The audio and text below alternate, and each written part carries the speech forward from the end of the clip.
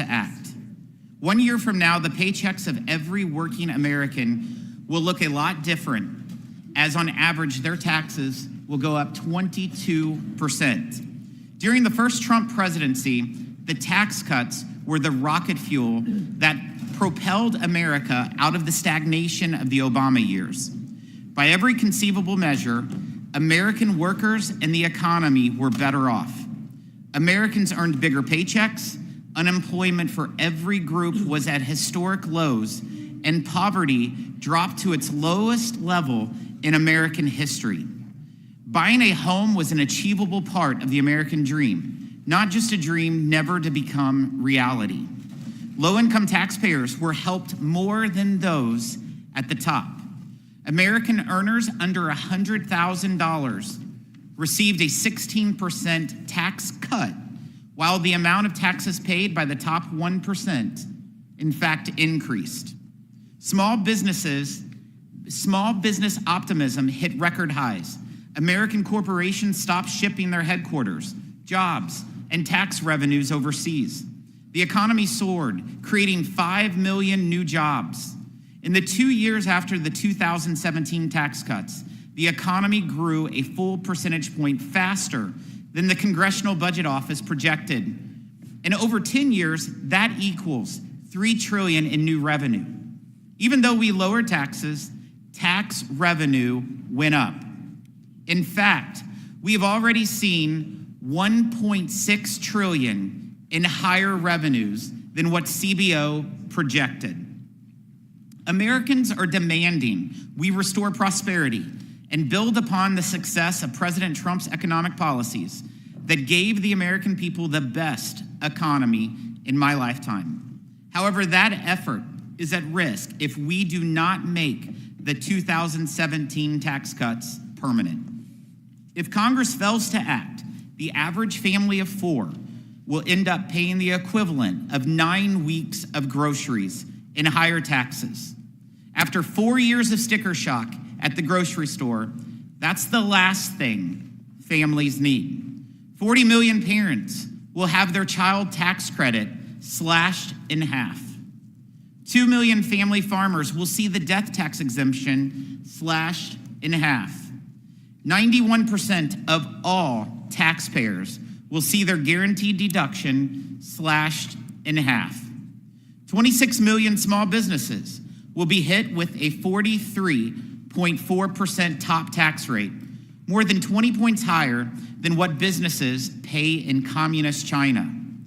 Today, as we speak, businesses are making decisions about where they are going to invest, hire, and grow this year and in the years to come. And they're making those decisions based on the taxes they expect to pay.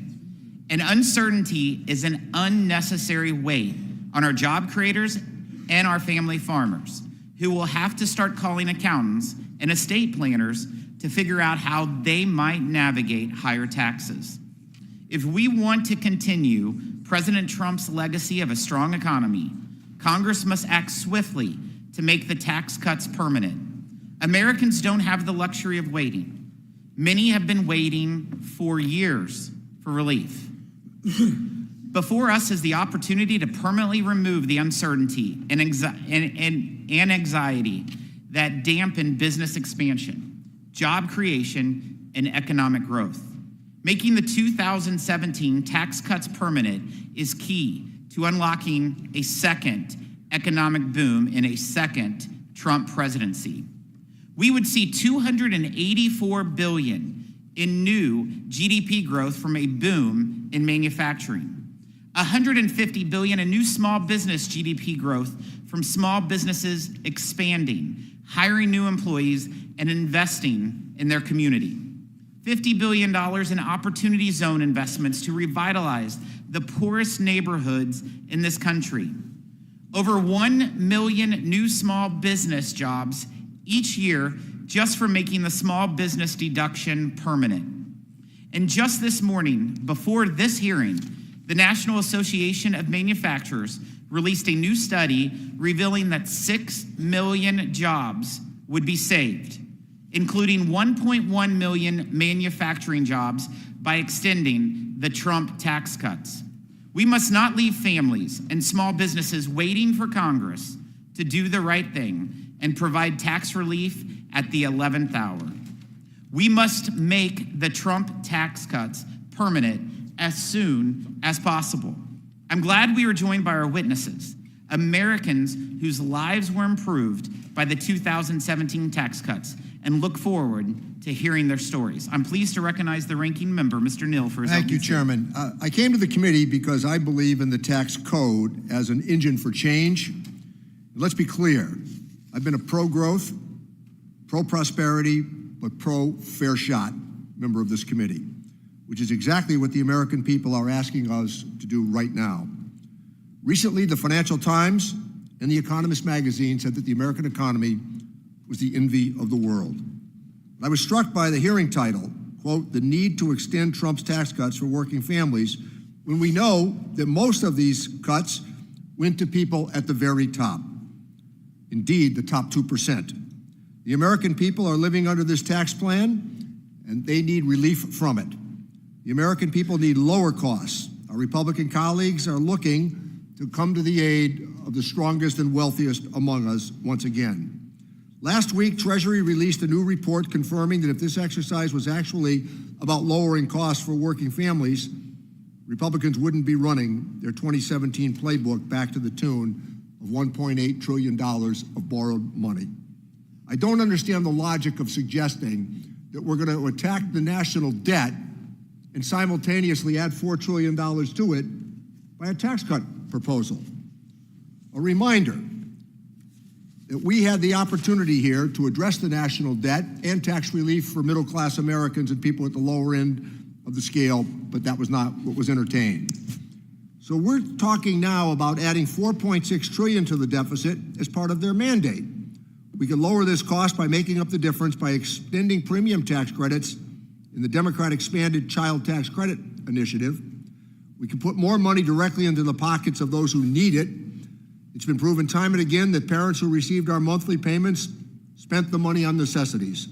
Child poverty was cut in half, and a recent study found parents actually cut back on cigarette use, likely because of decreased stress from the security of having more relief. Our colleagues are charging ahead on this policy because it graduates from a concept of a plan to empty action, cutting taxes for corporations and billionaires on the backs of people that really need help. We're all looking forward to seeing how the proposals will play out as to how the initiatives will be embraced to cut many important social programs while we cut taxes on the Republican side for the wealthiest among us.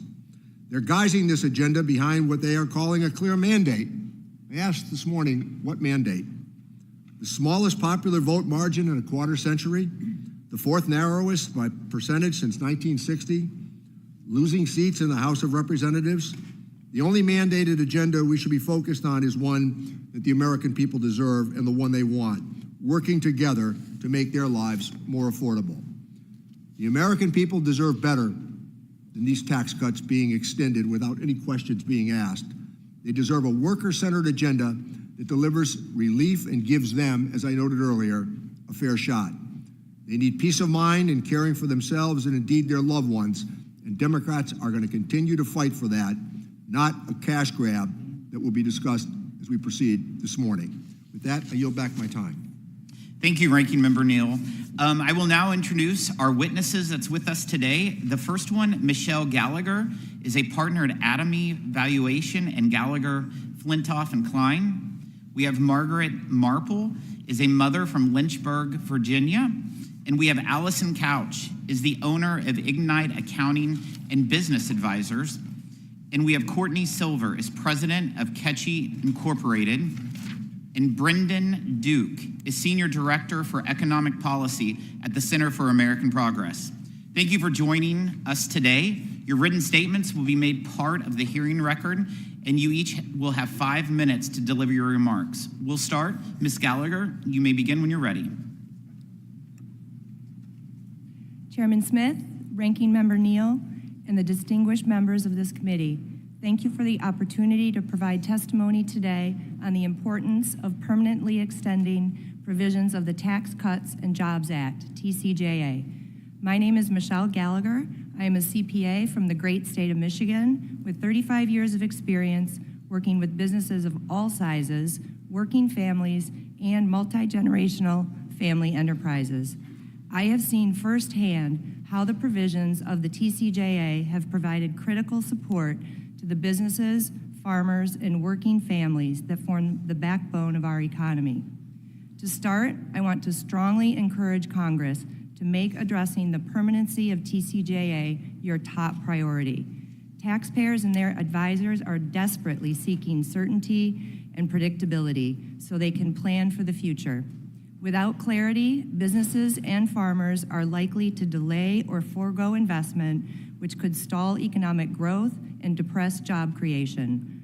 Congress cannot risk waiting until later this year to address these important tax provisions when it is simply too late for taxpayers to react.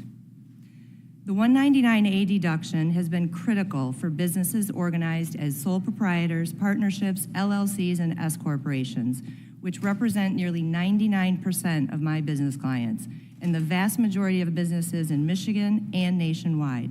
They also employ most of the country's workers. 199A helped many small business clients stay competitive with large corporations on wages and hiring when inflation was skyrocketing. And during post-COVID economic rebound, many of my clients increased their investments in equipment to make use of the 199A deduction, as well as the last full years of bonus depreciation. If the 199A deduction expires, the taxes on pass-through businesses will go up sharply, while C corporations and publicly traded companies will continue to enjoy their lower 21% TCJA permanent corporate rate. This simply is just not fair to the Main Street businesses and farmers of our country. 199A should be permanently extended, period. Full bonus depreciation under the TCJA has also been a game changer for my business clients. Immediate deductions have freed up capital for investments in state-of-the-art equipment, resulting in increased efficiency, production, and job creation. Lower marginal tax rates for nearly all taxpayers have bolstered the financial health of businesses and farmers and provided relief for working families. When marginal rates are higher, families must tighten their belts and businesses face greater financial strain at the expense of growth opportunities. When marginal rates are lower, working families have more take-home pay and they can invest more in their families and communities. If the marginal rates are not permanently extended, nearly every American worker will go home with a smaller paycheck starting in just 11 short months. The doubling of the standard deduction has simplified tax filing for millions of Americans and provided substantial tax savings for middle-class families. In addition to these tax savings, the simplicity has saved taxpayers valuable time and enabled them to focus on running their businesses, farms, and households instead of navigating complex tax filings. The expanded child tax credit under TCJA has been a lifeline for working families and has even had a direct impact on my own family. My brother, who works as a public school teacher, relies on this child tax credit to help provide for his wife and 7 children between the ages of 4 and 19. His modest salary is stretched thin, and the child tax credit has been essential to covering their family expenses. For families like this, the expanded child tax credit is not just helpful, it is indispensable and must be retained. The estate tax presents a constant source of worry and financial burden for many family businesses and farmers that I work with. Many business owners and family farmers may appear wealthy on paper, but almost always lack the cash or liquidity to pay estate taxes. I have seen this lead to family businesses closing or being gobbled up by multinational corporations because they realize they cannot afford to pay the death tax. Additionally, compliance costs related to the estate tax amount to over $18 billion annually, according to the Tax Foundation, a figure that actually exceeds the annual estate tax revenue collected. That's right, more money is spent annually complying with the tax than the government collects in the tax itself. If the estate tax is not addressed this year, the current exemption will be cut in half, doubling or tripling the amount of unexpected families forced to pay this death tax. Congress should pull the plug on the death tax for good. No grieving family has to deal with this unfair double tax. Small businesses and farms are the heartbeat of their communities, creating jobs and fostering local economic growth. As someone who has worked closely with businesses, farmers, and working families for 35 years, I have seen the tangible benefits of the TCJA firsthand. I urge Congress to permanently and swiftly extend these provisions to provide certainty to America's small businesses, farmers, and families. Thank you for the opportunity to share my perspective. I look forward to our discussion here today. Thank you. Ms. Marpel, you are now recognized. Chairman Smith, Ranking Member Neal, and members of the Ways and Means Committee, thank you for your invitation to testify today on the importance of the child tax credit. My name is Margaret Marpel, and I'm the mother of 3 children, all boys, ages 9, 2, and 1. Before I first became a mother in 2016, I did not know about the child tax credit. I also did not know how challenging it would be to provide for my children. This challenge increased when I became a single mother in 2017 after experiencing a betrayal and divorce. For 4 years, the child tax credit served to lighten the load of providing for my son with one income and childcare expenses. It was especially helpful to me in 2018 after Congress passed the Tax Cuts and Jobs Act, doubling the child tax credit to $2,000. I remarried in 2020 and for 2 years received the child tax credit as a 2-income household. My husband and I had 2 more children, and at the end of 2022, I decided to stop working to give my very young and active sons my full time and attention at home. Last year, with only my husband's income supporting our family of 5, we witnessed the child tax credit making all the difference. My husband and I both have college degrees. We have no school debt or credit card debt, yet the majority of our money goes to covering the essential yet astronomical costs of medical care, groceries, and gas. It takes us over a year just to pay the hospital bill for simply giving birth to a child. With an income of $75,000 and without the child tax credit, last year we would have owed the government over $2,000. What a discouragement it would have been to have yet another financial burden placed on our shoulders after filing our taxes. However, because of the child tax credit, we received back over $3,500. At times, the money we have received from the child tax credit has been the only money in our savings account. We are not looking for a handout. My husband and I understand that it's our job to provide for our children. What we want is an opportunity to thrive. We want to be able to save our hard-earned money for our children's future, so when they leave home, they are not burdens on society, but burden lifters. This is what I know about being a hardworking mother today in America, whether single or married. I am raising children in a culture of giving up. At every turn, there is a temptation to give up on your marriage, on your children, on yourself. Just look at divorce rates, suicide rates, and abortion rates. People are giving up on children before they even come out of the womb. But all human life, from conception to natural death, is valuable. As a mother, I am unwilling to give up on my children. Children indeed are the future of our country, and like millions of other young people, I am ready for America to be a place again where families can truly thrive. The child tax credit promotes the flourishing of families, and when American families are strong, America is strong.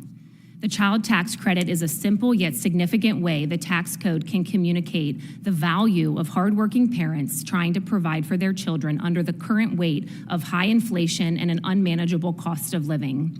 The financial benefit of the child tax credit lightens the load of the financial burden parents carry, but also serves to affirm and enforce the value parents hold. We don't want to be rescued, we want to be valued. Parents need to hear from their government leaders. Don't give up. Your dedication and sacrifice remains valuable to this country. Without the child tax credit, how else would the government show it supports the important social role of parents? Making the child tax credit expansion within the Tax Cuts and Jobs Act permanent would assure parents like me that our value to this country will not be forgotten.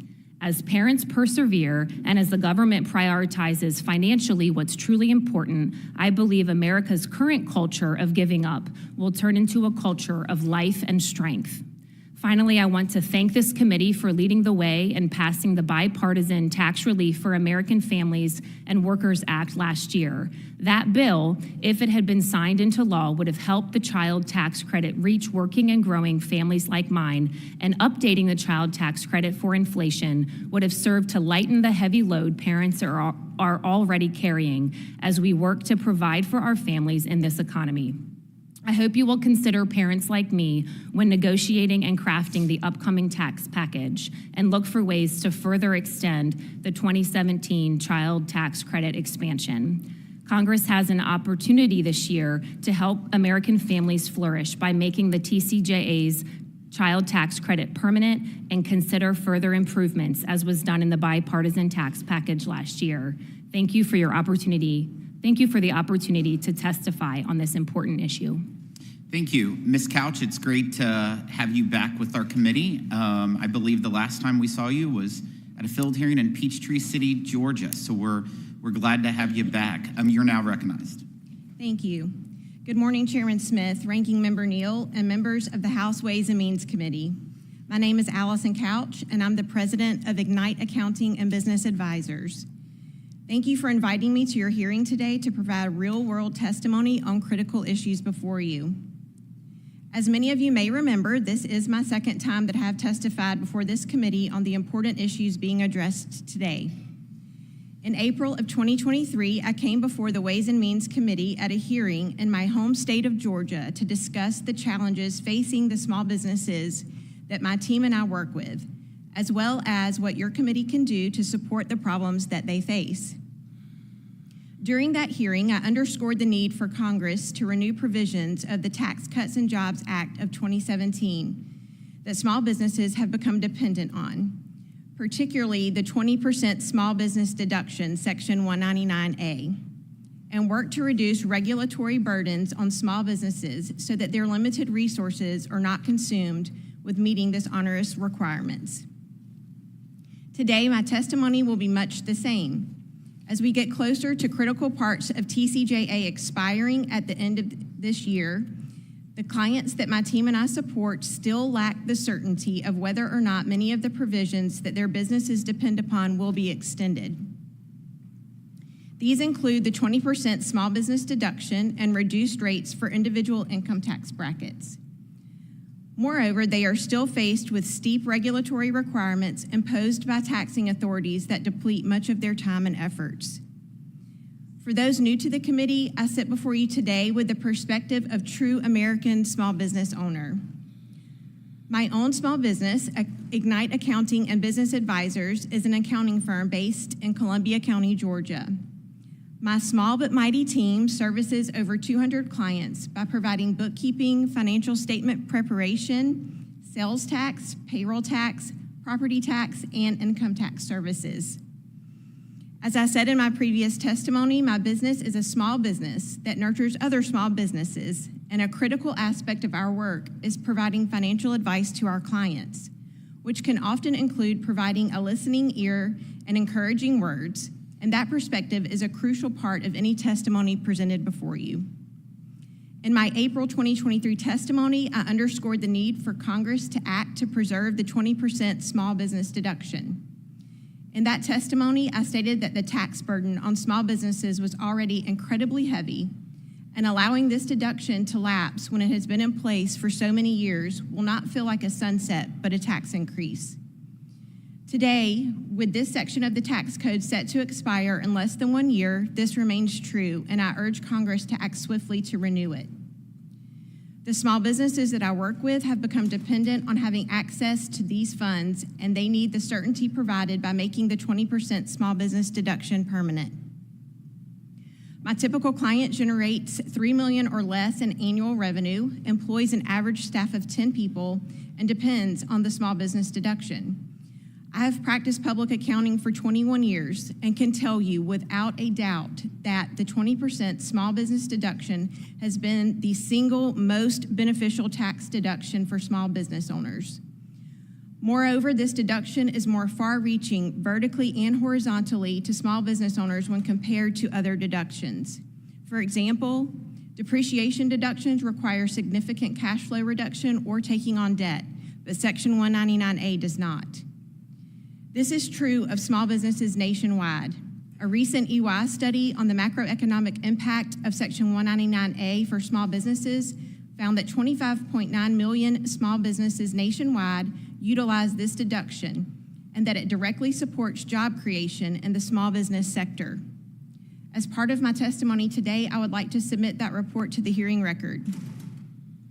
Another area of apprehension for small business clients is that if Congress does not act, the reduced tax rates for individual income tax brackets established under TCJA will increase. As members of this committee are aware, the 20% small business deduction is available to businesses that operate as pass-through entities like S corporations and partnerships.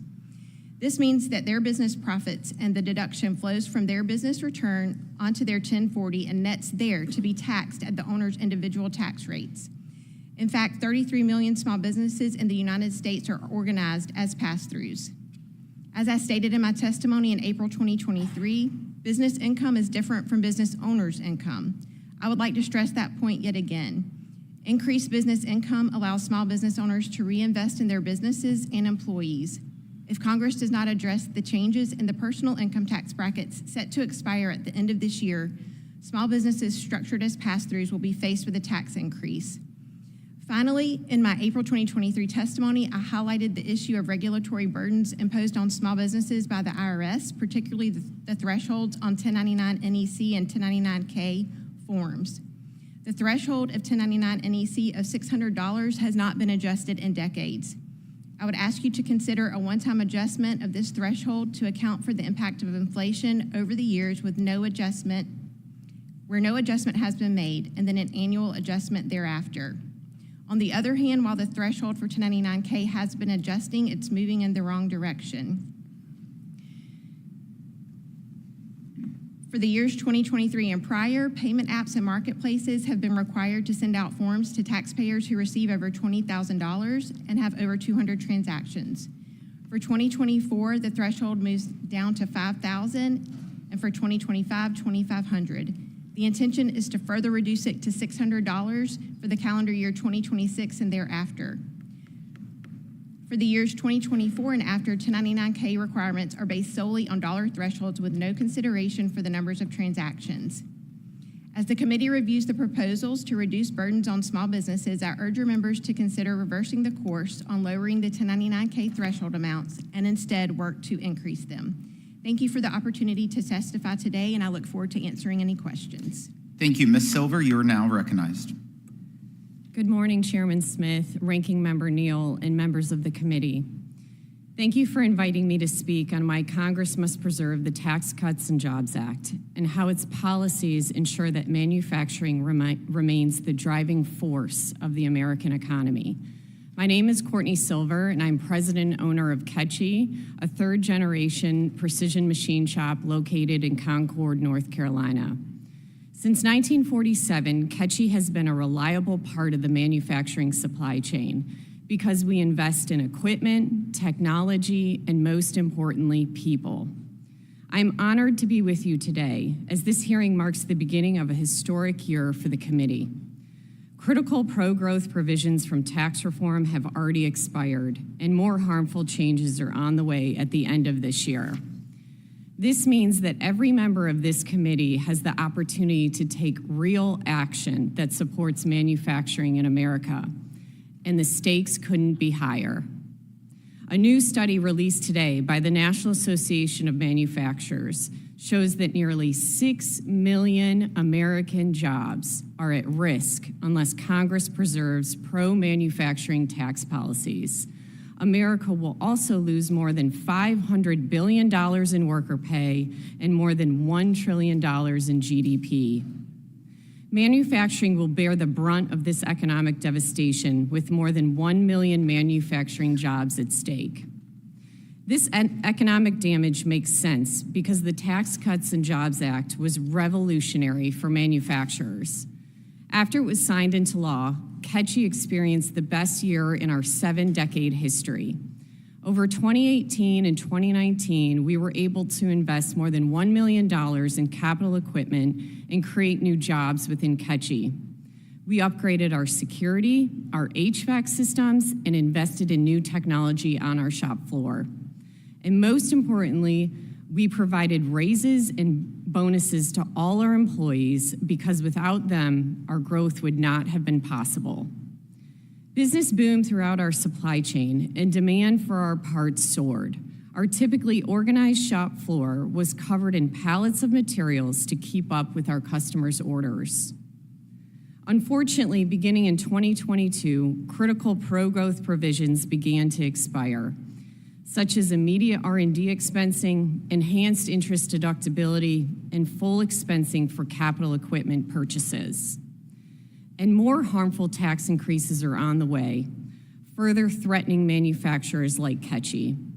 The loss of the pass-through deduction, increased individual rates, taxes, and changes to the estate tax will hurt my ability to grow and create jobs in Concord.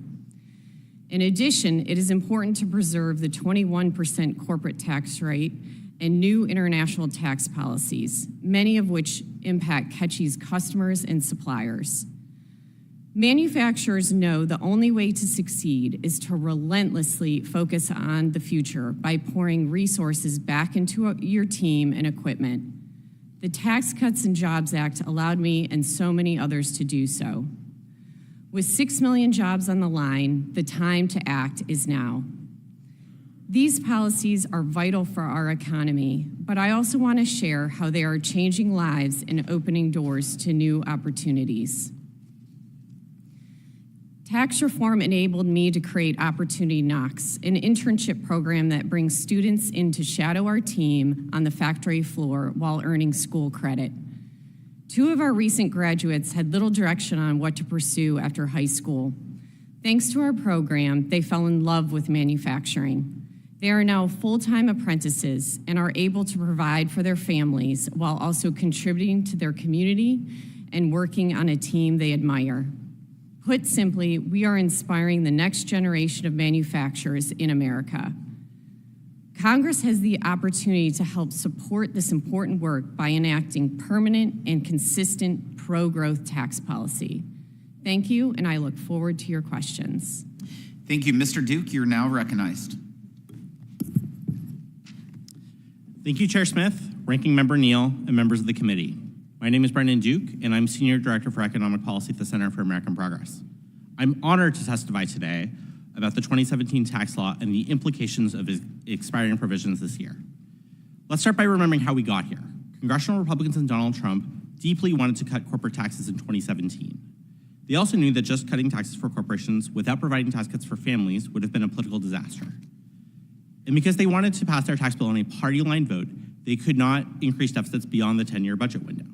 This gave birth to the bill that passed. They made a big, permanent 40% cut to the corporate tax rate. Then they did a series of tax cuts for individuals, heavily tilted to the wealthy, that expire at the end of this year. And here we are today, at the beginning of the debate about what to do about them. What have we learned? First, the corporate rate cut, the centerpiece of the original bill, was a massive windfall for investors, spurring a $1 trillion surge in stock buybacks. Yet it failed to meaningfully increase investment, and none of that windfall trickled down to ordinary workers. And the recovery in housing investment after the Great Recession screeched to a halt after the bill passed. CBO, in fact, projected that, quote, residential investment is reduced throughout the entire period by crowding out, end quote. And now, CBO says that extending the expiring individual provisions will shrink the economy in the long run. Given that the tax cuts didn't trickle down, we should then focus on their direct distributional impact. Who got what? Any way you look at it, extending these expiring provisions will increase income inequality, cutting taxes for rich people while giving pennies to everyone else. The average tax cut for the top 1% of households is more than 60 times larger than that of the middle 20% of households. And even these numbers are too rosy. We are talking about a bill that will add $4 trillion to deficits over 10 years. These tax cuts numbers include money we are borrowing that we will have to pay back one day in the form of tax increases or spending cuts. One financing mechanism Trump has floated is a giant across-the-board tax on all imported goods. A range of analyses, from progressive to conservative think tanks, estimate that this would cost a typical family thousands of dollars by making a trip to the grocery store or pharmacy more expensive. Alternatively, they can pursue cuts to vital programs.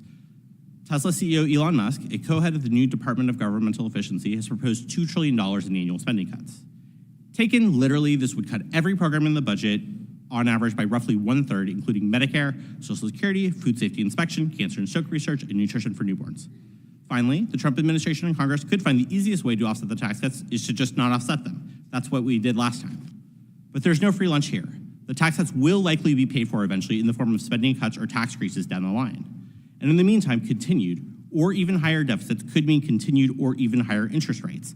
That makes housing, student loans, and credit card debt less affordable for working people. We shouldn't ask middle-class families trying to buy their first home to shoulder the burden of financing tax cuts for millionaires. This is an especially poor choice when the economy is strong and unemployment is low like it is today. Higher deficits can be a useful tool for getting a depressed economy to full employment, but today they just mean higher interest rates. The very real danger of cuts to programs that working and middle-class families rely on and higher interest rates highlights why Congress must offset any tax cuts they extend in a revenue-neutral manner. And simply changing accounting conventions to pretend extending tax cuts have no cost does not remove the burden that extending these tax cuts will place on federal and eventually on families' finances. The good news is that Congress can cut the cost of extending the tax cuts by simply refusing to extend them for the top 2% of households making over $400,000. The Treasury Department released an analysis last week showing that would cut the cost of extending the expiring individual provisions from $4.2 trillion to $1.8 trillion. In other words, we are talking about a $2.4 trillion tax cut exclusively for the top 2% of households. It's worth noting that $2.4 trillion is also the total amount of cuts to Medicaid and the Affordable Care Act in Budget Chair Jody Arrington's proposed list of offsets that came out last week. These healthcare cuts aren't necessary. They're entirely about making room for a tax cut exclusively for the top 2% of households. Not extending tax cuts for the top 2% also makes the cost of offsetting remaining tax cuts easier and makes room for Congress to take real steps to bring down the cost of living by extending the Enhanced Affordable Care Act tax credits while improving the earned income and child tax credits. The American Rescue Plan expansion of the CTC represents the gold standard, but I'd like to commend Chair Smith for his work last year on a bipartisan compromise on the CTC. It would have made a real difference for working class kids whose parents do hard work as home health aides, construction workers, and waiters. Preventing tax increases on working and middle class families next year is not a reason to cut taxes for the wealthy. Cutting taxes for the wealthy is a choice Congress may make this year, but it is a choice. Given that working and middle class families will end up paying the price, letting the tax cuts for the wealthy expire is clearly the correct choice. Thank you. Thank you for your testimony. We'll start with Ms. Gallagher. I'll ask the first question. Ms. Gallagher, one of the major reasons to extend the 2017 Trump tax cuts as soon as possible is to give America workers, families, farmers, and small businesses certainty in the long run. Small businesses are facing a 43.4% tax rate if the 199A small business deduction, as I refer to it, expires. This looming threat impacts decisions they are making today about whether to invest, grow, hire. The same is true for the 2 million family farmers facing a potential increase in their death tax. If Congress doesn't act soon, family-owned farms and Main Street businesses will have to start calling estate planners and accountants to figure out how they navigate the potential increases in taxes. So can you speak to how this uncertainty drives decision-making today among America's families, farmers, small businesses? Yes, thank you, Chairman. My phone has been ringing off the hook since last August with the pending election of families and business owners and the uncertainty of where this tax change may go. We have been running meetings and scenarios with our clients for months now, trying to plan for the future. Many successful businesses do their forecasting out not just 1 year, which is just the year we're in now, but the most successful ones plan out 3 years, 5 years, 10 years out, especially when they're looking at investing, whether it's investing into more employees or more equipment. That takes capital, and it takes time to accumulate that capital to be able to afford it. And so it is imperative as an advisor to these folks to be able to help them navigate these tax policies. I've been around 35 tax seasons, and I have experienced last-minute tax changes by our government, and it is extremely frustrating, not only on the taxpayers, but frankly and selfishly, the advisors as well. So I can't encourage you enough to do this swiftly and quickly to help our businesses and our farmers make some decisions. Thank you. Ms. Marpel, we have talked about how working families have watched prices rise by over 20% over the past several years, or how wages have fallen 3% since President Biden took office. The last thing families need is to see Washington slashing their child tax credit in half. 40 million families would be impacted. And as a mother, can you share what it would mean for families if Congress failed to act and allowed the CTC to be cut in half? And how would shrinking the CTC to just $1,000 impact a couple's thinking about starting a family or growing their family? Thank you, Chairman Smith, and thank you to this committee for holding this important hearing. My family and working families like mine know the financial benefit of the child tax credit lightens the load of the financial burden parents carry, but also serves to affirm and enforce the value parents hold. Slashing the child tax credit in half, or by any amount for that matter, would only increase the challenges parents face to raise their children in this economy, and it would communicate that the government does not value parents. Congress has a historic opportunity this year to help American families flourish by making the TCJA's child tax credit permanent and by considering further improvements, as was done in the bipartisan tax package this committee passed last year. The 2017 Trump tax cuts revived American manufacturing. We saw 20% growth in investment here at home, thanks to policies like 100% immediate expensing that incentivized American manufacturers to buy new equipment and expand their operations. Stronger manufacturing at home not only contributes to our economic security, but our national security as well, helping secure supply chains and make us less dependent on hostile nations like China. Unfortunately, incentives for American manufacturing have already started to go away, as what was testified, Ms. Silver. Ms. Silver, as a small business manufacturer, how has that affected your business planning, and what would it mean for you if Congress were to restore the 100% immediate expensing? Thank you for the question, Chairman Smith. Yeah, full expensing has impacted me greatly. I have a area on my shop floor that is empty, and I've hit the pause button. I've put that capital equipment purchase on hold because of these expired tax provisions. It changes the return on investment calculation for me. The business decision feels more risky, irresponsible, and it impacts the creation of jobs. It impacts my competitiveness. I'm at risk of falling behind my international competitors. My international competitors are investing in similar advancements that increase their productivity, increase their throughput. And so yeah, this affects my ability to be competitive. And my customers are large manufacturers across this country, and they really need three things for me, and it's high quality precision machine parts delivered on time at a competitive price.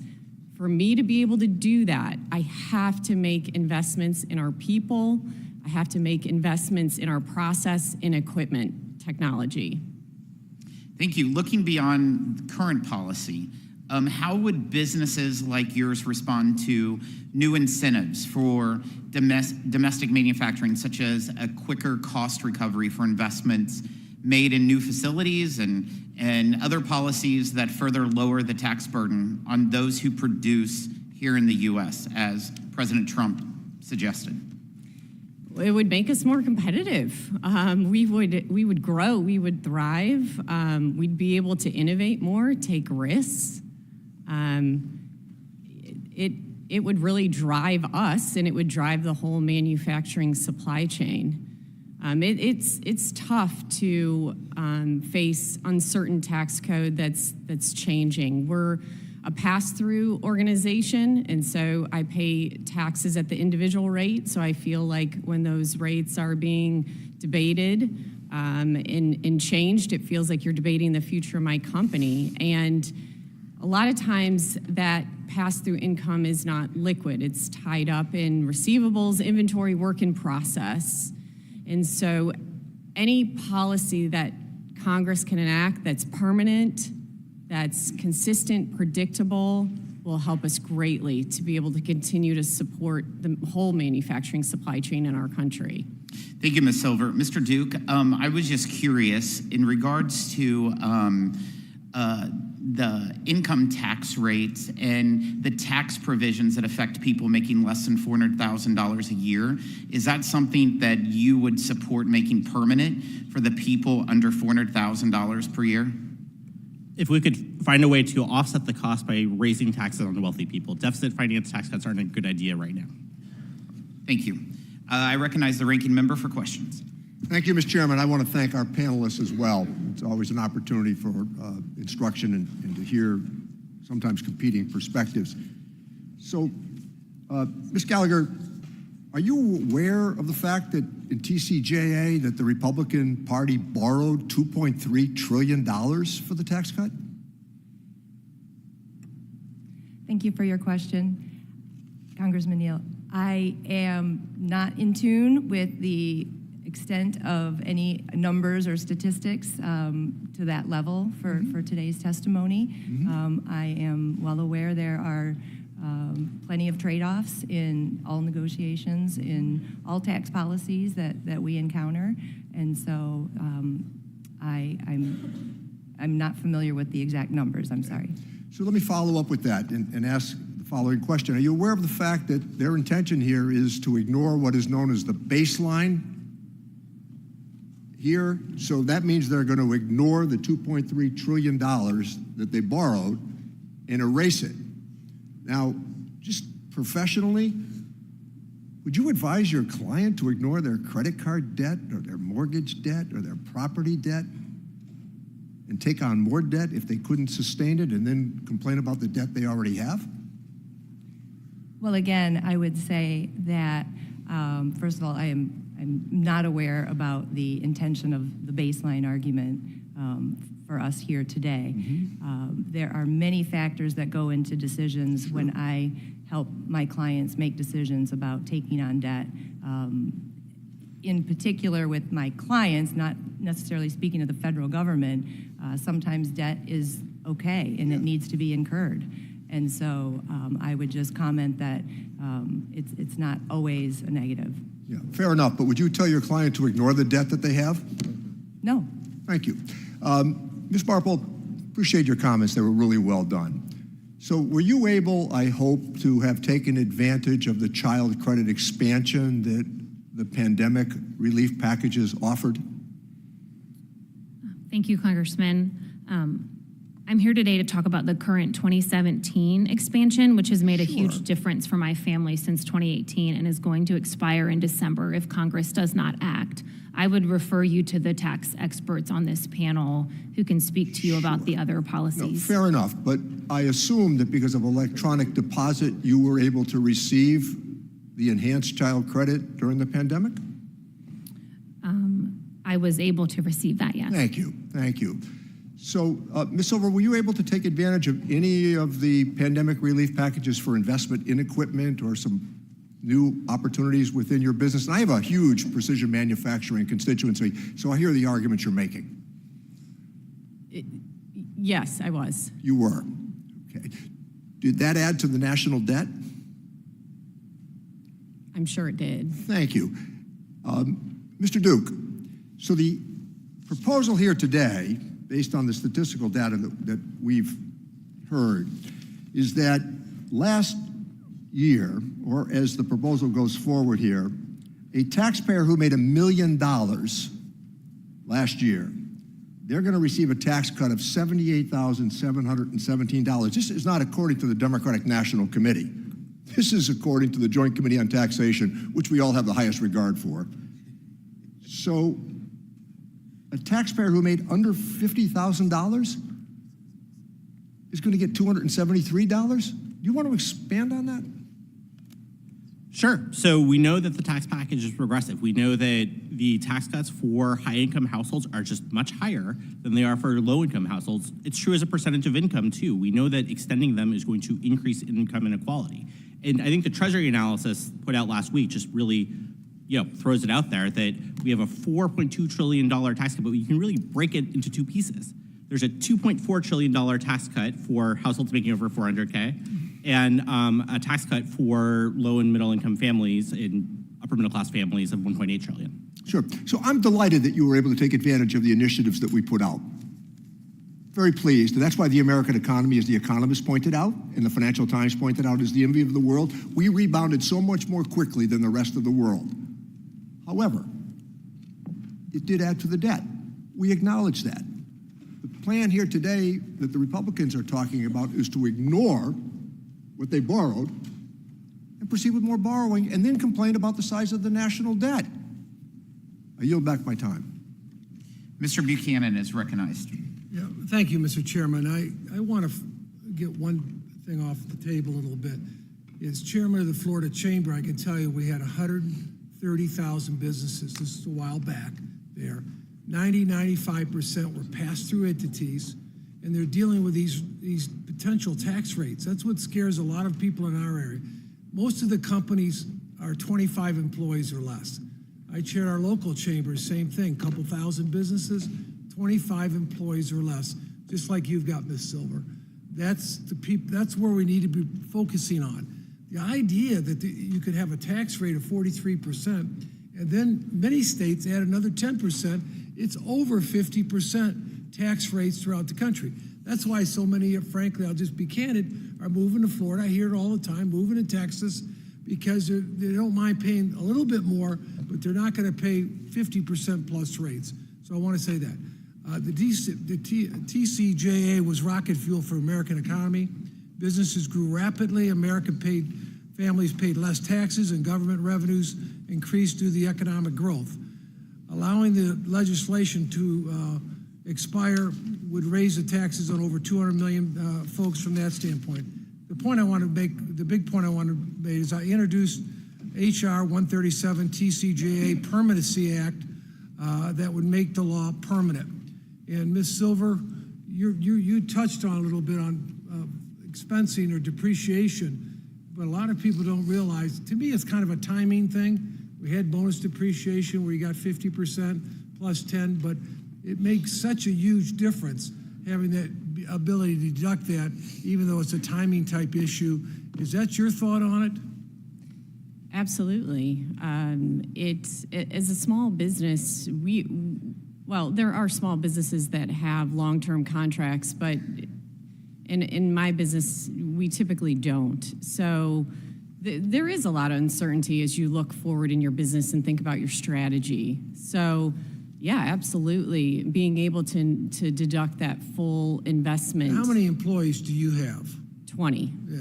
And that's my point. Most of America, when they don't, it's not the gigantic corporations. Yeah, they're out there in a big way, in terms of few numbers, but a lot of employees, or the billionaires, and I'm not defending any of that, but I am defending people like yourself, startups and people that are entrepreneurial, have it all on the line every day, need to make a payroll, and that's why this is where I look at it from these tax advantages. Mrs. Gallagher, what's your thought in terms of, you mentioned, I don't know if you touched on much 199A. I can just tell you in our area, it's huge. It's a big issue. So I was looking at it. I've got 82,000 businesses in my district alone, 82,020 that might be subject, not all of them, but some of them to that 43% bracket. But what's your thought on the 199? My thought on 199A is it needs to be extended, period.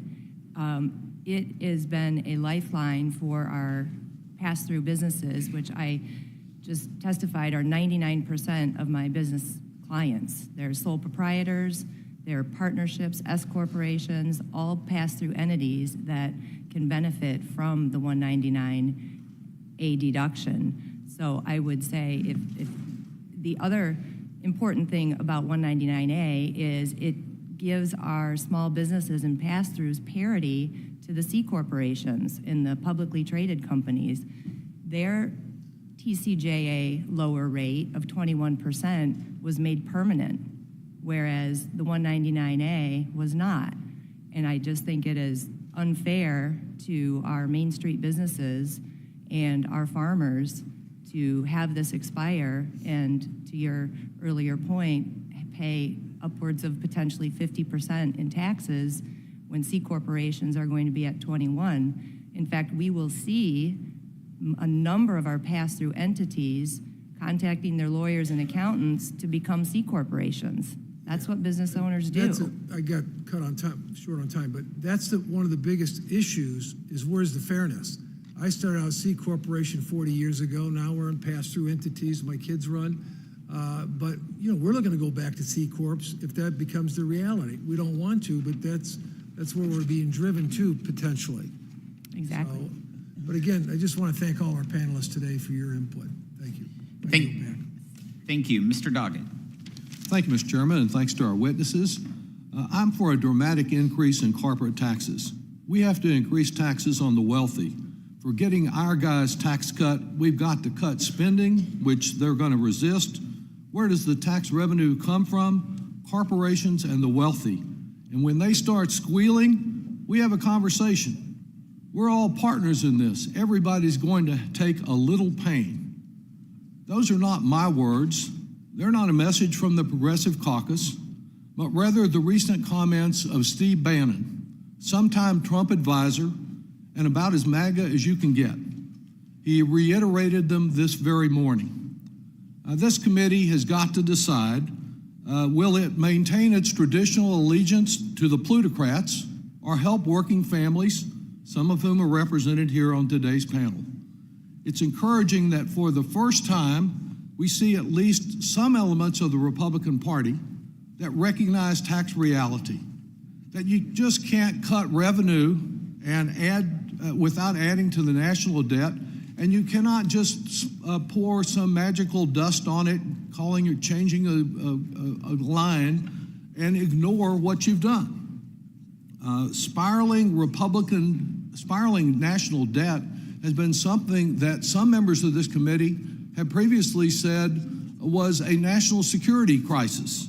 Well, it's a crisis just as much if you do it through more tax breaks, more largesse for the billionaire class, for the multinational corporations that are paying a tax rate today that is a fraction of that paid by Main Street businesses and by most Americans.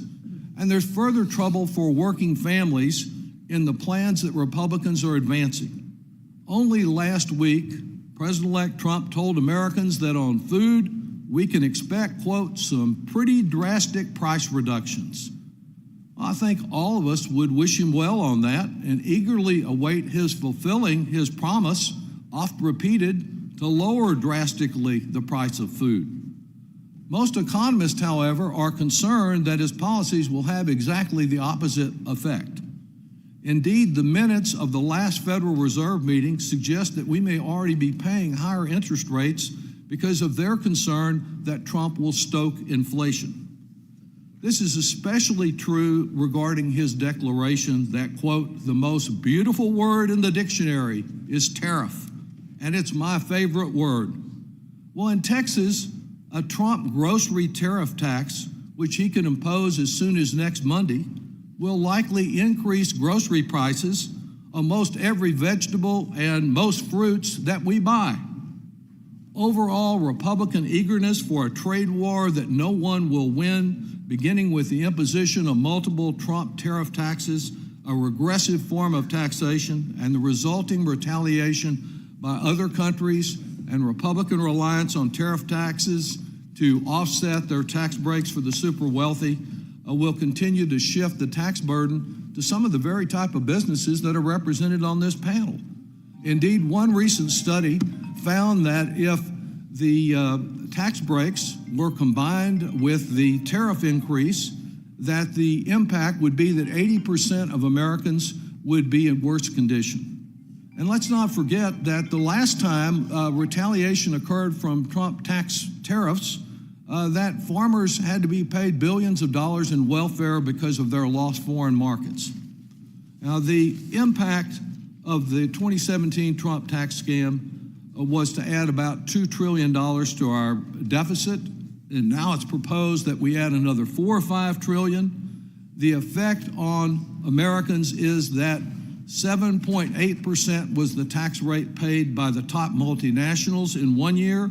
Last year, the pharma industry didn't, as a group, pay any tax whatsoever. But meanwhile, a working mother with 2 children who was paid the average rate was paying a tax rate of 20%. That's not fair. And I'm glad that Mr. Bannon recognized it. I hope more of our Republicans will recognize that these large profitable corporations need to pay their fair share, and so do the wealthiest few in our country. The biggest loser of their plan overall will be our debt, but the impact that that has on the solvency of Social Security and Medicare and other investments is also very critical. So as we move forward, we need to consider all of these impacts and look for a tax code that is more fair for working Americans and less gift to those at the top. And I yield back. Mr. Smith. Thank you, Mr. Chairman. Certainly thank you to our entire panel here today. I think this hearing is very timely. It's important. I think it's always healthy to look back, see where we've been, where we need to go moving forward. I'm proud to say that the 2017 TCJA, Tax Cuts and Jobs Act, was a reflection and a result of several years of thoughtful exchange and really diving deep into what we could do at the time to grow our economy, create more opportunity, create more fairness in the tax code, I might add. And it was interesting. I think one thing that is left out of the discussion today, especially as we heard some testimony earlier, is that even Barack Obama, when he was president, realized that we needed to be more competitive on the corporate side and proposed a reduction in the rate. Now, a different rate than we ended up at, but Barack Obama, hardly even a moderate president, suggested we needed to be more competitive. He saw the inversions that were taking place over and over and over again that I don't think a score has ever truly reflected the damaging aspects of an uncompetitive corporate tax rate. Now, we can talk about this all we want and characterize this in different ways, but fact of the matter is we were in a bad spot as a country before TCJA. And yes, had we only done corporate, that would not have been a good look. And as we hear here today, again, the impacts of what we did for families was very positive, without going so far as President Biden did with pushing more money, so much money out there, calling it tax relief, but it was just pushing money out there that triggered inflation. So I think it is incredibly important, and I believe we owe the American people a discussion, an exchange in sharing ideas and reflecting on reality, that we would shape policy moving forward in a productive fashion. And when I say productive, I mean with this process. But Ms. Silver very accurately, I believe, and appropriately described, and we sought out in 2017 on productivity for manufacturers such as Ms. Silver.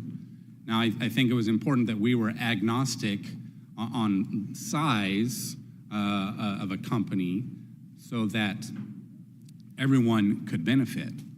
But we knew that with increased productivity, if a business would see advantages in the tax code to adding new equipment, as Ms. Silver articulated, that the end result would be good for the company on a micro basis, but great for the economy as a whole as more U.S. companies became more productive and more profitable.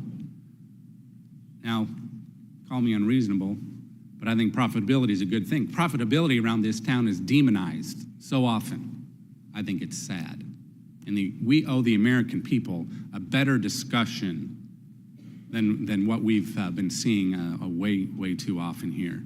But I just think it's important to note that the thoughtfulness that went into 2017, I think there's a greater understanding these days that what we did in 2017 was the right thing to do, especially given the factors to consider at the time. And now looking backward, I'm proud to say we did the right thing. Now, we want to prepare for the future. What do we need to do to be more competitive moving forward? Let's look at that. But let's not ignore the successes that we had.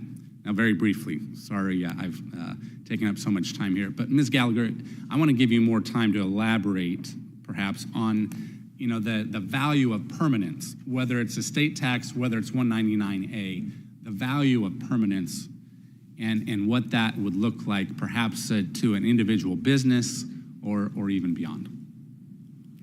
Thank you, Congressman, and good to see you. I came to your tax team meeting this summer and talked to you and your folks on this.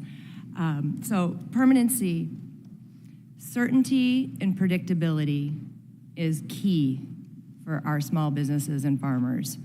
How can you plan without it? I think sometimes, or I was thinking of an analogy I could give you, but I know you all are very busy people. So imagine, if you will, getting your calendar or your schedule the morning of your day, not having any idea where you were going, who you were seeing, what you were supposed to say, what you were supposed to do until that morning. That's how I see this permanency and the need to do this swiftly for our taxpayers. They are in the dark, and I think certainty and predictability so they can plan is key. It could stunt economic growth and job creation without it. Okay, thank you. Thank you. I yield back. Thank you, Mr. Thompson. Thank you, Mr. Chairman. Thank you for having the hearing, and thank you to all the witnesses. Before I comment, I just want to make one point about Mr. Neal's comments regarding the fires in California. I think it's really important to remember that we are the Congress of the United States of America, not red, blue, or otherwise. If there's a natural disaster or a horrific situation such as the people in Southern California are experiencing, as members of the Congress of the United States of America, we need to be all in to provide help, irrespective of where those people happen to reside. So, Mr. Neal, thank you for bringing that up. You know, we're going to hear a lot today, we already have, and I'm sure we will for the rest of the year, on how the Trump tax cuts delivered for working families. Let's be clear. The ones who benefited the most from these tax cuts were the rich, the very rich. Working families received pennies compared to the billionaires. And that's not the only misleading claim my colleagues on the other side have made about the 2017 tax bill. They claim to be champions of fiscal responsibility, while it was their tax bill that added $1.5 trillion to our national debt. Every economist, even the Republican ones, say tax cuts don't pay for themselves. Extending the TCJA would add almost $5 trillion to our debt over the next 10 years. And if you add all of President-elect Trump's list of tax cut promises, that number jumps up to about $16 trillion. The Trump tax cuts did not deliver for the middle class. A taxpayer earning $1 million or more received a tax cut almost 300 times greater than a taxpayer making $50,000 a year. The fact is, it was a Democrats' legislation that delivered results for economic results for the middle class. For example, the CHIPS and Science Bill, the Inflation Reduction Act, all contributed to increased domestic manufacturing. It wasn't the tax cuts. Since the IRA was signed into law, companies have announced over $130 billion worth of investment in clean energy and electric vehicle manufacturing. My friends on the other side of the aisle should go back home and see for themselves, because 85% of the IRA investments in new projects have gone to Republican congressional districts. And the 2007 tax bill raised costs for millions of our 2017 tax bill for our constituents by capping the state and local tax deduction. About an $8,000 a year tax increase to people in my district. Mr. Duke, Republicans claim that the TCJA is responsible for increased domestic manufacturing. Let's take EV manufacturing, for example. What have been the benefits of the EV credit, and what would happen if the Republicans repeal that? So this isn't just an economic issue, this is a geostrategic issue. This strong industrial policy that the Inflation Reduction Act's EV credits are an example of are positioning U.S. automakers to catch up and lead in global manufacturing excellence. Firms have invested more than $81 billion in domestic EV and battery manufacturing since it passed. And it's helping close the investment gap with China, making the U.S. EV industry the most invested in EV industry on a per-country basis. These are the vehicles of the future. We can't let China, dominate that market. Thank you very much. Ms. Silver, you were the past chair of the National Association of Manufacturers. You refer to that in your testimony. Do you agree with Mr. Duke on the importance of the EV tax credit and the Section 45X of our manufacturing sector? I can't answer that question, but I certainly can follow up with you. I don't know about the EV tax credit to speak to it. And the advanced manufacturing production credit? I can follow up with you Okay. after this for sure. Okay, thank you. Ms. Gallagher, you talked a lot about farmers, and you talked about certainty and predictability. Would you agree that if we really want certainty and predictability, and we really cared about our farmers, we take this tariff discussion off the table now? Thank you for that question. I've not looked at how any tariffs would impact our farming community, so I'm not.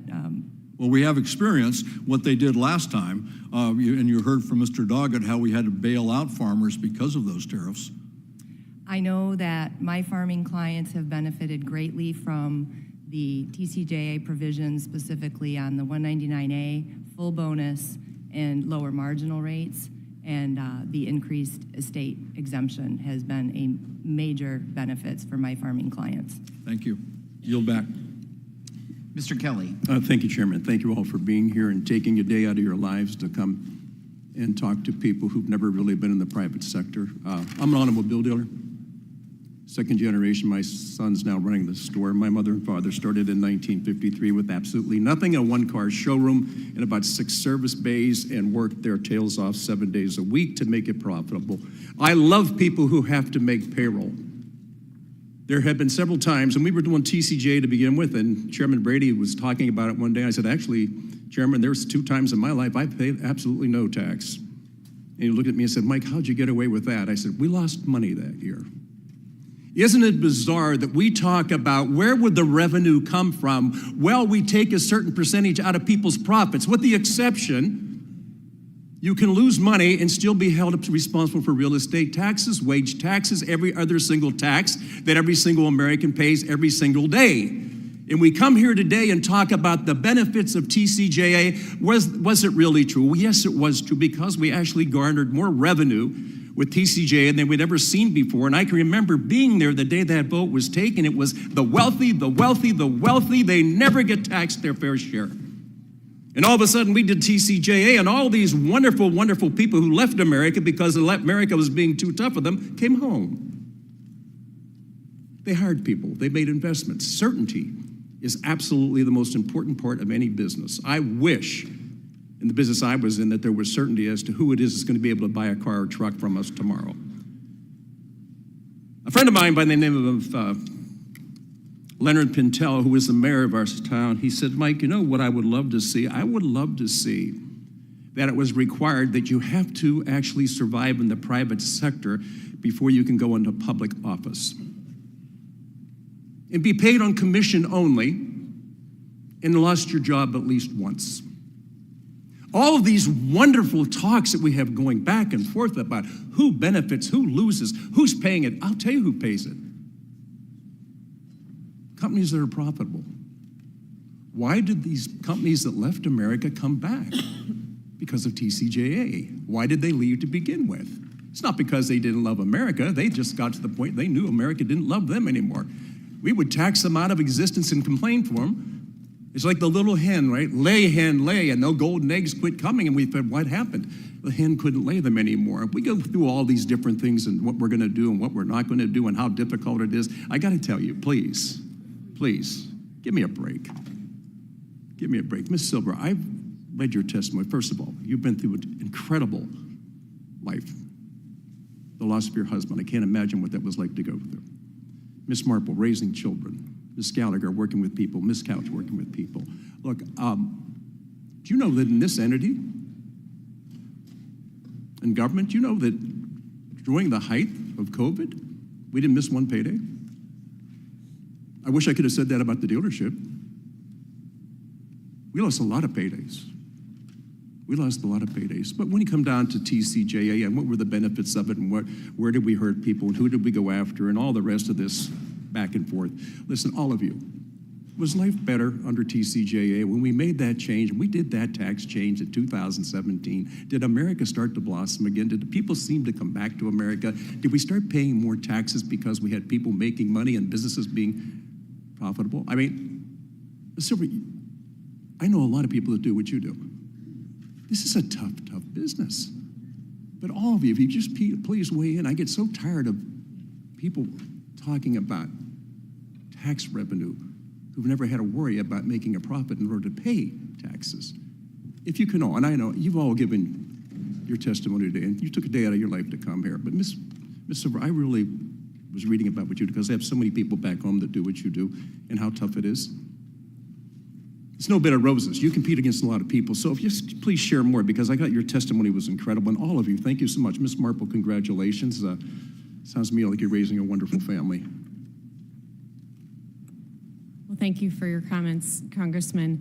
I could throw some color on this as far as how complex this is. So to take raw material and to transform it into a useful object that we all benefit from is extremely tough. There's a whole lot that has to go into that. We have to make, like I said earlier, have to make investments in our people, processes, in machining technology. And you're right, there's definitely years where you don't make a profit. But just, if you take this piece of paper, okay, and you slice this, let's say you slice this 20 times in width. If you take one of those strands of 20, that is the tolerance that we are holding on dimensions on parts that we manufacture. That's 2/10. You can't see that with the human eye. This is not me buying equipment, pressing a button, and a widget comes out. This is a ton of small businesses, like you said, in your district. And so we need pro-growth tax policies that are permanent, that are consistent, that are predictable to help us be able to grow, because our manufacturing supply chain in our country needs us. They need us to grow. They need us here. Yeah, well, you know what? I appreciate your testimony. I think, the rest of the world keeps hoping that America will raise its tax rates again, because then they will see this group of people who were staying in America come back over and start their business with them. If we make it impossible to be profitable here, people will leave. They did it before, they'll do it again. We've looked at the greatest tax revenues we've ever had. This is not a Trump issue with me. It's not a red issue or a blue issue, as my friend Mr. Thompson says. These are red, white, and blue issues. If it's not for America, I don't care about anybody else in the world. If America is strong, the world is strong, the America is safe. Thank you all so much for being here. Chairman, thanks for having this. And let's go TCJA Part 2 and watch America rise again. Thank you, Mr. Larson. Thank you, Mr. Chairman. I thought you were going to say, let's go Notre Dame. You missed your opportunity there, but... I left that out. Yes, go Irish. Yeah, right. But thank you, Mr. Chairman, for this hearing, and I want to associate myself with the remarks of Mr. Neal and my colleagues. The witnesses have been outstanding, and when you listen to your testimony, I think you can see that there's a desire here on both sides of the aisle to help. But that help all comes down to fairness at the end of the day. And the quandary that Mr. Neal presented, I think, is one that this committee needs to sort through and have the conversation on. And the other thing that he talked about is that you just can't ignore the obvious in what's in front of you. And from my perspective as a ranking member on the Social Security Committee, we can't ignore the obvious. You think any of the witnesses, do you know the last time that we extended Social Security benefits in the United States? Anyone want to venture a guess? It's not a fair question to you. It was 1971. Richard Nixon was president of the United States. Could any of your businesses or households survive if the last time the responsibility, which is that of the United States Congress and this committee, to adjust Social Security, including the unfair policies of taxing your Social Security when you retire? I think the American people rightly no longer, we cannot ignore these issues. 70 million Americans rely on Social Security. And with 10,000 baby boomers a day becoming eligible for Social Security, that's additional 3.65 Americans becoming eligible every year. And we haven't extended benefits in over 50 years? That's an outrage.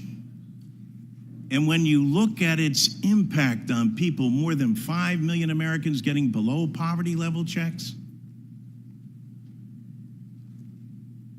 for about 35 million Americans in total, the only benefit they have is their Social Security that they paid into.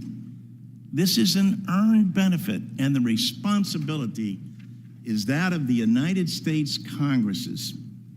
I'm looking forward to working with Mr. Estes, and I believe my colleagues on the other side of the aisle care as deeply about this issue as we do. But we can't ignore it. Everybody cares about the national debt. Everybody knows that we're going to have to raise the debt ceiling, and we know that we have work in front of us. And yet when we talk about the fairness, where you see the disagreement is when you see all the money going in one direction and not even using capitalism's greatest tool for equity, Social Security. Make sure that that's the great leveler, including tax breaks for people on Social Security, including what parents get and what children get, what surviving spouses get.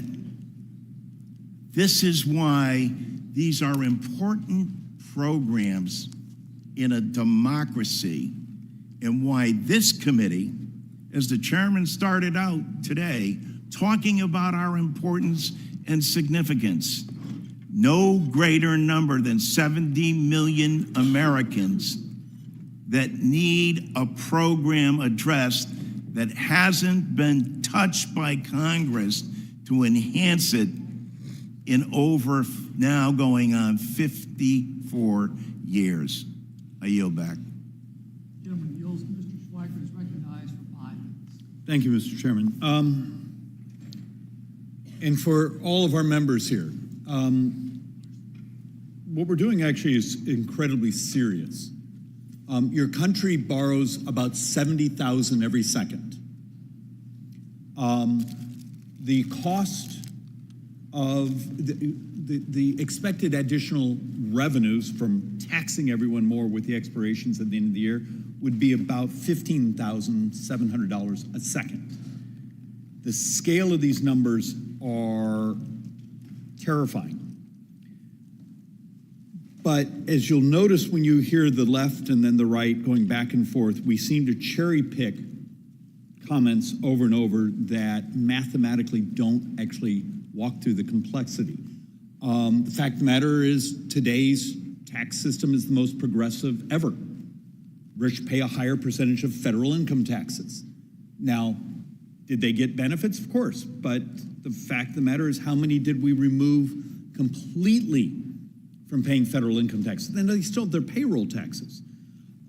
Also, and Mr. Chairman, for submission to the record, I would like to actually put in a series of documents that show the best estimates are almost 70% of the corporate income tax benefits actually go to the worker.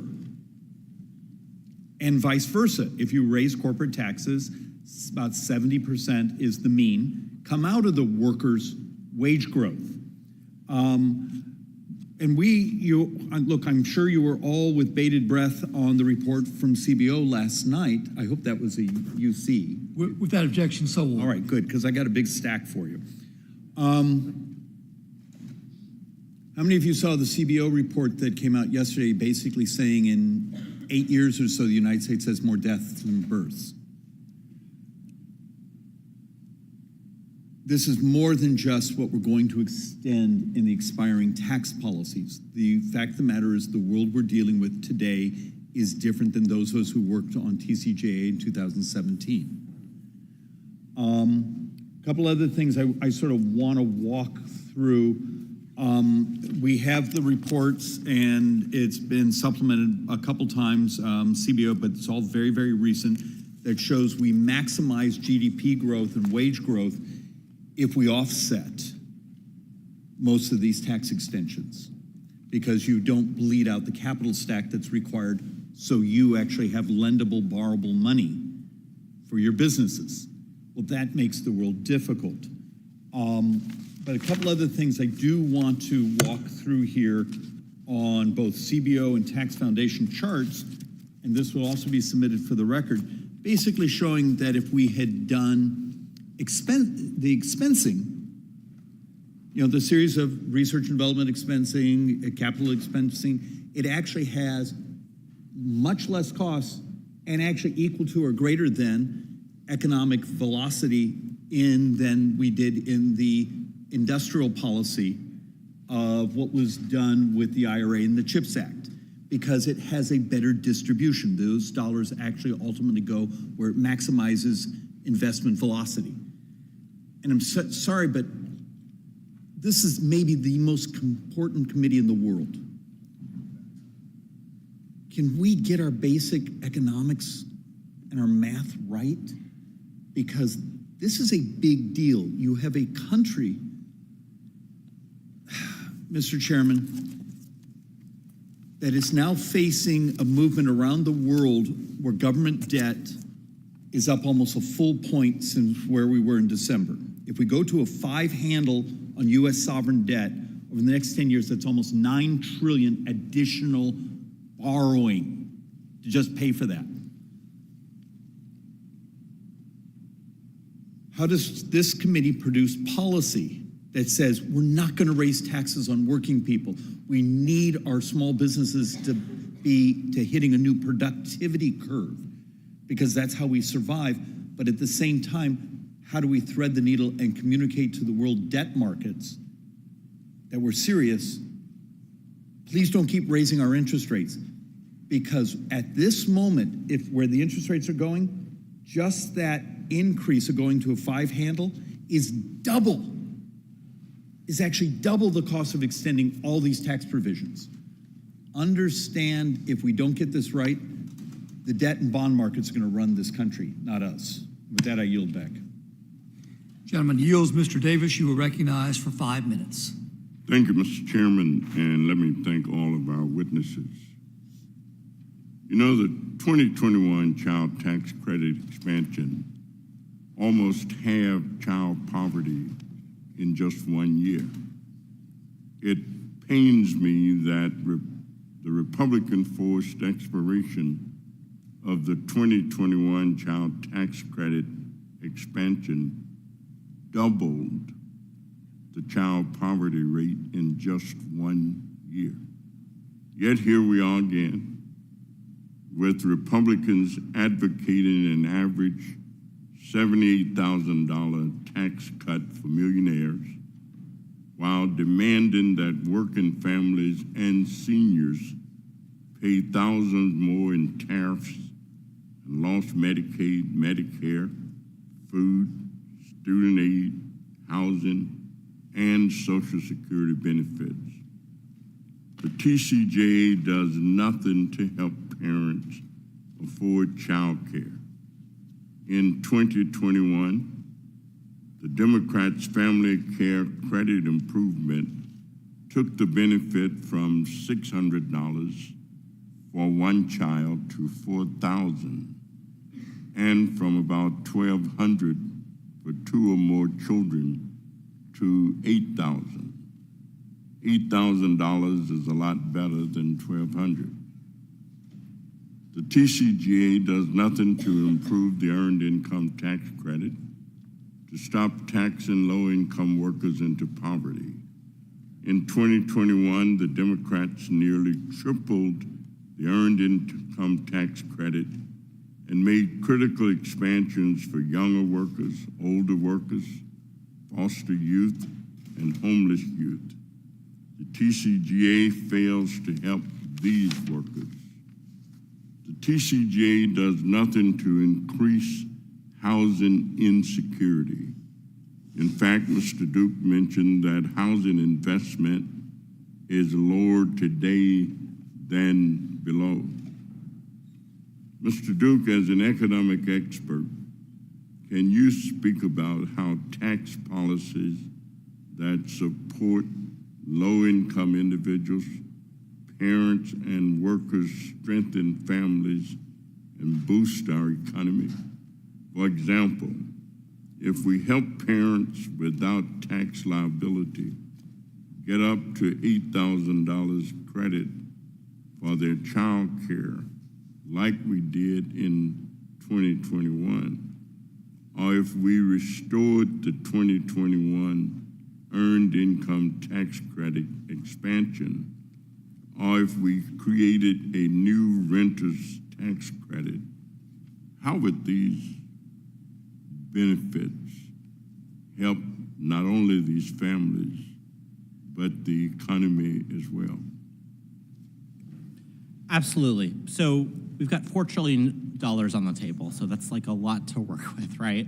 And, as I mentioned in my testimony, housing investment basically cratered after the law passed. And, I suspect a lot of the reason why CBO found that growth went down after you extend the tax cuts is because housing investment gets hammered. It's a very interest rate sensitive sector. So I think a key thing is paying for whatever we're going to do to keep the deficit in check, which is going to, keep housing investment going. On top of that, though, we do have room to make investments in families that directly benefit them. You mentioned a lot of them. I think the child tax credit was just an enormous success in 2021, increasing the size, making sure working class families get, the same tax credit that middle class families do. And again, I think this committee oversees the largest affordable housing program that we have, the low income housing tax credit. That's an example of I think a better priority than a lot of what's in that $4 trillion, especially that $2.5 trillion for households making over $400,000. So I think the investments you're talking about, the child tax credit, the earned income tax credit, making more support available to low-income renters make a lot of sense, while making sure that we have robust housing investment going by offsetting whatever extension happens by raising taxes on the wealthy and corporations. Thank you very much. Thank you, and Mr. Chairman, I yield back. Gentleman yields. Mr. LaHood is recognized for 5 minutes. Well, thank you, Mr. Chairman. I want to thank all of our witnesses for your valuable testimony here today on this important subject that we're talking about. There was some reference earlier about the election and maybe the insignificance regarding the results of the election, or somehow this was not a mandate on what happened in the election. And this is our first full hearing really since the election. And I guess I look at the election results a little differently. If we were sitting here 6 months ago and I would tell you that Donald Trump would win all 7 swing states, that he'd win the popular vote, would win record amounts of African-American males and a record amount of Latino males, I don't think anybody would have believed us. But that was the results of what happened. And the other thing that never changed in the election, if you look over the last year, was 72% of the country thought we were headed in the wrong direction based on the economy and immigration. It never changed. We're headed in the wrong direction. And you drill down on that, on the economics, and we've alluded to it here today, the insecurities and the anxiety that the American people had. Lower middle class people felt it. Devastating inflation, cost of living increases, lower wages, lack of economic optimism, and anxiety on living the American dream. And that was reflected in the election results. And so when we think about those results, that's the reality. That's the mandate we have to fulfill those campaign promises that we made on fixing the economy. What better way to do that than continue the Tax Cuts and Jobs Act from 2017? Go back to the Tax Cuts and Jobs Act, and again, we've talked about some of the results from that here today. I would argue, my 9 years I've been in Congress, it's the most important and most impactful vote that I've taken in voting for the 2017 Tax Cuts and Jobs Act, in what it did for the American economy. It created the best economy in my lifetime. You look at what it did to the economy: higher wages, record employment, record number of investment in small and medium-sized businesses. It created a booming economy. But even going a little further, we moved 6.5 million people out of poverty. People don't talk about that enough. It was the largest migration of people leaving poverty, leaving welfare programs to go into our economy under the Tax Cuts and Jobs Act. That's the reality of what happened. So why wouldn't we want to continue that, particularly with the election results we just had? I would also mention, on the international side, particularly what we did on GILTI and BEAT and the international tax provisions, we repatriated $3.5 trillion back to the United States. No one talks about inversions anymore. Pre-TCJA, companies were inverting all around the globe, going to other places. No one inverts anymore because of the changes we made, bringing that $3.5 trillion back to this country. Those are the tangible, real results that we had from TCJA. Now, I'll admit COVID got in the way of that growth path. I think we all admit that. But what better way now to continue that growth and get back on track with those real results than making these tax cuts permanent? And that's why we're really here today. So a couple things. As we begin, I just want to mention 2 goals that we should be accomplishing. One, we need to ensure that the tax cuts are preserved. And if we let them expire at the end of this year, the average taxpayer in my district would see a 22% tax hike in 2026. And I know that percentage is similar to a lot of other districts.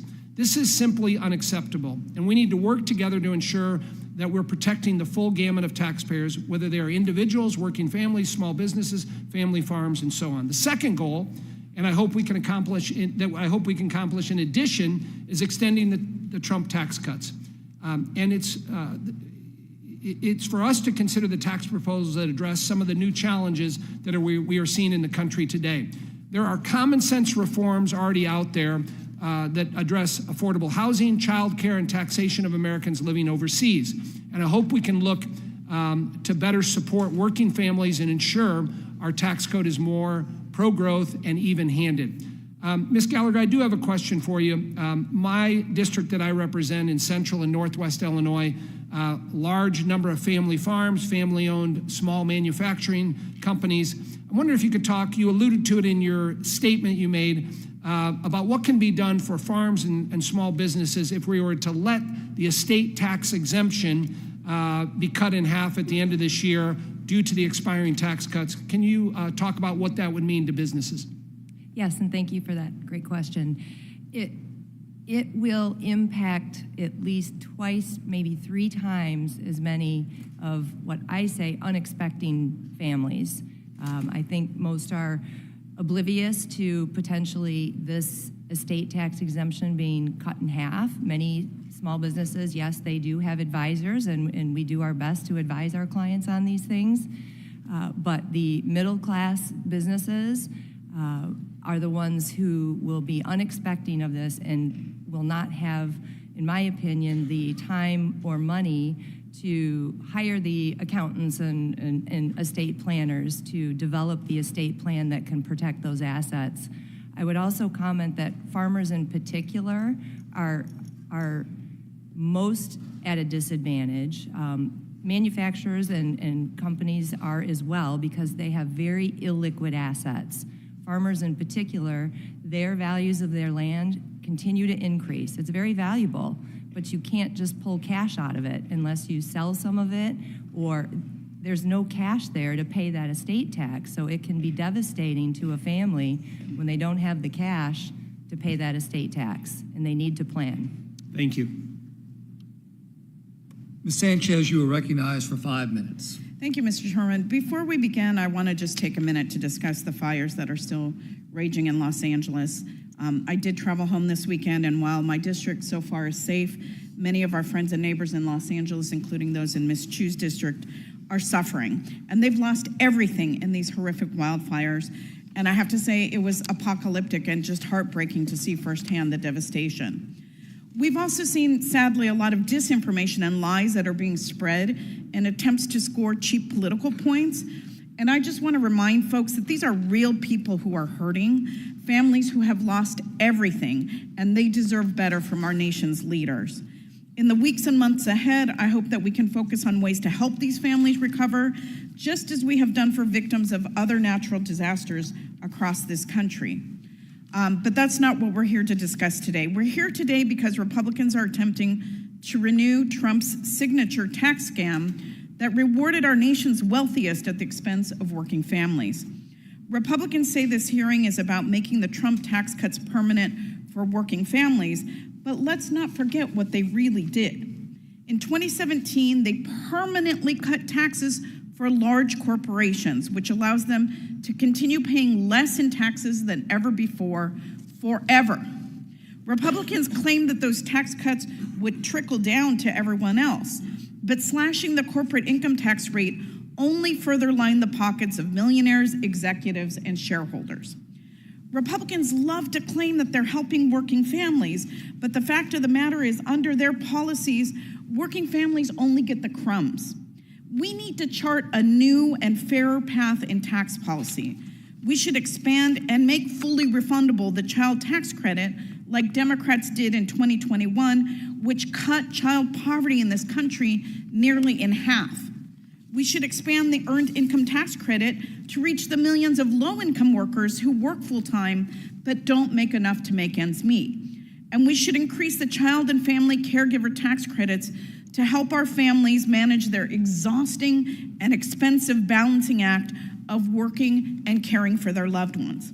My Democratic colleagues and I recognize that investments that directly benefit American families yield much stronger returns than continually cutting taxes for the wealthiest in this country. Mr. Duke, can you explain what happens when our neediest families experience a drop in income from the death of a parent or a natural disaster, such as we've seen in Los Angeles, to their eligibility for a child tax credit that is not fully refundable? Yeah, so I think a good tax credit that really supports families reduces income volatility.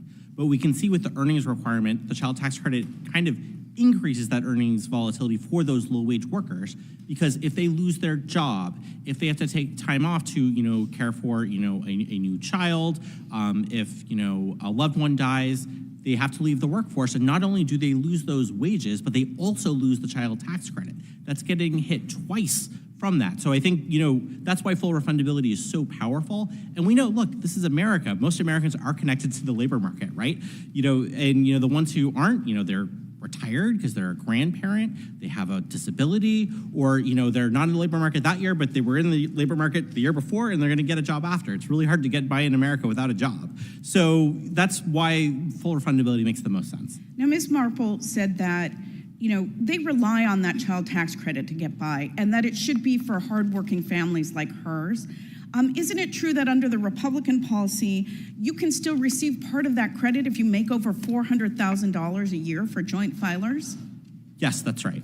And isn't it true that there is an earned income requirement under this Republican plan so that the poorest who don't even earn enough don't even get the full credit? Yes, that's right. Does that sound like we are helping that this tax policy that they're trying to push is going to help the neediest, hardest working families in this country? No, it does not. Thank you. Mr. Duke, as you know, nearly 80% of the tax cuts for individuals in the TCJA went towards white households who represent about 67% of American taxpayers. And the wealth of billionaires has nearly doubled since the enactment of the TCJA. Can you tell us how extending the TCJA is going to actually widen that racial inequality? Yeah, absolutely. So America is a country where wealth is distributed very unequally, and there's a racial pattern to it. The 10% wealthiest white households hold 2/3 of the entire country's wealth.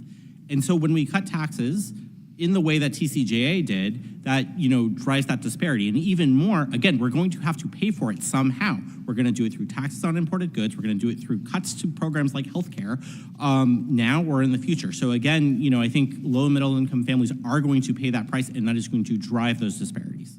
Thank you very much. I appreciate all of our witnesses' testimony today, and I yield back. Mr. Arrington, you are recognized for 5 minutes. Thank you, Mr. Chairman. I can't imagine in any world that anyone from any political party would call what happened and transpired as a result of pro-growth policies a tax scam. You would have to have the fundamental belief that it's a scam, because that's not the American people's money that we're playing with here in Washington, that's actually rightfully the government's money, I think. Because there's no way to describe the lowest poverty rates in recorded history as a scam. There's no way to describe the results of the Trump tax cuts and the broader Trump economic agenda, deregulation, America First trade, and the results of the highest capital investment ever, highest R&D investment ever, lowest unemployment rates for minorities and women ever. No repatriation of our jobs and businesses overseas, but repatriated capital, repatriated businesses, repatriated jobs from overseas back to the great US of A. Now, if that's a scam, as they say, I got some oceanfront property in West Texas to sell you. Everyone benefited, and those on the lower income spectrum benefited the most. Actually, the top 1% paid more. So it got more progressive in that sense. But all boats rose on the tide of prosperity as a result of good, low, competitive tax rates for our country and for our families. I guess my colleagues want to go back to when we had higher tax rates than communist China. What's pro-American about that? How are we going to unleash economic growth, job creation, and prosperity with that kind of tax rate? And we reduced it to 21%. We're not even in the top quarter of the most competitive tax rates. So I guess my colleagues want to go back to being the highest business tax rate in the free world. It makes no sense. The American people had the clearest contrast between my colleagues' policies and the associated effects on our families and our economy relative to the Republicans' policies and associated effects on families and the economy. We've never had a clear contrast between the two because we had total control when we passed TCJA. They've had total control for the last, not the last 4 years, but the 2 previous years. And there's no comparison. Think about the last 4 years.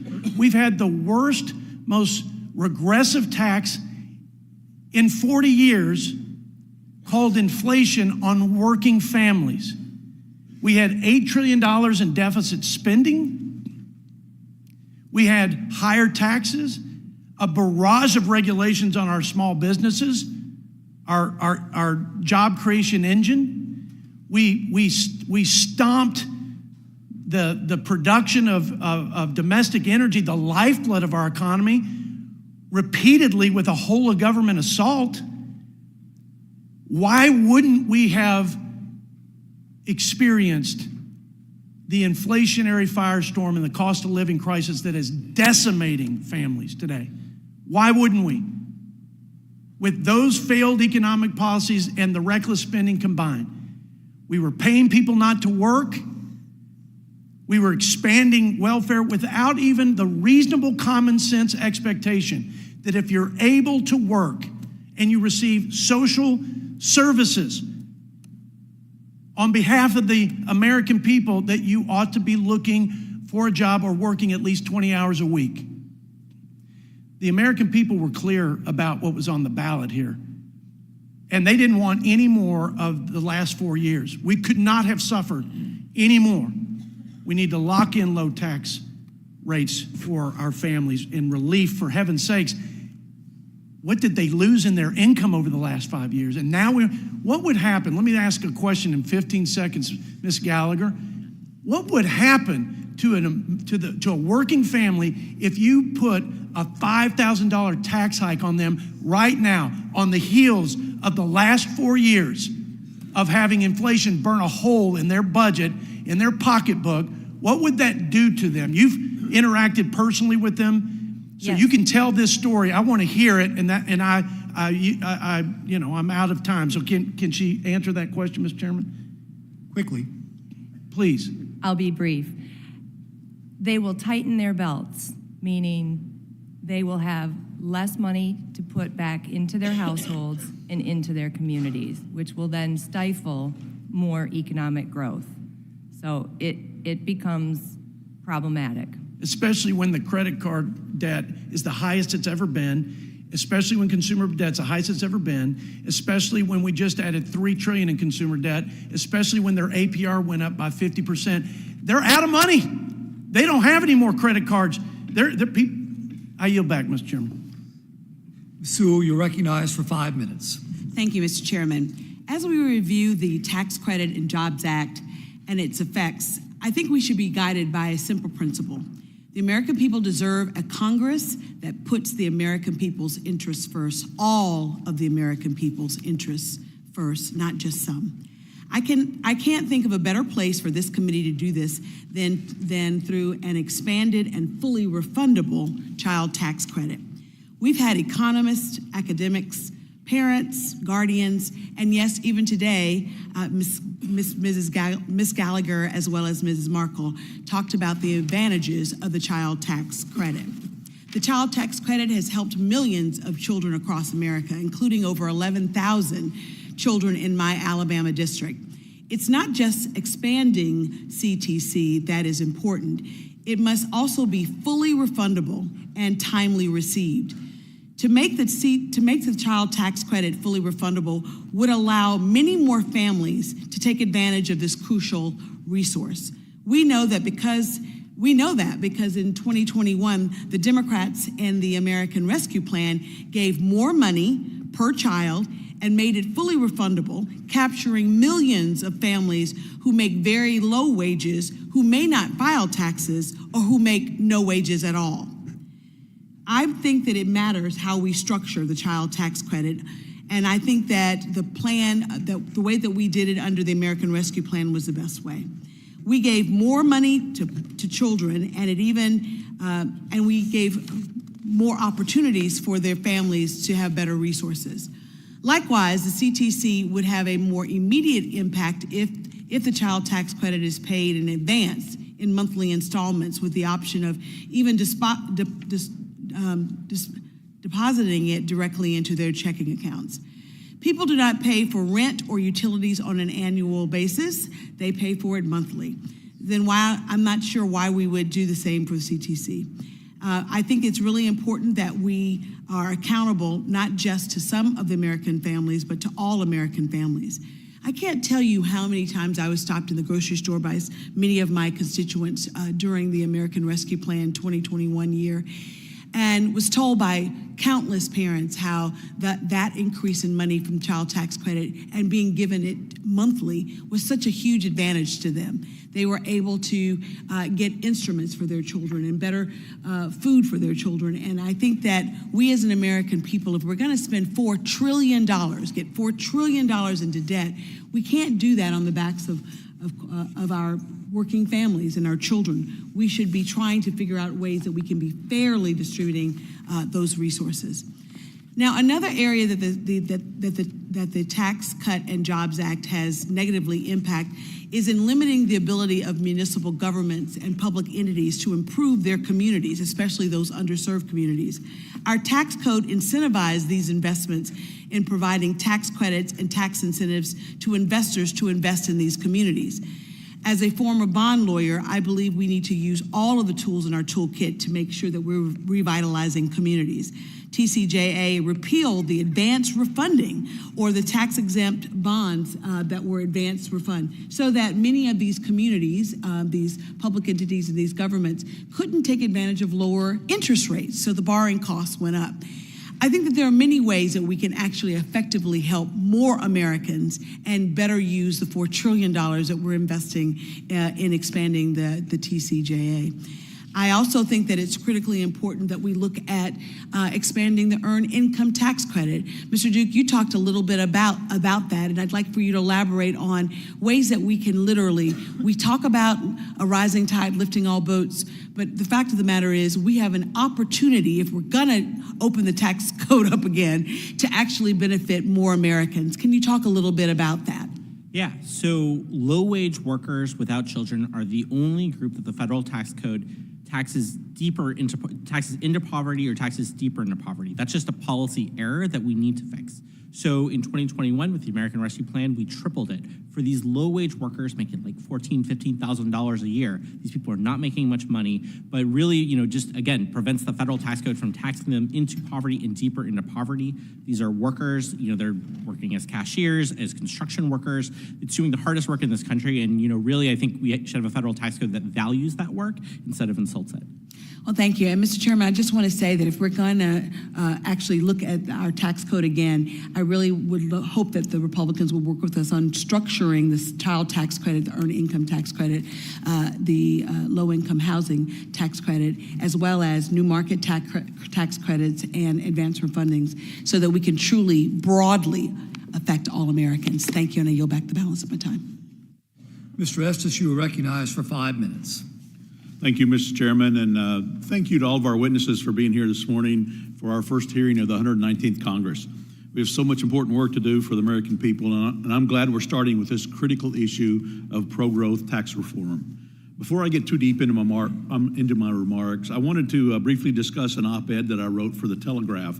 I'm deeply concerned that the OECD is working very hard to finalize Pillar 2 guidance before the change of administrations next week. My House Ways and Means colleagues and I have long warned that the Pillar 2 agreement, which mandates a global minimum tax, implements a UTPR provision, and unfairly treats U.S. tax credits, is detrimental to our country's tax sovereignty, to American ingenuity, the federal treasury, and our national economy. Our allies will be best served by partnering with the incoming administration, not the one halfway out the door. Mr. Chairman, I ask unanimous consent to submit this op-ed for the record. Without objection. For the past 4 years, the Kansans I represent and Americans across the country have suffered under historic inflation thanks to the damaging policies of the outgoing administration. Kansans need economic relief, and the Trump tax cuts are a surefire way to deliver it.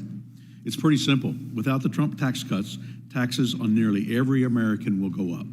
The average taxpayer in Kansas will pay over $2,200 more in taxes if the Trump tax cuts are allowed to expire. But by extending the 2017 tax cuts, we will avoid this tax hike and allow Americans to keep more of their hard-earned money. By making the Trump tax cuts permanent, we'll do more than just provide sorely needed relief to individuals and families. These tax cuts also help the businesses and innovators who create and sustain countless jobs in communities across our country, leading to job creation and economic growth. We can't go backwards from the growth that we've gotten out of 2017 to lose all of these benefits. Key to this success was the immediate R&D expensing provision. After the Trump tax cuts, R&D investment grew by 18%, amounting to over $2 trillion in new facilities and activities. Extending immediate expensing for R&D would generate over $70 billion in new investment and support over 21 million jobs. We also have the advantage of knowing how beneficial immediate R&D expensing is, as we've had 3 years to see the damage and hardship that happens without it. Since immediate R&D expensing expired in 2022, we've seen investment in R&D drop from over a 6.5% increase each year to less than 0.5% per year. That means we have less economic growth, fewer jobs for American workers, and less tax revenue. In recent jobs reports, we've seen some job growth, but not manufacturing jobs. We're competing globally for jobs and investments, and without immediate R&D expensing, we risk again losing good innovators, jobs, and dollars to other countries like China that are instead choosing to incentivize R&D investments. We can't afford to fall behind on the international stage this way. I also want to highlight that, as mentioned earlier, that in January, the House of Representatives showed it's possible to find consensus on this common sense pro-growth policies by passing the Tax Relief for American Families and Workers Act. Not only did this legislation pass, but it passed with huge bipartisan support, 357 to 40. Given the American people's desire for change in our economic trajectory, I'm hopeful that this committee and this Congress can once again come together to deliver meaningful tax reform that will boost the economy and allow Americans to keep more money in their pocket. Ms. Silver, some people wrongly conceive of the business provisions in Trump tax cuts as handouts or special treatments for business. Can you share how business provisions like immediate R&D expensing allowed you to reinvest in your business to support your employees and customers? Sure. Thank you for the question, Congressman. Manufacturing is a total team sport. So this expired R&D tax provision has affected my customers and it's affected my suppliers. So no matter what your size or structure of your business, we are affected by this. And I can give you an example. I run my entire business on a software, on an ERP system, it's called, and the company that has built that software is in Texas, and they were dramatically affected. Their tax liability went up by a lot after this R&D tax provision expired, and so that's less. They have less ability to reinvest their profits to create new jobs, to innovate the product that I use every day to run my business. So there's a ripple effect, definitely, to me. Yep. And that's just one example. That's right. And we're hearing it over and over with different, because of the cash flow cost and not being able to write off that expenses on their taxes, that you're not getting the benefits and therefore your customers aren't getting the benefits. So thank you. And unfortunately, I'm out of time. I've got more questions, but I'll yield back, Mr. Chairman. Mr. O'Benny, you are recognized for 5 minutes. Thank you, Mr. Chairman. I want to thank all of our witnesses for being with us today. I also appreciate that so many of our witnesses have highlighted the benefits of expanding the child tax credit. When Democrats expanded the child tax credit in 2021, child poverty was cut nearly in half, with the credit reaching over 65 million kids. The Republicans' version of the child tax credit leaves out 1 in 3 children, especially the ones who need it the most. And when Republicans let the expanded child tax credit expire, child poverty more than doubled. This data, and there's lots of data, underscores the importance of expanding the child tax credit beyond what was done in the TCJA. Republicans are focusing on all the so-called good things from the TCJA, when in reality we have spent the last 7 years trying to fix the many mistakes that they made. For example, Republicans made changes to the R&D credit to help pay for their $3 trillion bill, making it more difficult and expensive for businesses to invest in R&D. We have a chance to meaningfully help families and small businesses by reforming our tax code. But Republicans instead are moving full steam ahead with plans to spend trillions upon trillions on more Trump tax cuts for the wealthy and well-connected, leaving working families to foot the bill. Even worse, Republicans say they want to partially pay for these tax giveaways by cutting Medicaid and Medicare, which provide basic health care to low-income families, people with disabilities, and seniors, gutting critical investments to combat climate change, and imposing across-the-board tariffs on imports, which economists estimate would raise prices on the average American household by thousands of dollars per year. This means higher costs at the grocery store, gas pump, and pharmacy counter. And these negative impacts will get even worse when our trading partners retaliate by cutting off access to their markets or blocking essential goods like critical minerals from coming into the United States. Mr. Duke, can you discuss the regressive nature of tariffs and what the likely impacts are, or what impacts would be of Trump's tariff first trade proposals? Let me turn that one over to you. Yeah, absolutely. Tariffs are our most regressive form of tax. So, for example, Treasury assumes the bottom 90% of Americans only pay about 20% of the total individual income taxes that are paid. They pay about 30% of corporate taxes, but the bottom 90% pay more than half of taxes on imported goods. These numbers actually understate the regressivity of tariffs because they don't actually account for the fact that low-income people spend their entire income in a given year just trying to, make ends meet, while millionaires can save their entire income. So our income tax code does a good, if imperfect, job of creating progressivity by taxing high-income people at different rates than low-income people. Tariffs can't do that. Tariffs still have a role to play as a targeted trade tool, protecting strategic industries based on national security, industrial strategy, and resilience. But the more industries you apply that to, the less effectively we accomplish those aims. And when we're using it as a revenue tool 20% across the board, we're essentially talking about a national sales tax. It's the most regressive way to raise revenue. Thank you for that. I also wanted to talk a little bit about the IRS. Republicans claim to be concerned about the nation's deficit, yet they continue to advocate for and enact policies that increase it. For example, Republicans continue to target the IRS and have rescinded $20 billion of the $80 billion from the Inflation Reduction Act to help make sure that folks are paying their taxes, especially the wealthiest are paying their taxes. Mr. Duke, can you speak to how cutting IRS funding impacts the deficit? Yeah, sure. So the bulk of that IRS funding was dedicated to hiring more staff for stepped-up enforcement of existing tax law and, frankly, modernizing a 20th century technology that was at the IRS. And the Biden administration focused those enforcement efforts on auditing the wealthy and corporations. The funding is extremely effective and pays for itself multiple times. CBO estimates that a $1 cut to IRS funding will raise the deficit by $2.50. One last thing I'll note, IRS funding is a critical part of our law enforcement apparatus. Tax enforcement is how we caught Al Capone. I don't understand why we would let terrorists and money launderers and fentanyl dealers off the hook by cutting IRS funding. Thank you for that. And thanks again to all our witnesses for being here. Mr. Chairman, I yield back. Mr. Smucker, you are recognized for 5 minutes. Thank you, Mr. Chairman. I'm glad we're holding this hearing. I think as we engage on implementing tax policy over the next few months and year, it's very important to understand the impacts of the TCJA and the impact that had on the economy and on the American people. And we're hearing again some tired arguments today about the TCJA that are just simply false. We've heard that the TCJA made the tax code more progressive. That's false. We heard that the TCJA benefited the rich at the expense of middle-income America. That is false. And I have, Mr. Chairman, a chart from the IRS that I would like to submit into the record. Without objection. And I'd like to explore a little of this here today.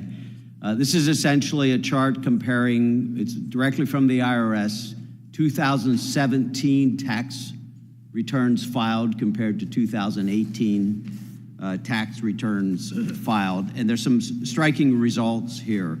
The Tax Cuts and Jobs Act, 2018, of course, the first year the Tax Cuts and Jobs Act went into effect, reduced average effective income tax rates for filers in every one of the IRS's income tax brackets, every one, with the largest benefits going to the lowest and middle income households. So, for instance, in the $40,000 to $50,000 income range, there were about 12 million returns. the average tax paid by them was reduced by 18%. In the $10,000 to $15,000 range, the average tax rate paid was reduced by 71%. As opposed to the top 1%, they also saw a reduction, but much less. They saw a reduction of less than 5%. So the benefits most certainly accrued to the lowest income earners, and everyone, or every class at least, maybe not everyone within that class, but every class saw a reduction in their taxes paid over their taxes in 2017. We also saw, of course, the poverty level reach the lowest ever in the history of the country. So the poor were lifted out of poverty. One of the interesting things of this chart as well is that we saw upward mobility as the result of the Tax Cuts and Jobs Act. So for instance, the number of individuals in the $1,000 to $25,000 earnings bracket was decreased by more than 2 million filers per year. So that many people moved up in their earnings. And the highest increase in earnings, over 1 million filers, was in the $100,000 to $200,000 range. They essentially moved up from the lower earnings and were earning more and paying less taxes. So, you know, the American people didn't believe Democrats last session when they said this, you know, when they looked at how they felt after 4 years of the Biden administration compared to 4 years of the Trump administration. They understood that the Tax Cuts and Jobs Act benefited them.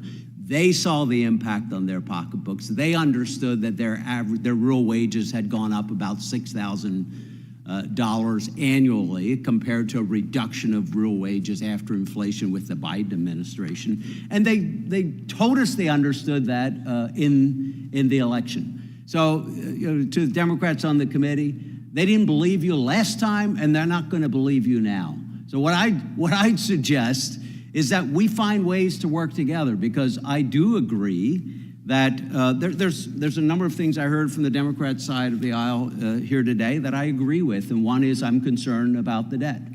And we ought to be sure that when we're doing the extension of these tax cuts, that we are implementing policies that grow the economy. You can't change our fiscal trajectory that we're on, which isn't going to end well, without strong economic growth policies, and I think we could agree on a lot of that. And then otherwise, we should have corresponding cuts in spending to offset the costs of any tax increases or tax extensions that are not covered with additional revenue through economic growth. So I think there's a lot of areas for us to work together. We should do that. We should do what's right for the American people. But these tired arguments about what happened with the Tax Cuts and Jobs Act, as I said, they didn't believe you then, and they're not going to believe you today as well. Thank you, Mr. Chairman. Ms. Chu, you are recognized for 5 minutes. The Republican tax bill provided a gigantic tax cut for corporations from 35% to 21%, leading to billions of dollars of profits for them. There were no conditions for this money. This bill gave a top tax rate cut for millionaires and billionaires from 39% to 37.5%, giving them millions and millions of dollars of profit. There were no conditions for this money. And yet, I have just returned from my district in Southern California, which has been completely devastated by the Eaton fire, leaving it an apocalypse. In Altadena and northern Pasadena, the fire has destroyed over 7,000 structures, left 20,000 people homeless, burned schools and businesses and community institutions to the ground. First responders have found 16 people who lost their lives and expect that number to rise. Thousands of people have lost their homes and a lifetime worth of belongings and memories. And yet, scores of Republicans, led by President-elect Trump and Speaker Johnson, are already threatening to place conditions for a disaster assistance to these victims. I invite any Republican in Congress who's entertaining these demands to visit my district, see the devastation for yourself, and look the victims in the eye when you tell them they don't deserve help from their country because you disagree with certain policies passed by their state. This is the United States of America. We help our citizens when they fall victims to a natural disaster, regardless of their political party or opinions. And we do it without strings attached, just like we did in December for victims of Hurricanes Milton and Helene. I bring this up because I have not heard a single Republican suggest that the trillions of tax cuts for the wealthy they're proposing to make permanent should be conditioned or come with strings attached. One thing is for sure, we should not impose conditions for helping people at the absolute lowest time of their lives. And now I'll turn to another subject. Mr. Duke, I've noticed that you'd written some pieces about pass-through entities for the Center for American Progress even before the Trump tax law passed. As a longtime member of the Small Business Committee, I'd like to ask you about the 199 Cap A deduction. I believe one of the major myths of the Republican tax bill is that it helps small businesses through this 199A pass-through. Actually, there is no size restrictions for the size of the business taking this deduction. And in fact, the largest businesses can take advantage of the deduction. So, Mr. Duke, are all pass-through deductions small businesses? And can you talk about the kinds of taxpayers who benefit from this deduction and whether it's an effective way to support the smallest businesses in this country? Yeah, so no, not all of the businesses that receive the deduction are small businesses. It goes to big companies generating millions of dollars of profits. They have pass-through status and they can, collect the benefit. And according to JCT, more than half of the benefits of this deduction go to millionaires, people making over $1 million each year. Rich people are both more likely to have pass-through income, and the structure of the deduction makes it mechanically larger, the benefit larger for high earners. So, again, the deduction, doesn't do anything for a business without profits like a startup, and its value goes up the higher a family's income is. So by design, it can go to wealthy real estate investors without any employees. I think there's a lot we can do to help startup businesses, including expanding the size of the deduction for startup expenses, to $30,000 or $50,000. And a key thing for small businesses and startups is they borrow money, so interest rates matter to them, which means that making sure that whatever we extend, we pay for to keep those interest rates low.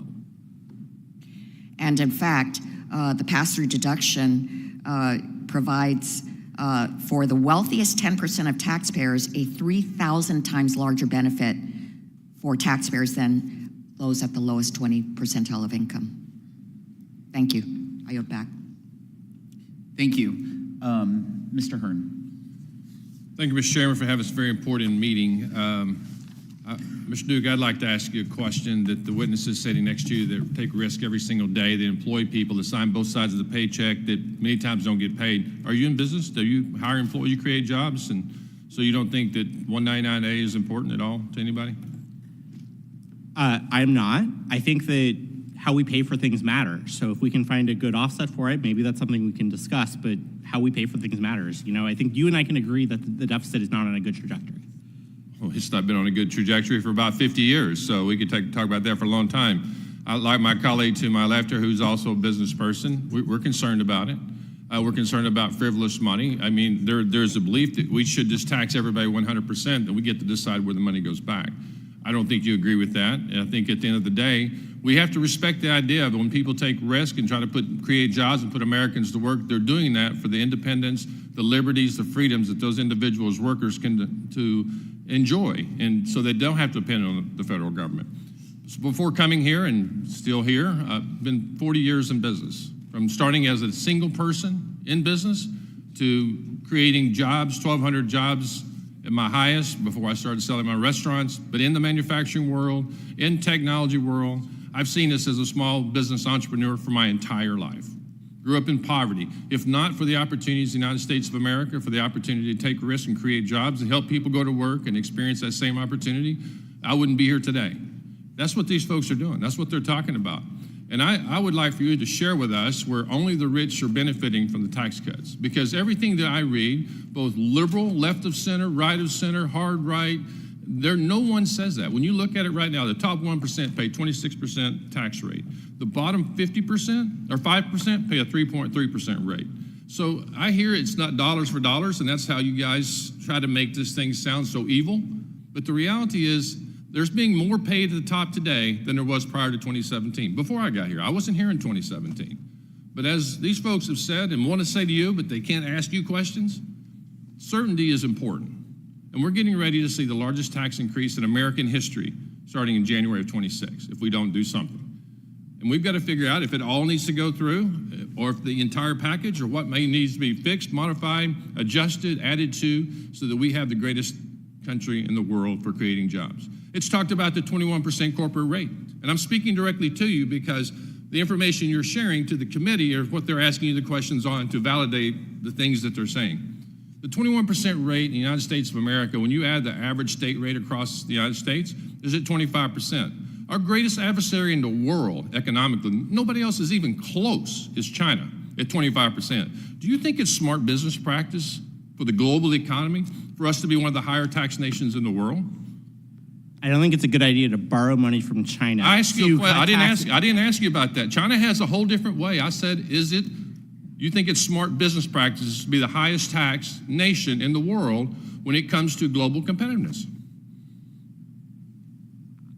It matters how these things are paid for. Do you think China worries about that? I mean, they lend money to us. They don't have that problem. They're lending less today because they understand the importance of what we're doing. Do you remember in 2017, again, I wasn't in Congress, but I was an observer from the outside, wasn't even running for Congress. When the 21% corporate rate was lowered, the other nations around the world lowered their rate so they could remain competitive with the United States of America because they were afraid what was happening was going to impact them, and it did. The 4,000 inversions before 2017, we've had zero since then. No one argues that. No one is talking about the impact of the tax rate. It did change the hearts and minds of America. It did. And it created corporations here. They didn't leave anymore. They didn't go buy companies from somewhere else and relocate their headquarters. The 199A, it puts a parity between small business pass-throughs and C corporations, of which 95% of the businesses in America are pass-throughs. Are there some larger than others? Absolutely. Are we going to be punitive to those people who have fought and grown their businesses from one person, as I did, to 1,200 employees? Are we evil because we created jobs? Okay, so why aren't we sitting here saying, yes, what's the percentage of people, the businesses in America, that you think you're so disgusted with that are getting 199A pass-through deductions as compared to somebody that's got one person? I'm not disgusted by anybody receiving 199 Cap A. I would love to cut taxes for businesses, but it's a question of how we pay for it. Are we doing it through taxes on imported goods? Are we cutting Medicaid? Those things matter too. Mr. Chairman, I've run out of time. I yield my time back.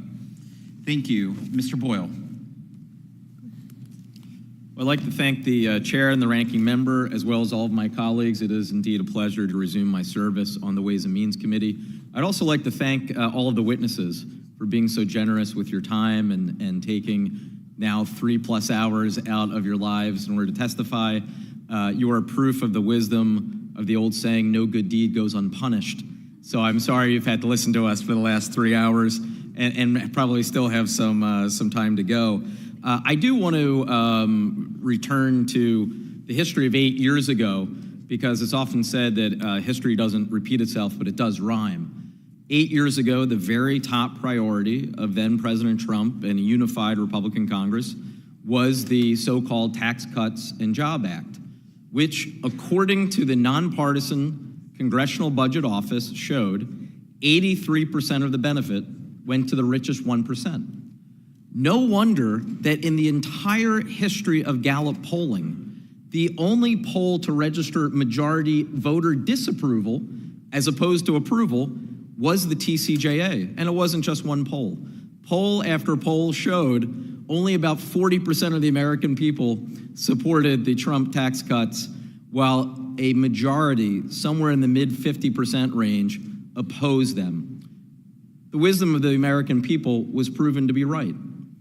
That added $2 trillion to our national debt. So now that it's 8 years later and they're set to expire, the question is, how much more debt would this policy add?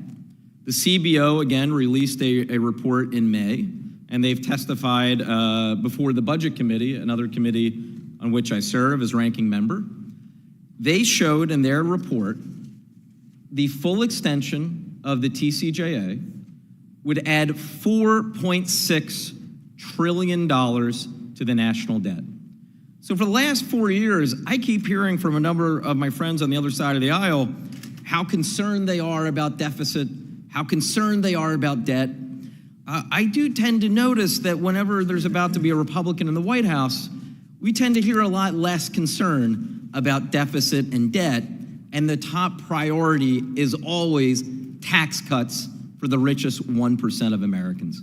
Now, Mr. Duke, let me, with a great first name, let me turn to you, Brendan, and ask you, do tax cuts pay for themselves? No. And the $4.6 trillion figure that the nonpartisan professionals at the CBO found, which is also similar to analysis done by the Wharton School and by other nonpartisan groups as well, does that sound approximately the right number? Yep. And you are familiar with some of the other reports and analysis that has been done by other groups? They're all approximately in that $4.5 trillion range, correct? Yep, that's right. So it is fair to say that if we fully extend the TCJA, we will be adding at least $4 trillion more to the national debt. That's right. Now let me turn to tariffs. Tariff is another word for tax, is it not? That's right.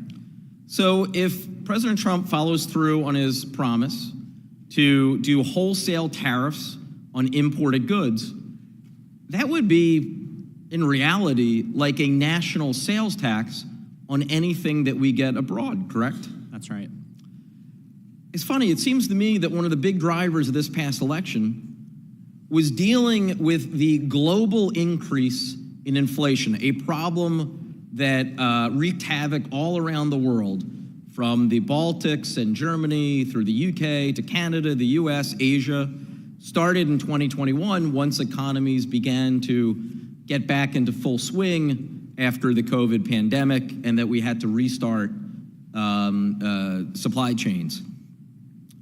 Would tariffs make goods less expensive for the American people? Absolutely not. In fact, tariffs would make goods more expensive for the American people. That's right. Thank you. With that, I yield back. Thank you. Ms. Miller is recognized. Thank you, Mr. Chairman, and thank you all for being here today. I don't think there's a more appropriate way to kick off the 119th Congress and the Republican leadership than to discuss the great success of the 2017 Trump tax cuts. And I'm so thrilled that we have a strong leader who understands business and the economy and the mandates, et cetera. So he's back in the White House, and I think that's a wonderful thing. American voters have given Congress and our president a mandate to make permanent the great work that was accomplished in 2017. And it's up to the members of this committee specifically to ensure that these policies are made permanent for our working class families and small businesses to thrive. I'm a West Virginian, and we know small business because 98.9% of our businesses in my home state are considered small businesses. The 199A small business deduction created in the tax cuts was transformational for the hardworking small business owners in my district.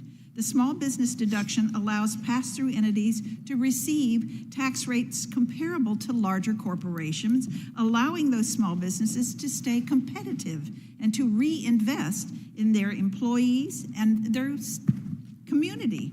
Last year, we had Michael Irvin, who's the founder of and CEO of the Coal River Coffee Company in Charleston, West Virginia. And he came and testified before this committee about how his business has been able to utilize the benefits from this deduction. And I've stayed in touch with him since then, and all the work that the Coal River Coffee Company has been able to do for his workers and the community in the district thanks to the 199A. The business has been able to provide raises, promotions, purchase new equipment, label making, train their new coffee roasters, and they were also recognized with the 2024 Small Communities Big Solution Award for revitalizing communities across West Virginia. This type of growth helps small businesses level the playing field with the bigger corporations, and it's happening all over my state. Workers and businesses alike are much better off because of the 199A. And I look forward to extending this policy as part of our efforts this next year. Not only does Congress have the opportunity to make permanent the 2017 tax cuts this year, but we also have the opportunity to provide additional relief for working class Americans that were harmed by President Biden's disastrous economic policies. One such policy was the 1099K reporting threshold. In the misnamed American Rescue Plan Act, the 1099K reporting threshold was changed from the time-tested standard of $20,000 and over 200 transactions to $600 over a single transaction. As a result, Americans using eBay or Etsy to sell or resell products or Venmo to collect rents are now considered small businesses and will be sent a 1099K form this upcoming tax year. Since this disastrous policy was signed into law, the Biden administration's IRS twice delayed implementation and last year illegally changed the thresholds without congressional authority, all because they knew how catastrophic the policy would be for the average Americans and the gig workers. My bill, the Saving Gig Economy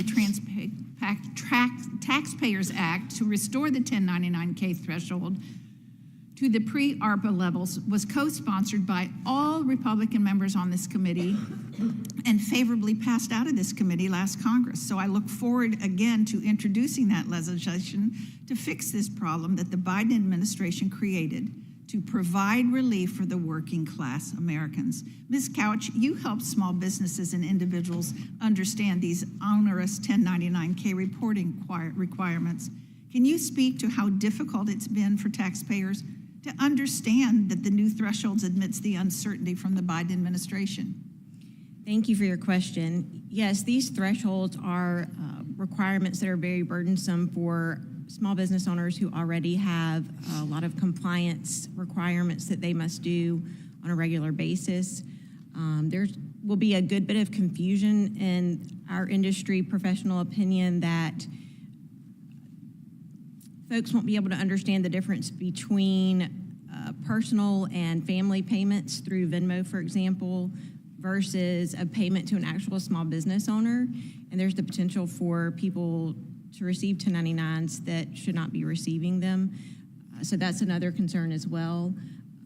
We would really like to see these thresholds move in the opposite direction of where they're headed now.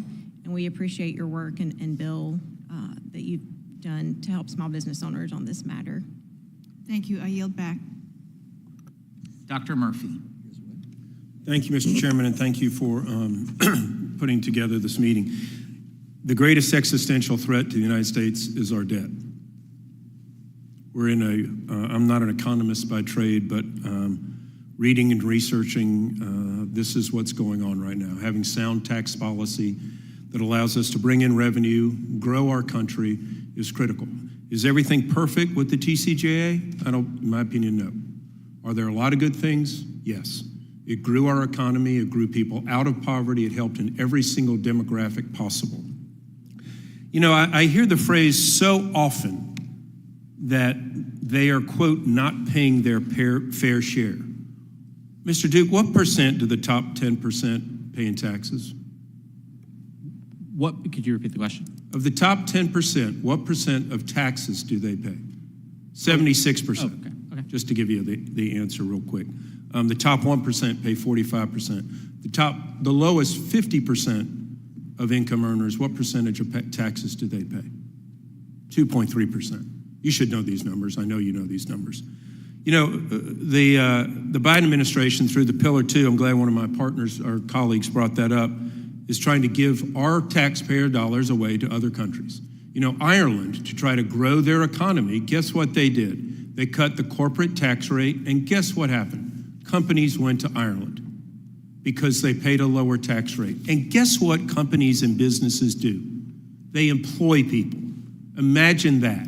What a novel concept. And what do some folks want? They just want more money for the government so the government can employ people. It's good to have people who have run businesses. A lot of the folks on this side of the dais have. I did it in a medical practice, and we didn't get a chance to raise our prices. We had to make sure that we knew where money was coming from and how money was spent. So, you know, I just get irritated. I have to be very frank and say that folks who talk about business policy who've never run a business know what the hell they're talking about. These are folks who are sitting here who stay up at 2 o'clock in the morning on Saturday night trying to figure out how they're going to meet payroll. You know, Ms. Silver, I'm giving my most sincere condolences to you on the loss of your husband. I went out and toured a sweet potato farm that went through, generations upon generations. And now we have the estate tax that has come due, that would drop, that would plummet. How does that work with your family? What things would you have to face if that were to occur? In 2014, it could have definitely drastically affected us, the expiration of the estate taxes. You know, my husband was the sole shareholder and owner of Catchy, so upon his passing, it went to me, and I don't know if I would have continued on with his legacy if I would have had this large looming tax bill ahead of me. I'm in a very capital-intensive business, which I kind of described earlier. So a lot of time we don't have the liquidity in the business to pay such a tax, like an estate tax, upon someone's passing. And I really view it as double taxation. I've already paid taxes on my assets. I've already paid taxes on my business, on my income. Yeah, so absolutely. And this is the hard part about America. I think there's just an absolute theological difference on how we run our economy. How do you give people a life that's worth living, esteem, a reason to get up in the morning? You get them a job. You give them something to create, you give them something to accomplish, and we should be creating policies that allow us to grow rather than create dependence. If you look about reform, if we talk about any of the type entitlement programs about reform, it's not about giving money back so people will stay at home. It's about giving them a productive life, going in, growing a job, maybe even having a business of their own someday to employ people, make decisions, make payroll. And God forbid they actually had some extra money left over that they would actually reinvest in their business to grow their people. And guess what? You would employ more people and educate more people. We get into this maelstrom of codependency upon the government check rather than one that you do through your own efforts and energy. This is what our tax policy should be burdened for. I'm happy to work with Democrats. TCJA is not perfect. I'm just going to say that. I wasn't here at the time. It's not perfect. But it gives us a policy that allows American business and innovation to grow, employ people, give them a meaningful life, and at the same time, I'm going to go back to my original statement, help us cut our deficit. Thank you, Mr. Chairman. I'll yield back. Thank you, Mr. Byer. Mr. Chairman, thank you. Thank all of you for hanging in there with us. I'm fascinated. I want to build on things my good friend Dr. Murphy just mentioned. You know, I've too a business owner on this side, 46 years running the family business. And so I very much appreciated the bonus depreciation, the interest deductibility. I think 199A was essential when we cut the corporate tax rate to 21%. Otherwise, every sub-S or LLC or partnership would be fleeing to become a C Corp. And I think that we have seen significant small business growth because of that. However, this notion that the corporations were overtaxed, Yeah, we dropped the rate to 21%, which is the lowest it's been in 100 years. When I started my family business, it was 78%, and we were still profitable. Now it's 21%, but the effective rate, according to the Peterson Institute, the foundation, which is a very Republican thing, said was the effective rate was 9% in 2018, the last year for which they have statistics, 9%. So, and if you look at corporate taxation as a share of GDP, it's 1.6%. That's, I think, the lowest in the OECD. Things like Canada, 5%. So our corporations are contributing relatively little to the tax dollars overall. But the fundamental point I want to make is back to Dr. Murphy's notion of fair share. I would argue that we don't look at what percent of the tax revenues come from the 1,000 billionaires. It's going to be a lot. They're billionaires. But rather how much they have versus how much the rest of us have. Our income inequality and our wealth inequality is the worst it's been in at least 100 years, 1913, 1915. We saw this in the last election when so many people couldn't figure out how to make ends meet, and that they fled to a different president, hoping that he could somehow solve that problem. The problem isn't that and by the way, it's not about entitlements. I totally agree with my Republican friends. It's about work that pays. We have so many Americans working full-time, 1 job, 2 jobs, 3 jobs, that can't pay the rent. They can't make a car payment. They can't pay for childcare. I had the honor of serving in Switzerland for 4 years, and when I left in 2013, the minimum wage in Switzerland was $48,000 a year, way, way higher than it is here, and that was a long time ago. As a consequence, there's virtually no poverty. There's also virtually no entitlement payments. There's none of this takers and makers it developed. So what we have now is a significantly undertaxed, very wealthy class, the 10% and up, and not a lower class that's overtaxed, but rather a lower class that's not given the job opportunities that they need to make things work. And if we as a combined Democrats and Republicans together can address the fact that people with $20 million, $50 million, $1 billion, they don't live a better life incrementally than that someone has 21 million versus $20 million.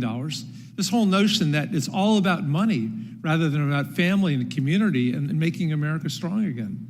And we screwed up our tax policy so bad because those taxes not to be used for transfer payments, but for making our economy stronger and our companies stronger. Let me get to a simple question. Brendan, one of the things that my Republican friends are talking about is getting rid of the EV tax credits that came in the Inflation Reduction Act. That suggests it'll put 133,000 high-quality manufacturing jobs at risk. It'll hand this critical future industry domination over to China. What will Ford and GM and all those international nameplate manufacturers making cars in the United States think about this policy? Yeah, so EVs are clearly the industry of the future. I mean, you know this better than me as a former car dealer. What we didn't see is we didn't see this taking off when we imposed tariffs under Trump. Just tariffs alone isn't going to do it. You need that investment to couple with it, right? You need to, make that big push in that industry of the future. And again, I'm very worried that this industry of the future is going to be dominated by a geostrategic rival. The way we won World War II was we had all these civilian industries that could be dual purpose for military stuff, right? That's how we won World War II. Letting China build, these industries of the future is not the way we're going to do it. So again, Ford and GM are going to cut back on those investments in the industries of the future that they're going to make if we pull back on these investments. Thank you very much. I just want to end with a thought. Think about this room filled 90% with people filled with economic anxiety about their lives, and the other 10% with more money than they know what to do with. And think there's something fundamentally wrong with the fairness of an economy and a society like this democracy. And we should address it. With that, I yield back. Thank you, Mr. Kustoff. Thank you, Mr. Chairman, and thank you to the witnesses for appearing today. Mr. Chairman, when you opened this committee hearing today, you talked about the 2017 Tax Cuts and Jobs Act and its passage and how it was really rocket fuel for our economy, that we still benefit today. And I think we all take that to heart. And then something that the witnesses have testified to about is certainty. what we need to do, what Congress needs to do to give individuals and especially small business owners some certainty about the path forward. And so I do think it's instructive from the witnesses' standpoint to talk about the real practical implications of the Tax Cuts and Jobs Act. And if I can, Ms. Couch, with you, in your testimony and in your written testimony, you talked about the importance from your standpoint about your work with small business owners and how important Section 199A has been since 2017 to small business owners. If I can with you, can you talk about, from your standpoint, working with those business owners, what it has meant, not only in terms of being able to maybe hire more employees, but also to provide for their wages and benefits, if you will? Yes, thank you for your question. So 199A has provided tax relief to free up cash flow that's been reinvested in small business by the owners. And as I mentioned in my testimony, that small business owner income is different from business income. The owners take profits and invest them back into their businesses. And that's done by way of raises and hiring additional employees. They also use that money to invest in software purchases and things of that nature, but they also they give money to the T-ball teams. They sponsor youth trips. They really invest it back into their communities as well, and that's something that we can't ignore, and that I'm afraid would be some of the first things to be cut if that deduction expired. You worked with these small businesses before the passage of the Tax Cuts and Jobs Act. You worked with these small businesses prior to the COVID pandemic. Your opinion, if Congress had not enacted the 2017 Tax Cuts and Jobs Act and implemented Section 199A, what would the COVID pandemic have done to your small business owners that you work with?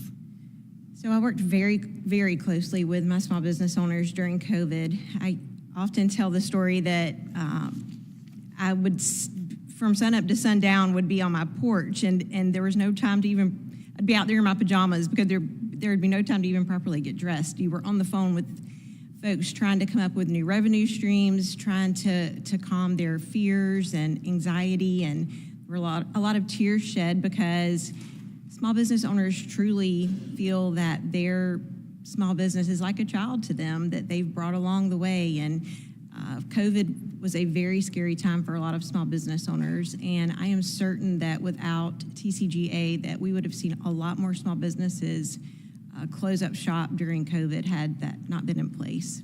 Thank you very much, Ms. Couch. Ms. Gallagher, if I could with you, the doubling of the standard deduction has meant, according to the statistics that we've seen, that nationwide, some 88 to 89 to 90% of tax filers take the standard deduction and don't have to itemize. Can you talk about your work with people you help before the Tax Cuts and Jobs Act and after, in terms of the doubling of the standard deduction and the benefit that it gave? Yes, and thank you for that question. The doubling of the standard deduction has not only provided tax savings to middle-class families, it also has decreased the amount of time and energy and effort that taxpayers, business owners, and working families alike have had to spend navigating complex tax filings. So it has freed up their time considerably. I've even noticed in particular, even my high-income taxpayers have used the standard deduction now ever since it came into play. And the middle-class families themselves, many of them were under that doubling amount for years. They may not have had a large mortgage, or their income taxes may not have been, they might have been just barely getting over the hump. And so by doubling that, it made a big impact on the middle-class families that I work with. Thank you, Ms. Gallagher. Now yield back, Mr. Chairman. Thank you, Mr. Fitzpatrick. Thank you, Mr. Chairman. Mr. Duke, just very briefly, because I want to get to the child tax credit. But you had answered a question to my colleague, Mr. Boyle, that tax cuts don't pay for themselves, ever? Would you wish to qualify that at all? The Tax Foundation, which lots of people on your side of the aisle cite, they posted last November, and I'm quoting, tax cuts typically don't pay for themselves. Typically. I mean, could we find some edge case here, but not with a $4.6 trillion, Mr. Duke, are you saying that no tax cuts ever generate any kind of economic development, any kind of revenue generation that pay for themselves? They can, so for example, with the first Tax Cuts and Jobs Act, CBO and JCT found that they increased the economy, and that cut the cost by about like 20% or so. You're saying, you gave a blanket statement that tax cuts don't pay for themselves. That seems ridiculously oversimplified. Well, if you could name a tax cut that you think paid for itself, I mean, that would help me, figure out what that. Your answer to this question was there are none. They don't exist. Is that your position? I mean, I can't think of any.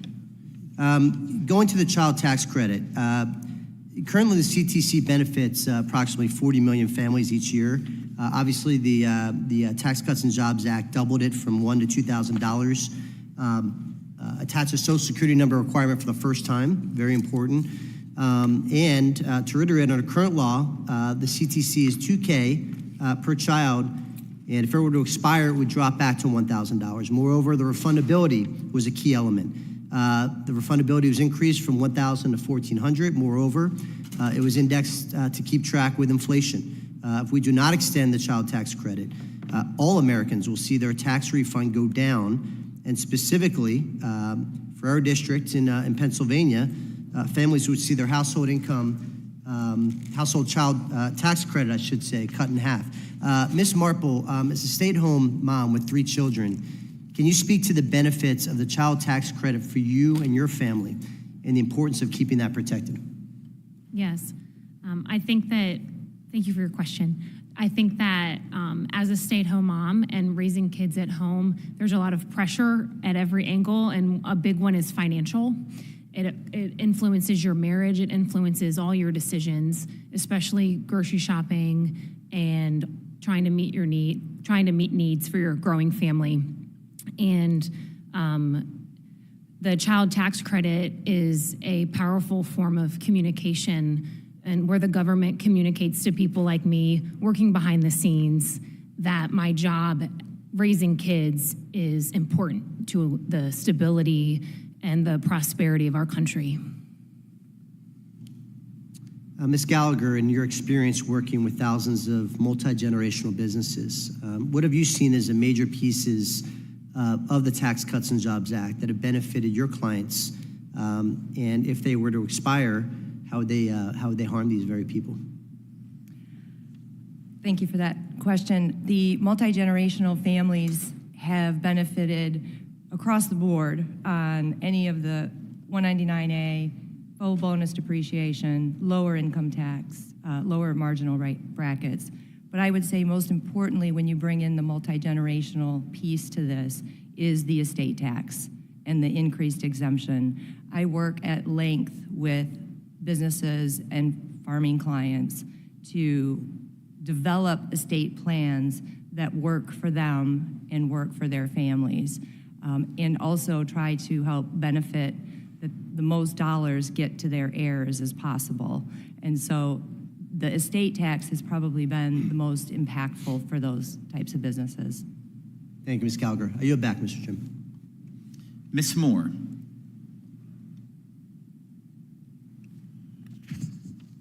Happy New Year, everyone. I'm so glad to be back with my Ways and Means family. I want to join the chairman and the ranking member in welcoming all of our new members and welcoming our returning members. So grateful to have this extremely great panel.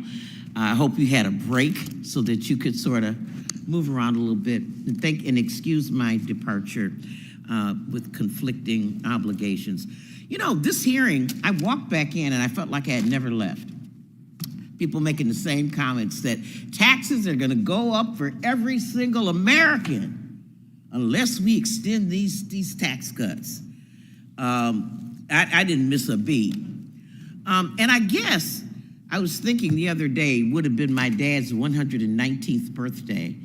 The first time I heard this, I heard it from him, is is the squeeze worth the juice? And I wondered that, particularly when I was listening to your testimony, Ms. Gallagher, when you were saying that, this is that the 199As were just a great thing, and it's harder for the wealthy to qualify. And I guess that's my biggest issue with the 199A, because all of us want to help small businesses. There's not a single person who's been elected to anything, dog catcher, school board, nothing else, that won't tell you that they don't want to help small businesses. But what is a small business? I mean, is a small business, and I guess I'm gonna go to the gentleman on the end for some answers to some of these questions. Is a small business some of the ones that we have seen that have received the 1099, the 199A, where they're $100 million businesses, not so small, businesses that are sole proprietorships, have only one employee. We've talked about small businesses as being these entities that have less than 25 employees. But if they make $100 million, where's the break-even point? So I have in my hand, and I'm going to ask the chairman, please, to let me put this in the record. It's a memorandum from Thomas A. Bartold, our chief economist here, data on Section 199A deductions. And he says that those taxpayers with adjusted gross incomes of less than $174,000 account for approximately 23% of all this money that we spend on it. Whereas people with gross incomes, adjusted gross incomes above $644,000, placing them in the top percentile, account for over 50% of all of the Section 199A deductions. So I guess I'm going to ask you, sir, how does the distribution of the 199A comport with the notion of tax equity and tax fairness? Yeah, absolutely. So the data you were citing was on, who gets the deductions. And actually, in some ways, that understates the regressivity because, a $1,000 deduction for somebody in the 0% tax bracket does nothing for them. A $1,000 deduction for somebody in the 40% tax bracket gets them a lot more, right? And so what we know is that taxpayers making over $1 million got half of the benefits from 199 Cap A. And so that's the distribution of it. And, hopefully it trickles down, but we have a study from a Carnegie Mellon economist that shows that cutting the top rate on pass-throughs only help the business owner and their highest paid employees. Exactly. I sure don't have enough time. I want to thank all the women who really testified. Also, Ms. Silver, you talked a lot about being able to buy new equipment, but that wasn't the 199A. That was like the bonus depreciation and stuff that helped you with that. Am I correct? Well, those other just yes or no. It wasn't the 199A that helped you get equipment. Yes. Okay, 199. I have 1,000 examples I could tell you of what. Okay, I got 30 seconds. So I just want to talk to these, especially the moms with the child tax credit. I mean, this is my passion. I have 3 daughters, 3 granddaughters, 3 great-granddaughters, ages 6 to 1 years old. This is so important. And sometimes your happily ever after isn't, and I'm so glad you found love again and you found a good husband. But what I am saying to you is that there are 19 million children whose parents can't get any or very little of this deduction, the poorest, most vulnerable kids that need to eat and they need to be well off, only because their parents don't earn enough money. And I think when you start talking about work conditions, I mean, this is not Charles Dickens, people. We're not asking kids to go to work. Why do we have a work requirement in order to make the child tax credit totally refundable? I think that families like yours are great, but I think poor families and poor children deserve this benefit as well. Mr. Chairman, thank you for your indulgence. Thank you, witnesses. I wish I had more time. I got so many questions. I'll come and mess with you guys afterwards if you're still there. Thank you, Mr. I yield back. Mr. Stubbe. Thank you, Mr. Chairman. President Trump's tax cuts undeniably sparked significant economic growth. The TCJA dramatically increased the net worth of Americans, especially low-income and middle-income families. In 2018 and 2019, low-income families increased their net worth by 37%, and the net worth of middle-income families skyrocketed by 40%. With many of the TCJA provisions expiring after this year, it's imperative that Congress act this year to ensure that we continue pro-growth policies that help American families. In my district, the consequences of inaction would be devastating. My constituents, on average, would experience a 24% tax increase if the TCJA is allowed to expire. Meanwhile, over 55,000 small businesses in my district alone would be hit with a 43.4% tax rate. The expiration of TCJA would result in small businesses closing, jobs lost, and American families suffering just so the government can take more of their hard-earned money.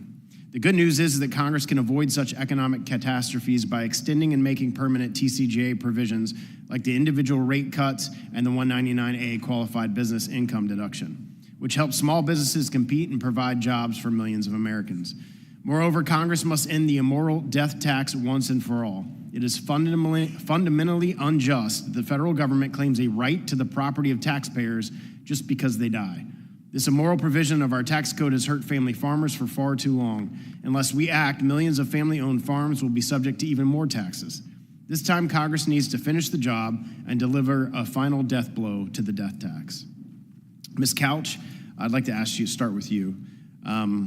As an owner of a small business that also services hundreds of other small businesses, can you please tell us how 199A has a real-world impact for your employees and customers? Yes, thank you for your question. So 199A has really been wonderful tax relief for true small business owners.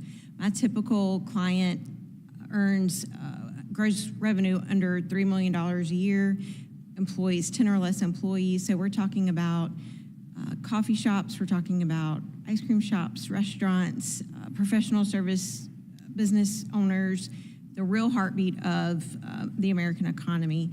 And I have seen 199A have the greatest impact on that segment of business owners, more so than any other form of tax relief in my 21 years in practice. So it provides it frees up cash flow to reinvest in employees, to reinvest in equipment and software. And as mentioned earlier, I think that it really provides a little bit of cash flow to give back to the community, to sponsor T-ball teams, to be there for PTOs and things like that, which really is very impactful when you're such a strong advocate for your community as a small business owner. And if 199A were allowed to expire, how would your businesses and clients be forced to respond? If 199A expires, it will feel like a tax increase on small business owners instead of a sunset of a tax deduction. And so what you will see as a result of that is the inability to provide raises, the inability to invest in new equipment, the inability to really R&D and different things of that nature that is so crucial when you own a small business. And quite frankly, I think that it will cost some small business owners their businesses. I think it is that impactful. And Ms. Gallagher, in your testimony, you note that IRS statistics do not reflect the difficulties faced by family businesses being forced into fire sale situations by the death tax. You mentioned that this often results in family-run businesses being acquired by larger corporations. How does this affect local communities, and are employees of these family businesses impacted? Yes, they're definitely impacted, and I have seen firsthand businesses having to succumb to multinational corporations or private equity because they simply cannot afford to pay the death tax. It has impacted the communities that I've seen by the lowering of jobs and just general economic growth within the community. Some of those companies have purchased our businesses and taken the work elsewhere out of the community altogether. I too have seen an impact on the community on numbers, dollars being contributed back to the community in terms of high school football sponsorships and any type of community event you can think of has decreased considerably. If I could just add one quick thing on the 199A to your testimony, I think it's important to note that 199A has impacted the small businesses and middle class more than any of the businesses in this country. We talk about the large businesses or the wealthy or the high income, and I can firsthand tell you it does not impact them as greatly because, frankly, many of them don't even qualify for it. If you think about it, some of the highest income businesses, doctors, lawyers, CPAs, engineers, service businesses, don't even qualify for this. And there are significant guardrails and limitations in place to make sure that if a high-income individual is going to qualify, they are absolutely required to invest in their employees and infrastructure and equipment to even qualify. So I would just like to make sure it's on the record that 199A is the most impactful for the small businesses and the working families who run them. Thank you all for being here today. My time's expired. Thank you, Ms. Tinney. Thank you so much, Mr. Chairman, and thank you for holding this meeting. And congratulations and welcome to all our new members on both sides of the aisle. And this has been, incredibly helpful to me to listen to today. I am one of those small business owners that knows what it's like to struggle to make payroll. There are times when we couldn't make payroll, and I went out and got a 30% loan on a credit card, several of them, thinking someday we're going to go under. Thankfully, that didn't happen, and I just know that kind of stress. I sat there and combed through my accounts receivable list and said, geez, hey, you owe $10,000. Can you give $5? How about $3? How about $500? Just to make payroll. And every single person that works in our family business, which we still have, is an important part of our entire family. And every one of them has a family, and we provide health care and a 401k, and we provide them with a livelihood and a challenging, good job, as many as we can. And it's very important to us, and that's why the Tax Cuts and Jobs Act was so important to my business. Small family-owned business started in the 1940s by my grandmother, handed down through generations to us, and listening to you all today has been amazing. And so when I hear that this is about the wealthy, I come from New York. We are currently the highest tax state in the entire United States, with the highest burden of compliance and requirements for running a business. It's a hard place to be. And I ran a newspaper in a dying economy, in a dying industry, and we sold it, thankfully, in 2004. But what I really want to talk about, and I don't know even where to start. You're all so good, and you've all given great testimony.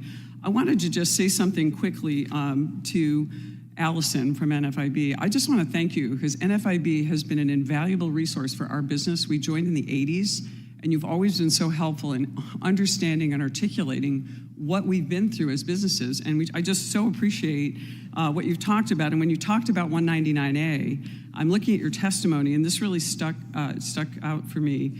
You talked about the macroeconomic impact of 25.9 million small businesses use the 199A deduction. That is critically important in upstate New York. And everyone thinks of New York as New York City.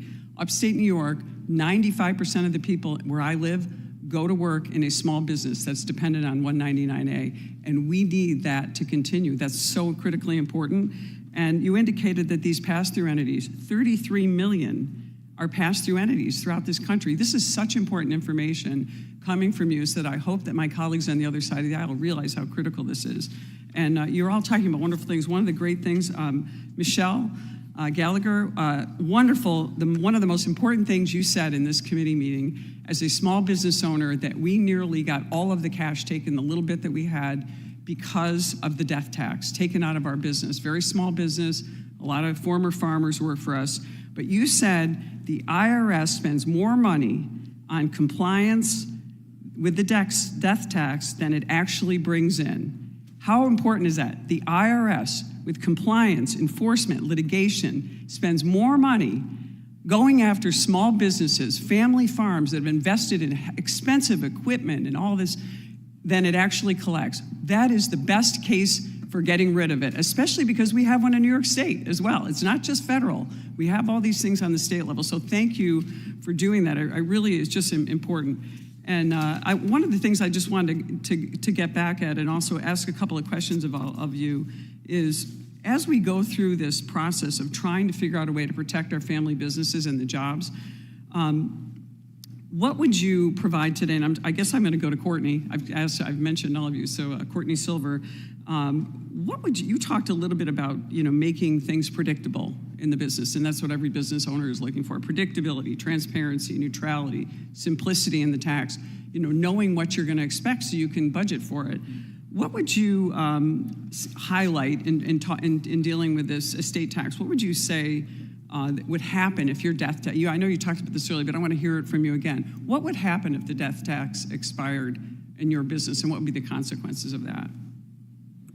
Sure. Well, we may not continue in business. And it would obviously depend upon the year, what was going on, what was, that the financial statements, the financial condition of the company looking forward. But thinking about having this huge tax bill in a situation where a company's passing to another owner, we're capital intensive. We aren't sitting on piles of cash. We use our cash flow to reinvest. Exactly. That is so important because so many I represent the largest agricultural district in the entire Northeast. We have farmers who have spent millions of dollars on equipment, on labor, all these things. If we were to implement another death tax, that would end basically nutrition in upstate New York that supplies not only for our region, our state. We ship some of this stuff overseas, our food, nutrition. This is so important. I know I'm out of time, but I just want to say again, thank you so much to all of you for what you do and for supporting our small business community. There is nothing more important than making sure that we extend these tax cuts to help the middle class. And it was the best thing that's happened to upstate New York in 30 years. And we're so grateful and hope that you'll continue to advocate. Thanks so much. I yield back. Thank you. Mr. Evans, you are now recognized. Thank you. Would you yield? Yes. Thank you so much, Mr. Evans, and I won't take much of your time. I just wanted to, with unanimous consent, to be able to put something in the record. We have had the National Federation of Independent Business witness here, but the small business majority sort of agrees with the notion of, in line with what the Joint Committee on Taxation has said, that this 199A provision goes largely to higher earning individuals. And so while it might be one of the most important provisions for the reauthorization, it's actually one of the most expensive and really accounts for individual taxes increasing. I just want to point one thing out too. I was around in politics in 1986, the tax reform at that time, and that is when a lot of businesses organized themselves as pass-throughs because they received a benefit even as far back as then. There's no equity issue involved with this overblown 199A benefit. Thank you, and I will yield back to Mr. Evans. Mr. Duke, I'd like to talk a little bit about the Earned Income Tax Credit. I believe that the Earned Income Tax Credit is the most important tool we have in tax space to reduce poverty. It has been active in introducing legislation to expand and to improve. Although this credit normally is of bipartisan support, Republicans did not use the opportunity in the last 2017. Meanwhile, Democrats have passed legislation in 2020 to expand the last credit to more individuals and help lift more people out of poverty. So could you speak to that issue, please? Yeah, so, as you know, the Earned Income Tax Credit is just hugely important for American families. It's our second largest anti-poverty program after Social Security. And, Paul Ryan was actually a huge supporter of expanding it for childless workers. But they failed to do that in 2017. And again, that is the group that the tax code taxes into poverty or deeper into poverty. At the same time, one of the pay-fors for the tax legislation was changing the inflation index, which sounds very nerdy, but gets important, for how we calculate the Earned Income Tax Credit. Mr. Duke, the Joint Committee on Taxation says that under the last Republican tax bill of $6 billion, less on improved income tax credit was paid out prior to the bill. Can you please describe why? Yeah, so they use the budget reconciliation process, which means that you can't increase deficits outside of 10 years. Because, when you do a party line vote, you have to use reconciliation, right? And what that means is they needed a pay-for their permanent corporate tax cut. There were two pay-fors. There was cutting healthcare by eliminating the individual mandate in the Affordable Care Act, and then there was changing the inflation index by which we adjust all of our tax parameters in the tax code for inflation, including the earned income tax credit. Now, for some provisions, maybe that's fine because, the individual tax, rates, gives them still a tax cut. But for really low-wage workers who don't pay, normal income taxes, they didn't get that benefit, but they see a slower growth and, frankly, a real cut in their earned income tax credit. So in that sense, the reduction in the earned income tax credit helped pay for the permanent corporate tax cut. One last real quick, piggyback a little bit. Under the Republicans' current plan for their tax bill extensions, would this problem get worse? I haven't heard, what the plan is to do on, the earned income tax credit. Again, I think they're kind of leaving it behind. But again, I haven't heard any tax cuts for, those super low-wage workers who are making $14,000, $15,000 who aren't paying federal income taxes. Again, that's why the American Rescue Plan expansion was so important. It tripled the size of the earned income tax credit for those folks so that we stop taxing low-wage workers without kids into poverty or deeper into poverty. Thank you, Mr. Duke. Thank you, Mr. Chairman. Thank you. Ms. Van Dyne, you are now recognized. Mr. Duke, I'm perplexed by a lot of your testimony today. You've had a lot of criticism over the small business deduction, so I'm just curious, what do you consider a small business? I don't have a particular definition of it. You don't have a definition? I don't think I've said the word small business deduction, so. So the 199A. Sure, but that's pass-throughs. They can be really big. There's no, So cap on their size. do you think the way that it's being held right now helps small businesses? The 33 million small businesses that we have, the 99.9% of all businesses in the U.S. that are small businesses that are able to take advantage of this. Do you think that the 199A actually helps them? Sure, it gives them a tax cut, increases deficits, increases interest rates, though. So There's you're trade-offs. concerned about the deficit. You're concerned about the debt. For sure. And as a Democrat, I was really surprised as a Democrat witness that some of the ideas that you held, like we should be concerned about the debt.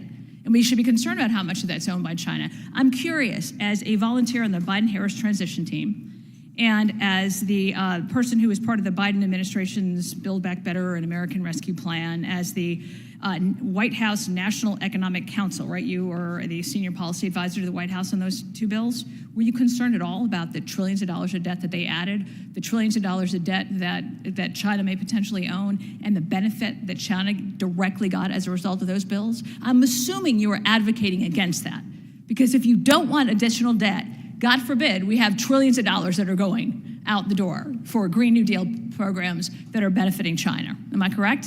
The macroeconomic context matters a lot. Inflation is high. Oh, wait. Unemployment. So the inflation that by adding to the debt, the 20% inflation that we got over the last 4 years, I'm assuming that you were advocating against all of those tax increases. Every country in the world experienced those The same 20% that we got in inflation. Not as a result of I'm assuming you were against those. Justin Trudeau is facing that problem. I do In not Germany, want to they're facing compare that the U.S. to Justin Trudeau. There's a reason why that man has quit his job. Okay, but inflation was a global supply chain phenomenon that affected every country. Supply chain, you were also, if I am correct, you were the point person on the supply chain data during the infant formula crisis of 2022. Yes. Okay, so we all saw how that went. I want to make sure that that we are appreciating the opportunity right now to be able to kind of correct some of the views that we're seeing, the misinformed views of the Tax Cuts and Jobs Act. You were saying that the rich experience getting richer, the poor experience getting poorer. However, in 2024, about 1 out of 180 American taxpayers will make $1 million or more. It's about 5%.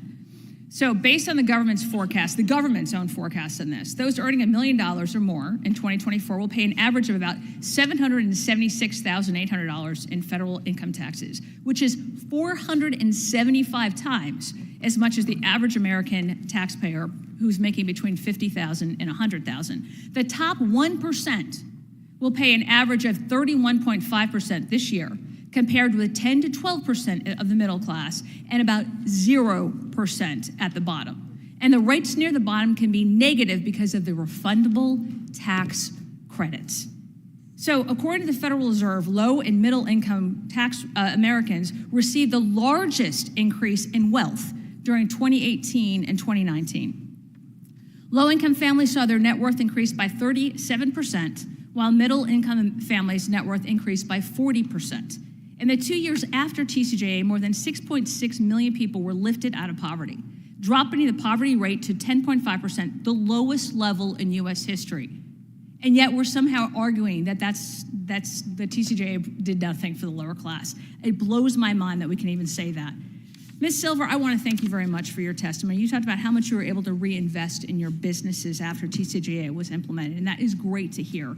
Can you talk a little bit about what the cost would be if your business, if Congress did not renew the President Trump's tax cuts? It's going to result in less investment in our equipment, less investment in our people, less investment overall. It would be very difficult to stay competitive. Okay. Grow, so all of the people that you pay would possibly lose their jobs or get paid less? Potentially, yeah. Or your job and your investments would shrink? Absolutely. It's a real life example right there. Mr. Chairman, I asked to submit a letter from the Wine and Spirit Wholesalers of America expressing support for the extension of the small business credit into record. Without objection. We hear the partisan pundits claim that the tax cuts were just too big for corporations. But this is just not true. As part of my work on the Main Street tax team, we were able to get out of D.C. and we talked to real business owners. We heard about the successes from policies such as the small business deduction in Section 199A, which created over $66 billion in tax savings for Main Street businesses. One of the businesses that I met with in North Texas was Republican National Distributing Company, where I held a roundtable with over 25 small businesses, including roofing companies, community banks, local banks, and realtors. These are the businesses across the U.S. who are benefiting from this, and this is why Congress must act. Thank you very much, and I yield. Thank you. And then the birthday boy of the committee, Mr. Feenstra. Thank you, Mr. Chairman. And I want to thank each one of our witnesses. You all have great testimonies. I'm very impressed. And I think we all understand how important the Tax Cuts and Jobs Act of 2017 was to our families, to our businesses, to each of us. I think about my district. I live in a very rural part of Northwest Iowa. And every day we're fighting to survive that main street. That main street made up of all these small little bakery, hardware store, drugstore, you name it. And this 199A is so critical for their existence. If we did not have 199A, if it sunsets, obviously they'd have a 43% tax increase. What would that do to rural America? It'd be devastating. And to our families, you know, it's been noted many times here that it'd be a 26% increase to each one of our families. Where do we get those dollars? Where do we get those extra tax dollars? And I look back, so what did it do from 2017 till now? I mean, we went through COVID. This all made a difference. I mean, if we didn't have these Tax Cuts and Jobs Act, how catastrophic would it have been to our economy?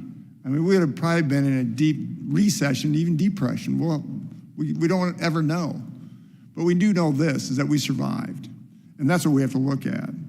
There's one thing that really bothers me yet, and that is a double tax. I want to talk about the death tax.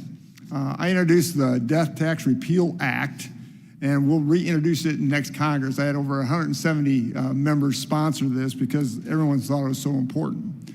But think about this.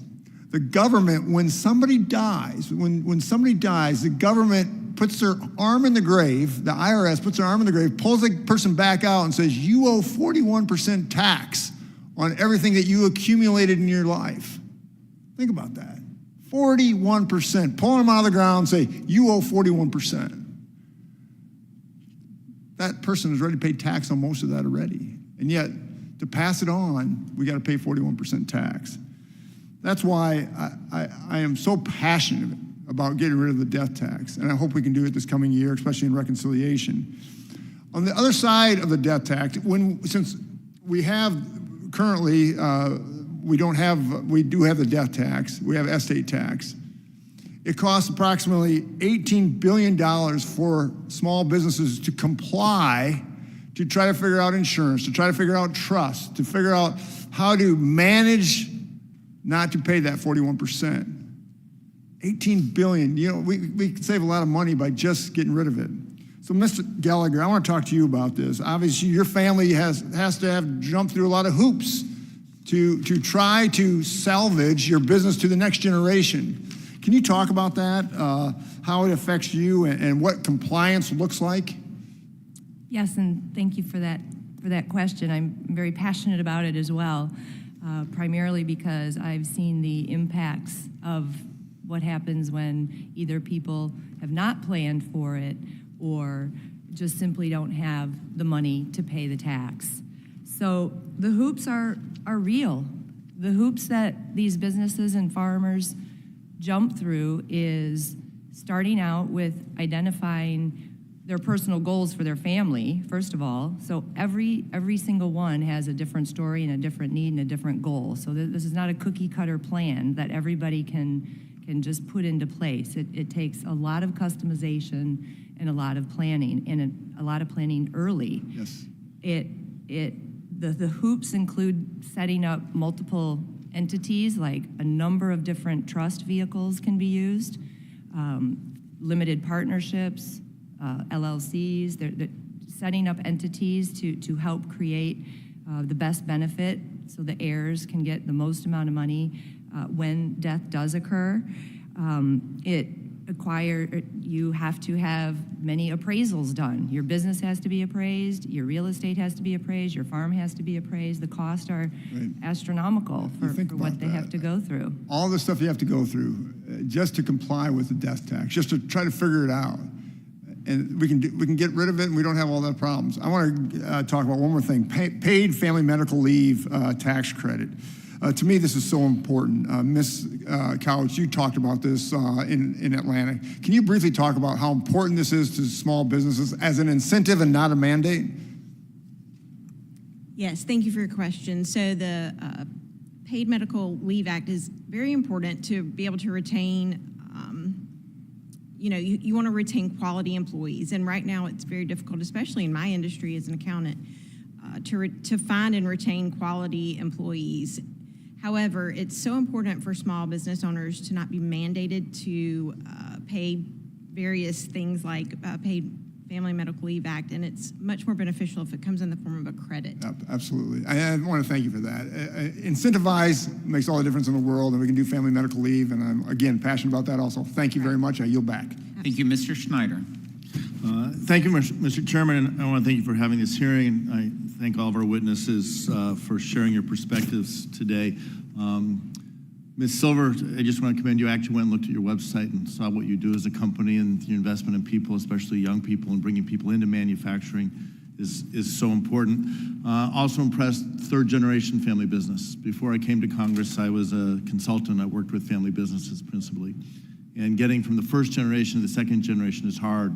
Less than a quarter of all businesses make it to that point, but less than 10% make it to the third generation and 1% to the fourth generation. So it is really difficult. And there's a lot of reasons for that, obviously. Ms. Gallagher, I might turn to you because you advise a lot of these businesses. I'm guessing a lot of them are family businesses. The firm I worked for as a consultant is now part of Plant Moran, where I know you started your career. What do you tell your clients as they approach a point where they're starting to take on too much debt? What is the cost to a family business of having too much of a debt burden?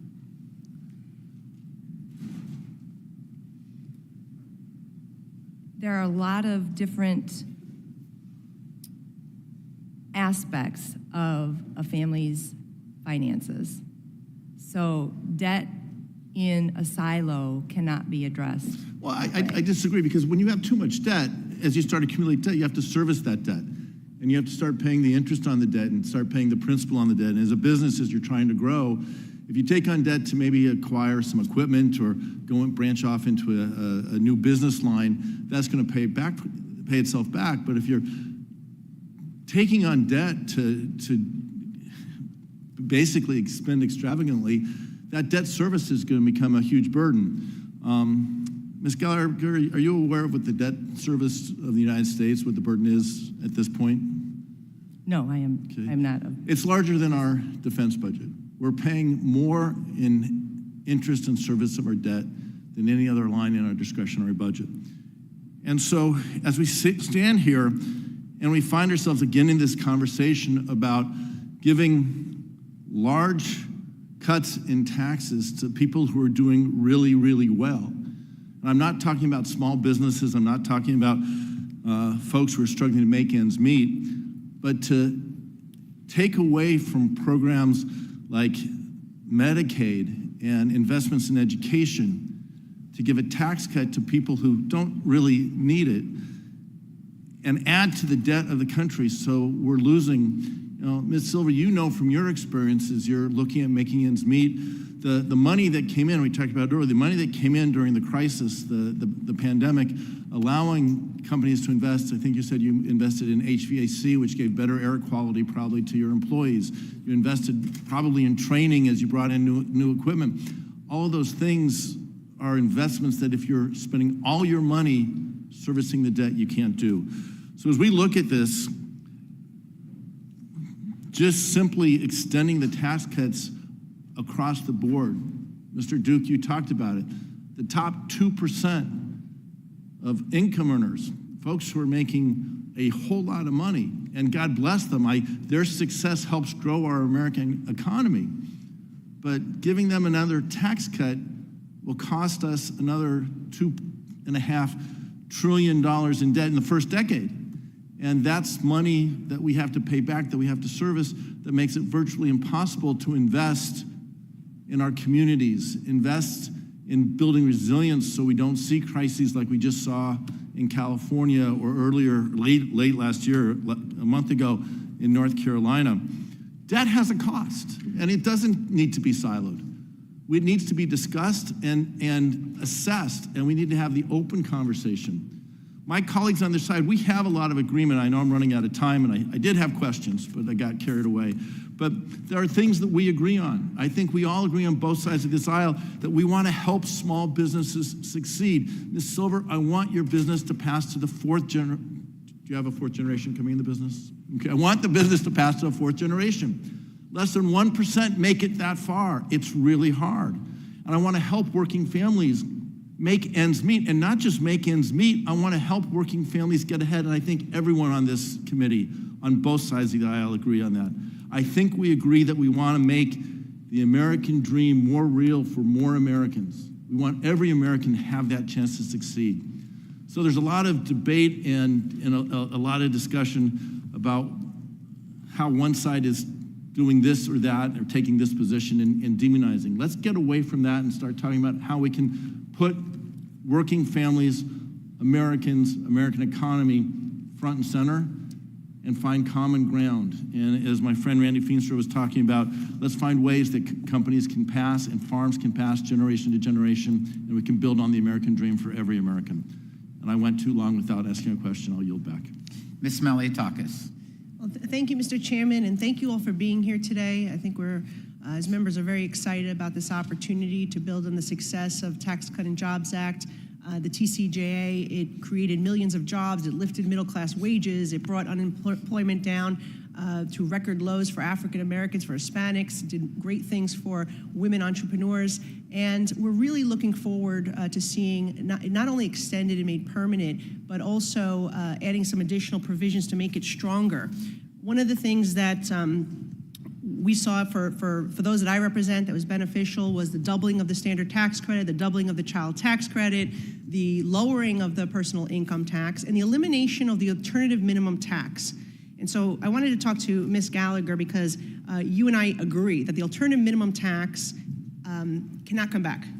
And the issue for my constituents, middle-class families in Staten Island, Southern Brooklyn, A lot of them didn't benefit from the SALT deduction because of the alternative minimum tax. And so we have to make sure that that does not come back. But we are, as SALT state members, looking to try to provide an increase to that SALT deduction. And we recognize that the reason why we need SALT relief is because our mayors and our governors treat taxpayers like ATM machines. They continue to hammer them over the head year after year. Property tax levy goes up. They don't want to cut the personal income tax rates at the local and state level, like we saw President Trump do at the federal level. So we recognize that it really is a problem created by our local and state governments. But nonetheless, we met with President Trump. We had a successful meeting. He does want to help, as does the chairman, has been willing to help provide relief from the federal level to help those middle-class families. So I guess my question for you, first and foremost, is the alternative minimum tax should not come back, right? And if so, what kind of impact would that be on middle-class families? Thank you for that very good question. And usually when we start talking about the alternative minimum tax, or AMT as I'll refer to it, people just run out of the room, frankly. It is one of the most complex and complicated tax computations in the Internal Revenue Code. I mean, I remember trying to learn it as a young tax professional and threw my hands up many, many times. So I was thrilled to see the AMT exemptions increase considerably so that so many of my clients were no longer subject to it. And it targeted the middle class, really. That's who got hammered by it, right? It definitely targeted and hammered middle class, no doubt about it. And you said that in your testimony that if it does return, it would affect 7.2 million taxpayers starting in 2026, and that would be predominantly the middle class. Yes. And the SALT deduction, can you explain how constituents may have not benefited from SALT because of the AMT? Yes, so the SALT deduction is, because of its limitation, the SALT deduction is actually part of the computation of the AMT. It's an add back. So when you're calculating your alternative minimum taxable income, you have to add back all of your SALT taxes. And so my warning in my written testimony was that if there's an argument to have SALT, then we have to keep AMT out as well. I agree because with you. Everybody who may not be limited in SALT will now be paying AMT, and they're no further ahead than they were. Okay, I agree with you 100%. Now, with the SALT, if we're able to increase that deduction, do you have any estimates of what could cover a majority of middle-class families, let's say people with incomes $400,000 or $500,000 or less? I have not done that math. Okay, no problem. Sorry. Just curious. I know it was around $23,000 was the average deduction for middle-class families with an income level of $200,000 and $500,000. That was in 2016, so today it would probably be more like $30,000 if you want to hit that income level or below. Should we index it like the standard deduction so it goes up year after year to keep pace somewhat with inflation? Well, I think indexing is always fair. I mean, inflation in dollars go up tremendously, so. Do you think we should cap income eligibility so it is targeted to the middle class and not completely lift the cap? I think there's some concern from members across both sides of the aisle about giving relief for ultra wealthy. I mean, do you think this should be targeted, the SALT deduction, increase it and then cap it so only certain incomes could qualify? Well, certainly I'd want to look at the pros and cons of all of those things, but certainly there is a middle ground to get the middle class the relief that they need. Great. If we wanted to also limit it for properties, would it make sense to limit the real estate portion or the property tax portion to just your primary residence? Would that be something that could be a possible solution to kind of limit it? It certainly could. Not, I mean, a lot of folks don't have more than one property, not just the middle class, so. Thank you. All this SALT got me thirsty, Mr. Chairman, and I've run out of time, so thank you very much, and I yield back. All right. Votes have been called. We're going to try to run up as close as we can to the time that we can make it to the floor to vote, and then we'll return back promptly whenever we do have to recess for the 3 votes that's been called. But Mr. Carey is next.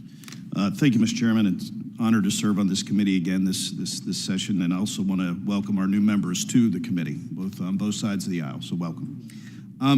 This body delivered landmark legislation in 2017 that provided, as we've heard from all of you witnesses, most of you witnesses, provided significant tax relief for Americans by putting money back into their pockets and for working families and boosting our economy. And we must make these effective tax cuts permanent. I think we've heard that from many of you today, and build upon the success of the Tax Cuts and Jobs Act to benefit working families and our businesses. This would ensure that Americans don't see an increase in their taxes, and on average, save Ohioans about 23%, a 23% tax hike. Last Congress, this committee and the House overwhelmingly passed the Tax Relief for American Families and Workers Act, which included many of the policies to help working families. We need to continue to support these policies and help our working families grow. As a member of the Working Families Tax Team, I have heard firsthand from members of my community over the last 8 months about how TCJA policies have helped them and the importance of extending these tax cuts. Credit for Caring. This is a piece of legislation that I am proud to lead with my fellow Ways and Means member, Representative Linda Sanchez, and it's called the Credit for Caring Act, which will provide eligible working caregivers a tax credit to help offset the costs of care that they offer. It would allow them to continue to work while caring for a loved one through illness, disability, and aging in place. I'm looking forward to continuing that work on tax policies that will help these working families succeed. Mrs. Marpel, I want to thank you so much for taking the time to come out here. And I was touched by your story, number one. It sounds like you have a lot of things going on. There's no doubt about that. But I just, you were once a single mother, and now you're remarried, and you have two children, and very similar to my mother. And so I appreciate what you're doing. In my home state of Ohio, a family making a medium income in my district is about $75,000. And they would see a tax increase of about $1,540 if these taxes are set when they are set to expire. And 89,350 families in my district would see their child tax credit benefit cut in half. Let me just say that number again. 89,350 would see that child tax credit benefit cut in half. So let me ask you, Mrs. Marpel, can you give me any idea how a tax increase like that would impact your family? Yes, thank you for your question, Congressman, and thank you for the opportunity to talk about families today. I think that, as I talked about in my testimony, that we are raising kids in a culture of giving up. And as we do our taxes and we find out that the powerful communicator of the government, that we're doing a good job as parents, when we find out that that has been cut in half, that would be, for me, it would mean that I would have received either back less money or I would have owed money for my taxes, which would have added to the financial burden. But it also would kind of take the wind out of our sails in doing the work that we're doing to build the country and to fight against this culture of giving up. The tax credit remaining permanent and expanding would just encourage families like mine to not give up. I want to thank you for that testimony. I was going to have some other questions, but I'm running short on time. But I just want to say I represent the largest city in the state of Ohio, which is Columbus. A recent study by the National Association of Manufacturers found that Ohio could lose upwards of 208,000 jobs and $18.9 billion in wages and over $37 billion in gross GDP if we don't extend TCJA.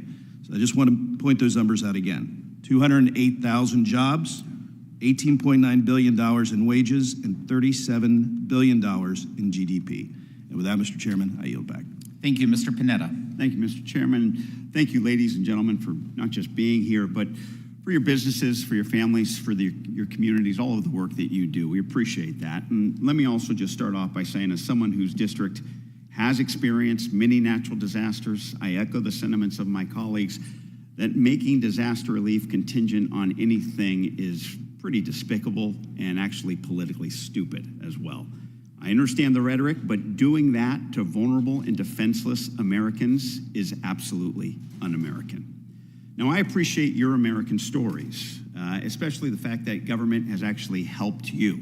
I think you've all provided some pretty nice stories, and we appreciate that. And I want you to know that we here, even though we are on this side of the aisle, we are rooting for you. We support you, and we want you to continue to succeed. But in order to continue to help you, to help our nation, we got to talk about how we pay for things. And if we don't, we just can't do a simple extension of the Tax Cuts and Jobs Act, their expiring provisions. Because if we don't, it's going to be hugely expensive. According to the CBO, as we've heard today, it could reach a $4.6 trillion price tag. And with the national debt already at $36 trillion, a deficit at $2 trillion for fiscal year 24, it is incumbent upon us to not only do something about our debt, we must do something to pay for any type of extension when it comes to the TCJA expiring provisions. I believe the American people don't want to have an unpaid tax bill, and a bill that will further disintegrate our country's finances and destroy our nation's credibility. A partisan deficit inflating tax bill is not the solution, and I hope that we instead focus on advancing bipartisan legislation that addresses the real challenges that Americans face by figuring out how we pay for those solutions. Now, when it comes to paying for itself, there have been plenty of estimates that have found that the TCJA has failed to do that. And the reason being is that while certain cuts can spur some growth, they don't spur growth at a rate high enough to offset the cost in revenue. Now, Mr. Duke, as you shake your head, how much would the economy have to grow to fully offset an extension of the TCJA? Talking about, so we have like a average tax rate of 20% or so, so you need 5 times the amount of growth coming from that in order to just make it all back. So we're talking 7-8% or something. Is that realistic? Large. Yeah. Is that realistic, and are the policies of the TCJA likely to bring about that growth? Yeah, absolutely not. CBO showed that it would shrink the economy in the long run. The Tax Foundation, which is a right-leaning organization, found that economic growth only cuts the cost by 14%. So it's still just there. You still have a big tax cut you need to pay for. Now, it's also been floated that we can eliminate credits from the IRA as a pay-for, as you've heard, Mr. Duke, correct? Yes.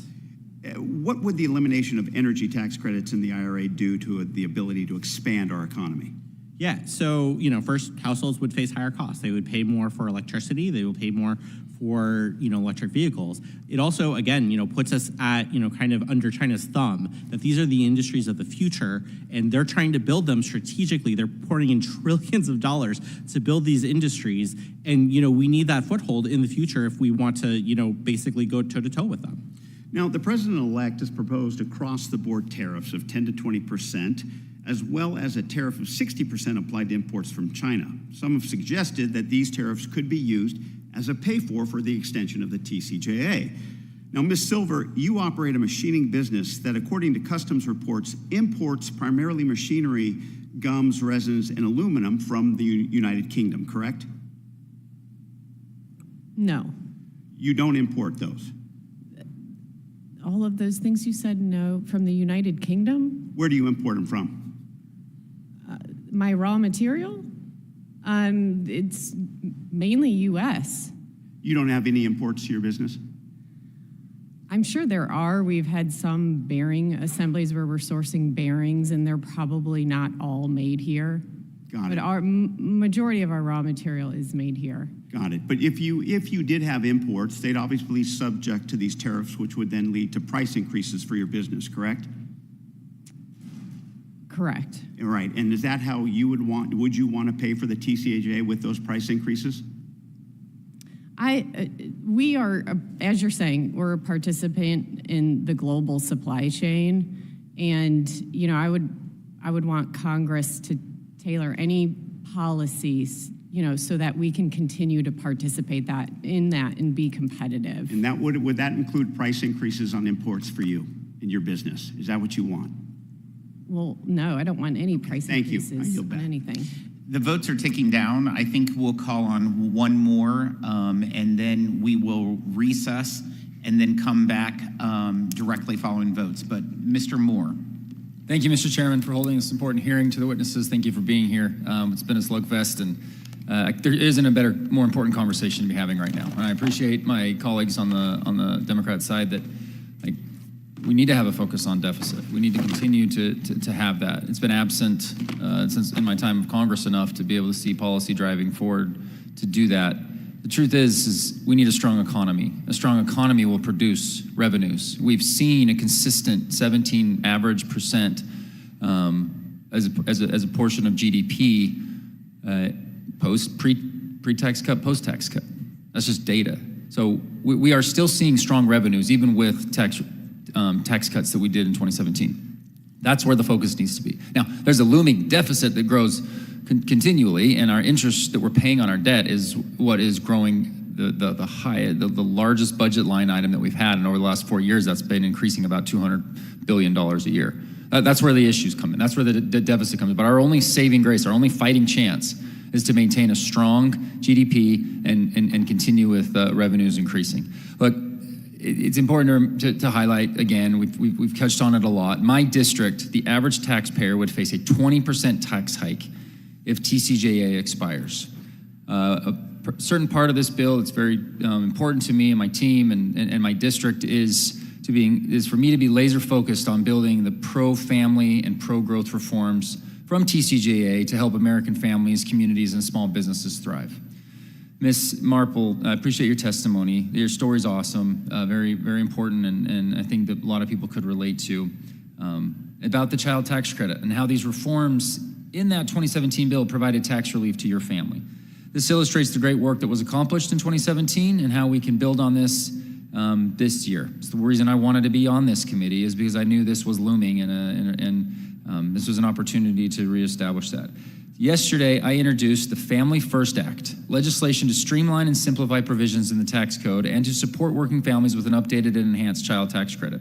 This will provide tax relief for parents with young children and create new tax credit for pregnant mothers. Ms. Marpel, how would either a baby bonus or increasing the CTC amount for children under 5 provide a tax relief for working families, and would this have benefited your family? Yes, thank you for the question. When your family's growing and your kids are young, a lot of changes are taking place. You're changing jobs, childcare looks different. You need a bigger house, you need a bigger car. There's a lot of pressure put on the family, and life gets really busy.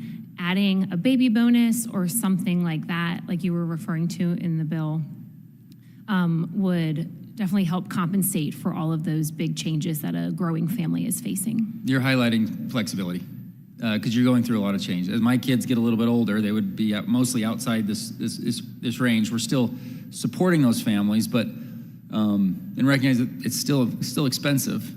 Kids are expensive, regardless of their age, but particularly in that first 5 years, the change that happens to the parents and their situation it's important to make sure that we address that.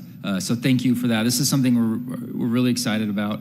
I think it takes a look at tax provisions that have been around for a while, and when things get stale and have been around, it's time to shake it up a little bit. This child tax credit is a huge increase, and my Democrat colleagues should be very supportive of this. It's a huge increase, but it also offsets it by taking a look at antiquated tax policy that probably needs to be changed or eliminated. And we're doing that, and we're creating a more pro-growth, pro-family approach, and I look forward to continuing to drive this forward. We also introduced the Small Business Growth Act, which would support small business growth by helping small businesses obtain equipment necessary to buy their operations. We've talked a lot about this. I'll just quickly ask Ms. Gallagher and Ms. Silver, anything to add on how important it is to be able to up that? Instead of $1 million, it's going to increase to X number of dollars. It's going to help small businesses be able to buy their equipment and get that right off it. Anything to add to that?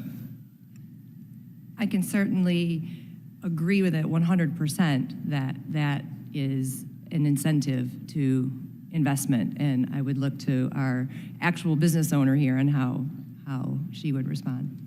And you're talking about Section 179? 179, yes. Yeah, absolutely. Increasing It's an increasing of the threshold. Yes, that would help us tremendously with planning and drive investment, which makes us more competitive and gets our customers what they need. And a point that I make when I'm back home is I say, okay, If you have that ability to invest more equipment, guess what? That other company that's selling you that equipment, they're now paying more taxes. Because they're excited about their business growth. So they're paying. We are still contributing to tax revenues. It's not a decrease in taxes. It's actually spurring significant economic growth, and that can't be discounted. Thank you so much. I yield back.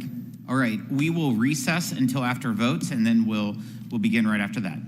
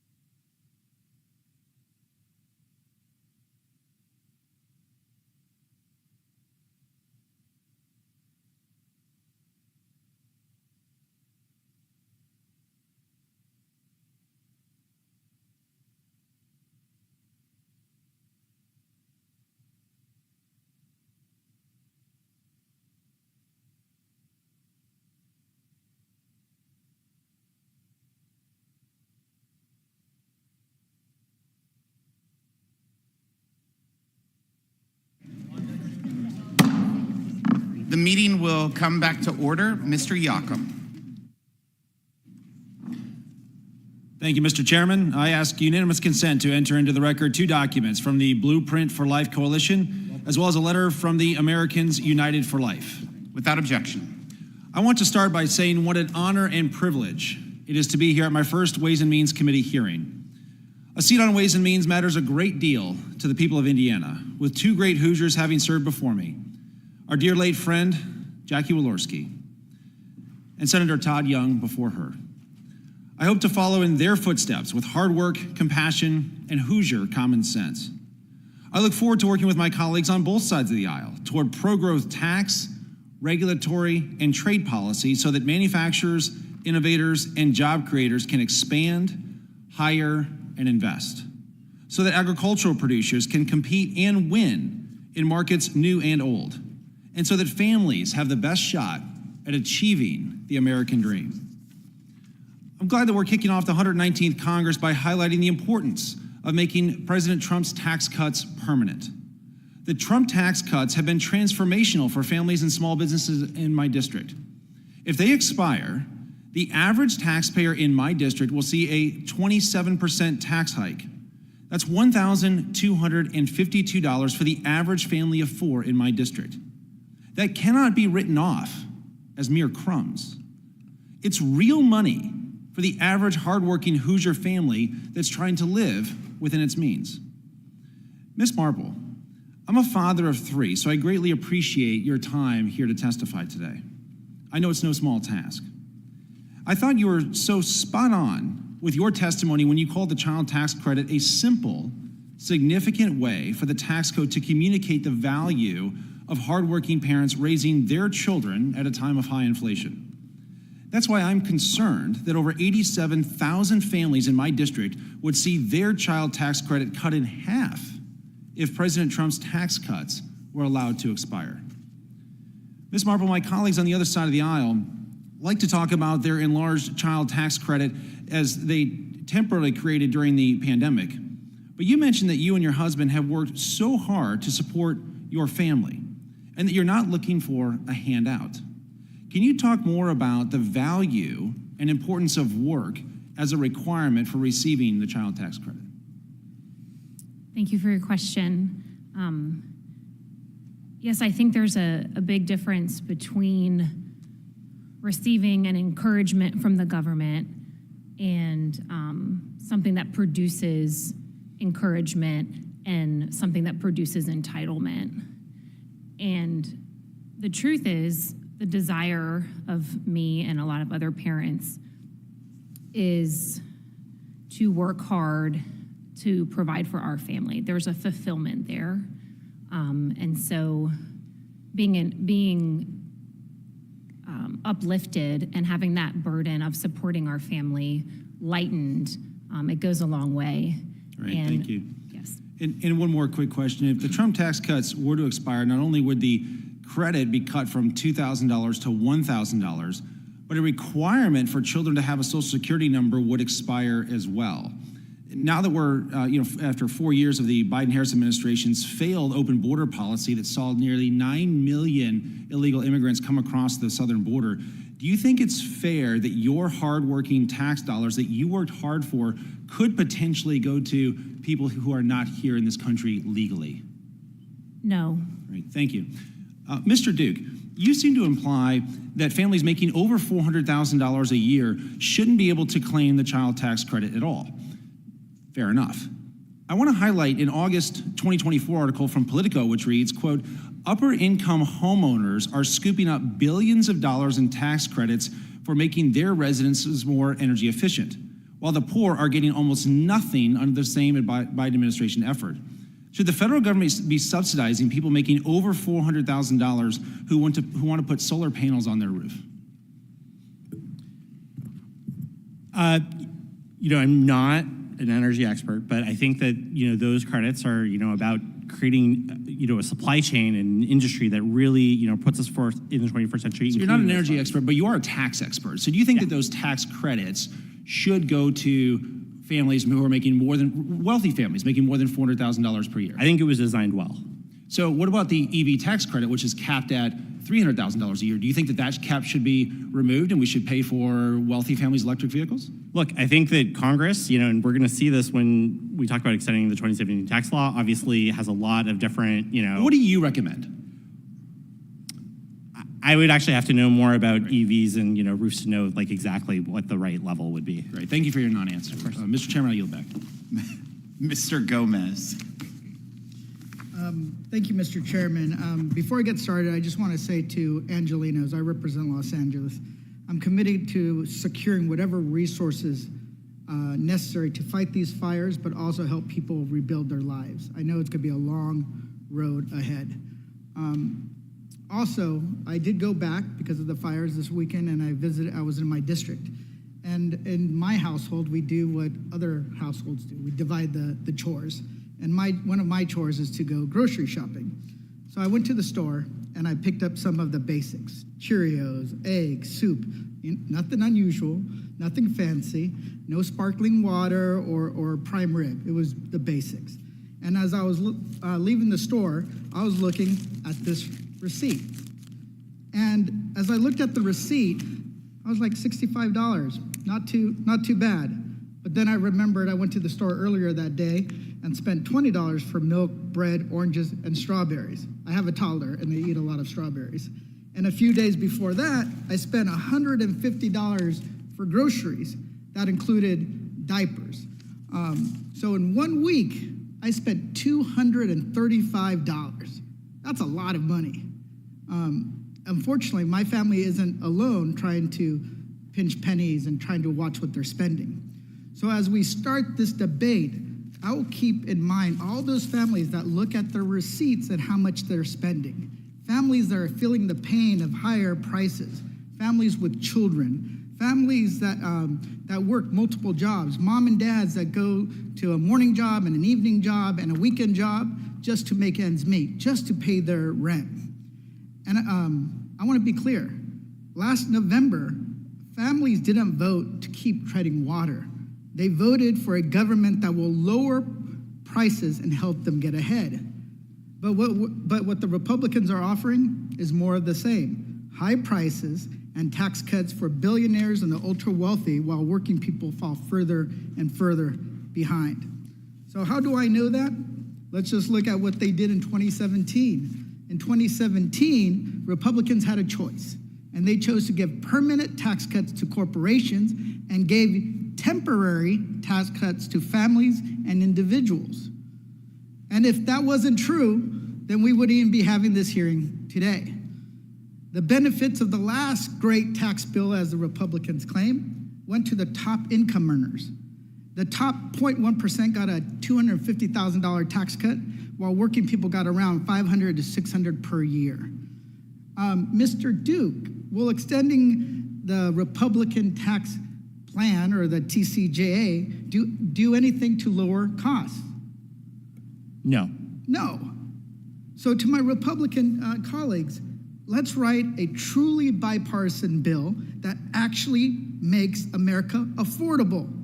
Let's work to lower the cost of housing by cutting red tape and incentivizing building across the country. Let's lower the cost of childcare by investing in the workforce and the small business entrepreneurs that provide that care. Let's lower the cost of groceries by preventing monopolies from squeezing out the little guy. I know Republicans often say that we don't have the money for these sorts of investments. But Mr. Duke, let me ask you this. If we made Elon Musk, Mark Zuckerberg, the ultra-wealthy and the big corporations, and all their billionaires pay their fair share in taxes, do you think we could afford these things that I just mentioned? Absolutely. The Biden budget contained a minimum tax on billionaires, as well as reforms to how we tax capital gains for the highest income Americans. It raised trillions of dollars. So I like to also point out that people talk about the establishment in D.C. They say it's one day it's the blue establishment, the other day it's the red establishment. See, I don't think there's a blue establishment or red establishment in D.C. I think it's the new green billionaire establishment. And it is our job to push back against those individuals that want to pass a tax structure that benefits themselves at the expense of the working class. Mr. Chairman, I have a question for you. Yeah, that's kind of unusual, but go ahead, Mr. Gomez. Well, this is an unusual time. Let's say we actually get together in a room and negotiate a bipartisan tax plan that benefits the working people, invests in what we want. If Elon Musk tweets to you to throw that out, will you reject Elon Musk's request, or will you guys capitulate like you did in December? Mr. Gomez, the only person that the Republicans are beholden to are the people that send them to Washington, and Elon Musk is not a constituent. Okay, well, see, call me skeptical, but what I saw in December was dastardly. So if you guys are wanting to negotiate a real bipartisan tax plan, let's do it, and let's get something that helps lower costs for the American people. With that, I yield back. Mr. Miller. Thank you, Mr. Chairman. I'm glad Mr. Gomez used his 5 minutes for a Twitter clip. Thank you. But thank you, Mr. Chairman, and thank you to our witnesses for their time and testimony today. I'm honored to be joining the Ways and Means Committee with a shared goal. That's to drive forward an economic agenda that ensures the United States remains the global economic leader. Today, we are here to discuss the need to make the Trump tax cuts for working families permanent, ensuring prosperity for families and businesses across the nation. The Tax Cuts and Jobs Act, championed by President Trump, was a transformative bill that provided much-needed relief to businesses and spurred investment across the country, as we have heard here today. It reduced the corporate tax rate, introduced full expensing for equipment purchases, and created a business environment that encouraged growth, innovation, and greater global competition. These provisions gave companies the certainty to reinvest in their operations, hire workers, and strengthen their local communities. I proudly represent Ohio's 7th Congressional District, a region with a strong manufacturing and agricultural backbone. These policies drove significant job creation and economic revitalization to the area. Small businesses and farmers all benefited from the ability to reinvest their capital savings, expand their operations, and provide good-paying jobs for hardworking Ohioans. But it wasn't just businesses that saw the benefits of this historic legislation. For individual taxpayers, the Act expanded the standard deduction, simplifying tax filing and putting more money back into the pockets of working families. This simplification was transformative, especially in working-class communities where most taxpayers claim the standard deduction. By eliminating the need for a complex and time-consuming itemization process, the expanded standard deduction has made tax season far more efficient and far less stressful for millions of Americans. In my district alone, 93% of taxpayers and families claim the standard deduction when filing their taxes and underscoring its vital role in simplifying their financial interactions with the government. Maintaining the current standard deduction levels allows families to focus on their priorities, whether saving for the future or supporting their children or investing in their homes while enjoying greater financial security. Ms. Gallagher, we know that the increased standard deduction significantly boosts disposable income for families, directly benefiting individual taxpayers. However, it's clear to me that the advantages for households and businesses are deeply interconnected, as stronger household finances drive broader economic growth and support local businesses. Can you please comment on how the standard deduction affects disposable income for families, and have you observed any indirect impacts on small businesses or local economies with high reliance on this deduction? Thank you for that question, my fellow Midwesterner.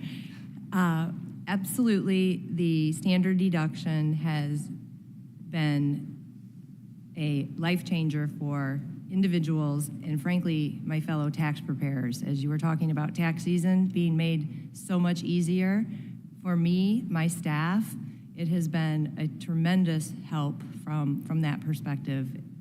The taxpayers, however, on that side, have received significant tax savings. Many of them were far under that level even when they itemized. And so the standard deduction gave them increased deduction, i.e. less taxes to pay and more money in their pocket to contribute to their communities and to their own households. So I absolutely saw a direct impact on individuals and small businesses in my communities.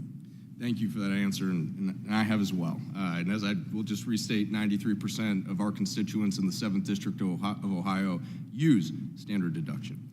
Ms. Silver, in your opening testimony, you highlighted how small and medium-sized manufacturers are leveraging the current TCJA and tax benefits to reinvest in their local communities and expand their workforce. However, with many of these provisions set to expire at the end of this year, we face the potential loss of nearly 250,000 jobs just in my home state of Ohio, as Congressman Kerry earlier mentioned that to my right.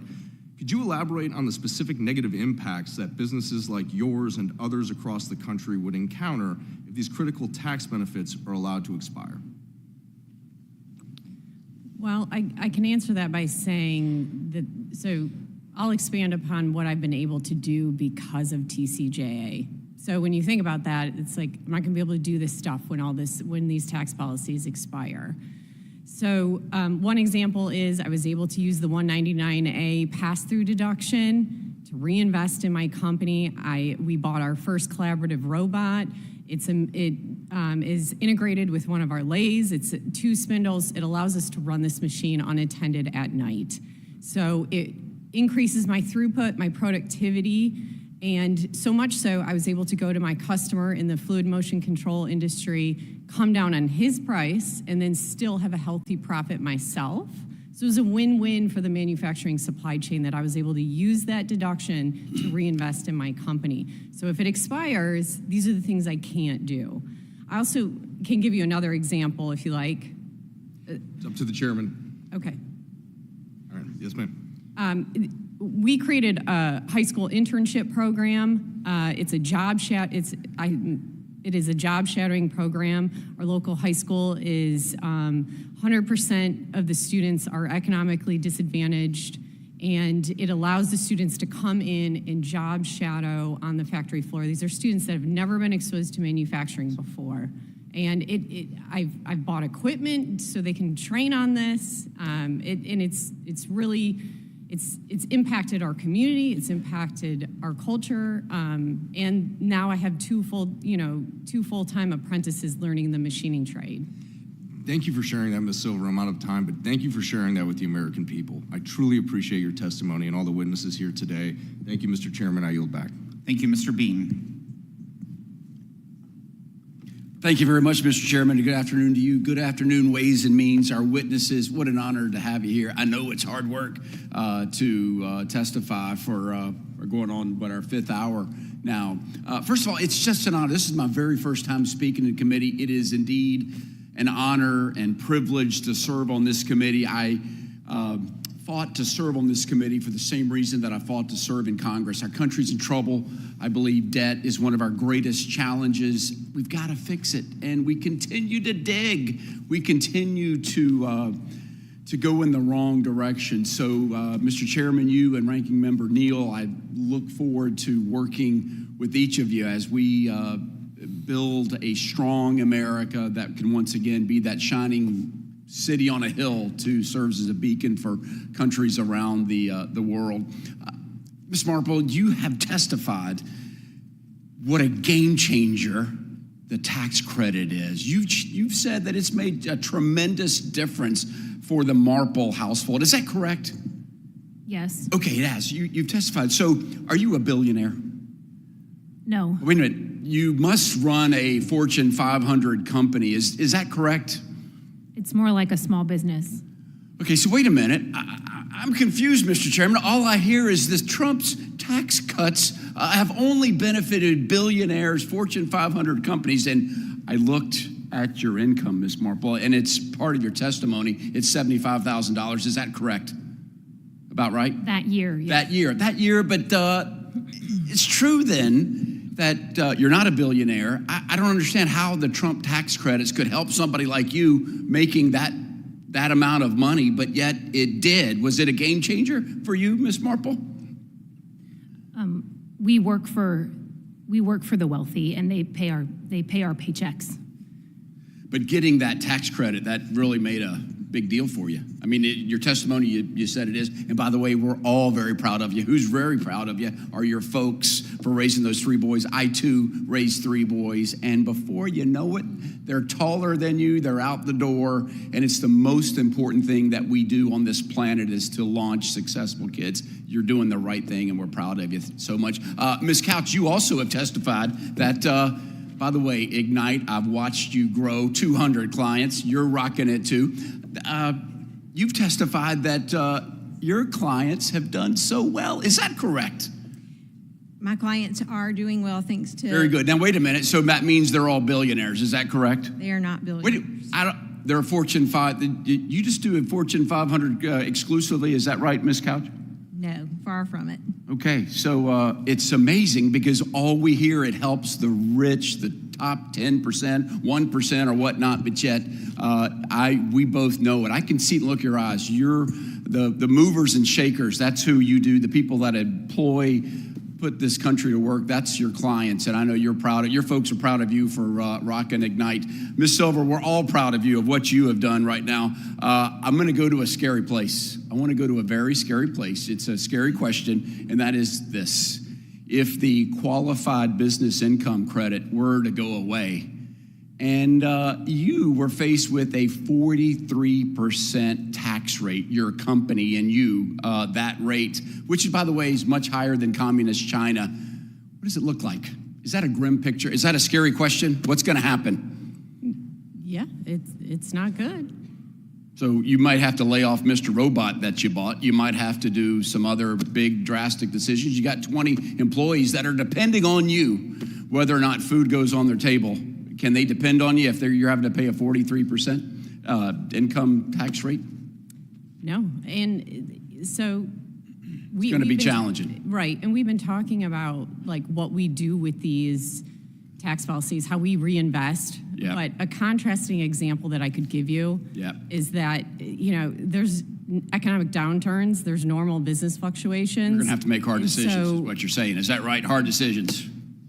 Hard decisions. Yes, that is hard. It's hard. It's scary to even listen to it. I want to take you back to 2017. Let's remind everybody, because we've got the receipts of what happened in 2017. Adele's Hello was playing on the radio. Dunkirk was the top movie, and Trump had just passed tax cuts. Let me tell you what happened. Net worth among low-income families rose 37%. While middle-income families' net worth increased by 40%. Even the bottom 20% of earners' incomes rose massive. We saw the economy getting on fire, and that's what we're going to have to do if we're going to solve our economic woes. Yes, we have to have economic growth. We have to make cuts. I'm making cuts. We're going to make cuts, but we also have growth in our economy. And good gravy. I've only got through page 1. It's going to be really tough to ask all these questions. So with that, Mr. Chairman, looking forward to working with you. Thank you again. I yield back. Thank you, Mr. Horsford. Thank you, Mr. Chairman, and to the ranking member for this important hearing, and all to our witnesses for being here for what has been a long day for all of you. Look, my colleagues have noted, and it is fact, that the top 1% of households received the most benefits from the TCJA. Let me put that in perspective, though. Data from the Center on Budget and Policy Priorities found that those making over $800,000 on average saved $61,000.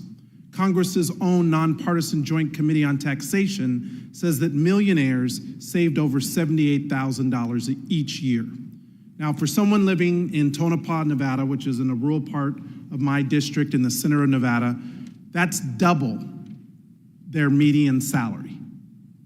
The constituents in my district have called on me to help them cut household expenses, to put more money back in the pockets of hardworking people like them, and that's why I introduced the Tipped Income Protection and Support Act.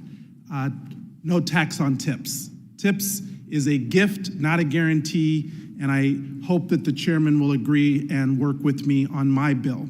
The TIPS Act would exempt income tax of tipped wages for many working class families. But let me be clear. I'll work with anyone on this committee that wants to help working families keep more money in their pockets. However, working class families can't afford a tax scheme that benefits the top 1% and doesn't help them.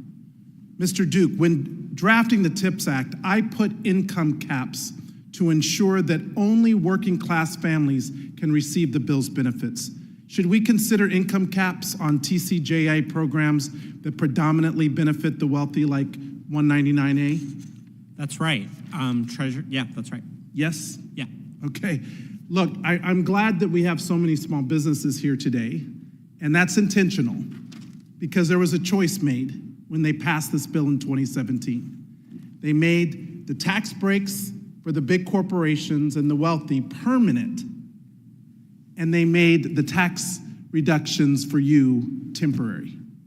And now they're here to say that unless we pass the entire bill, it's going to hurt you. Well, my question is, why didn't they prioritize you to begin with?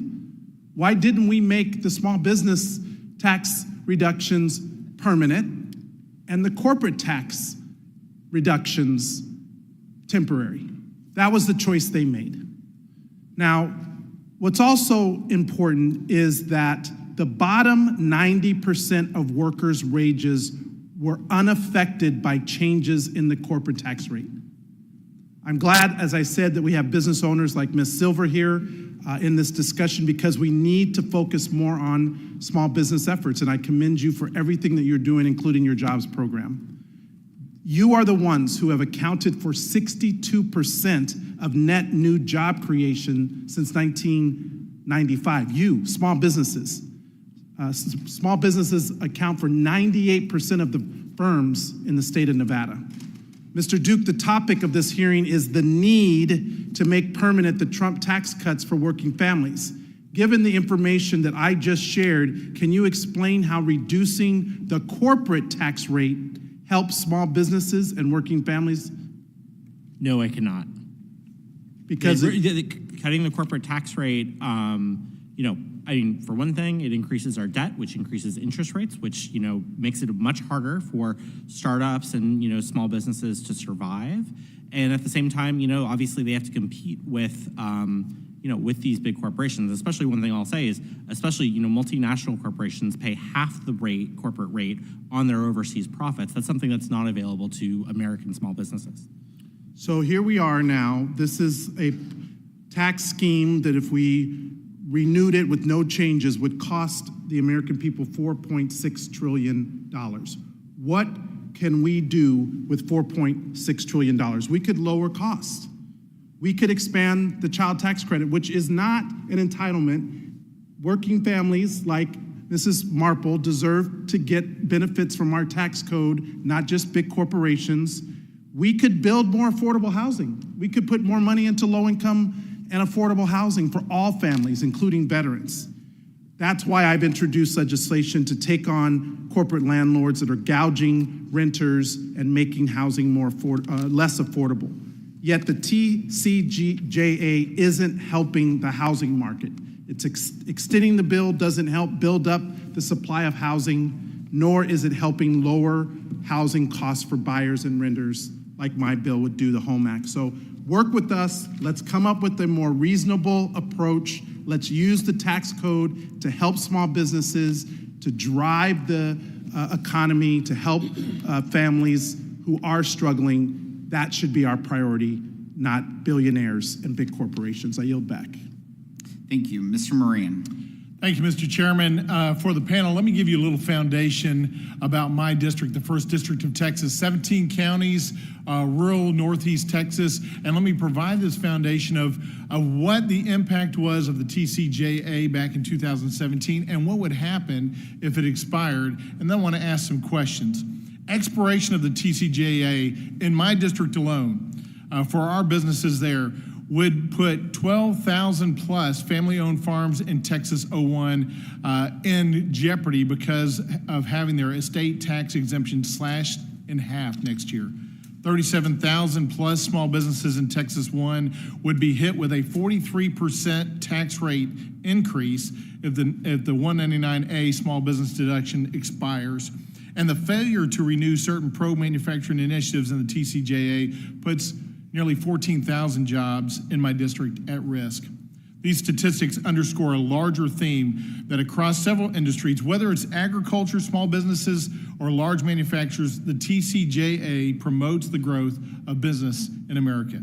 Now more than ever, it's important to ensure that Congress continues to put Americans first by providing the tax incentives for American businesses to grow themselves.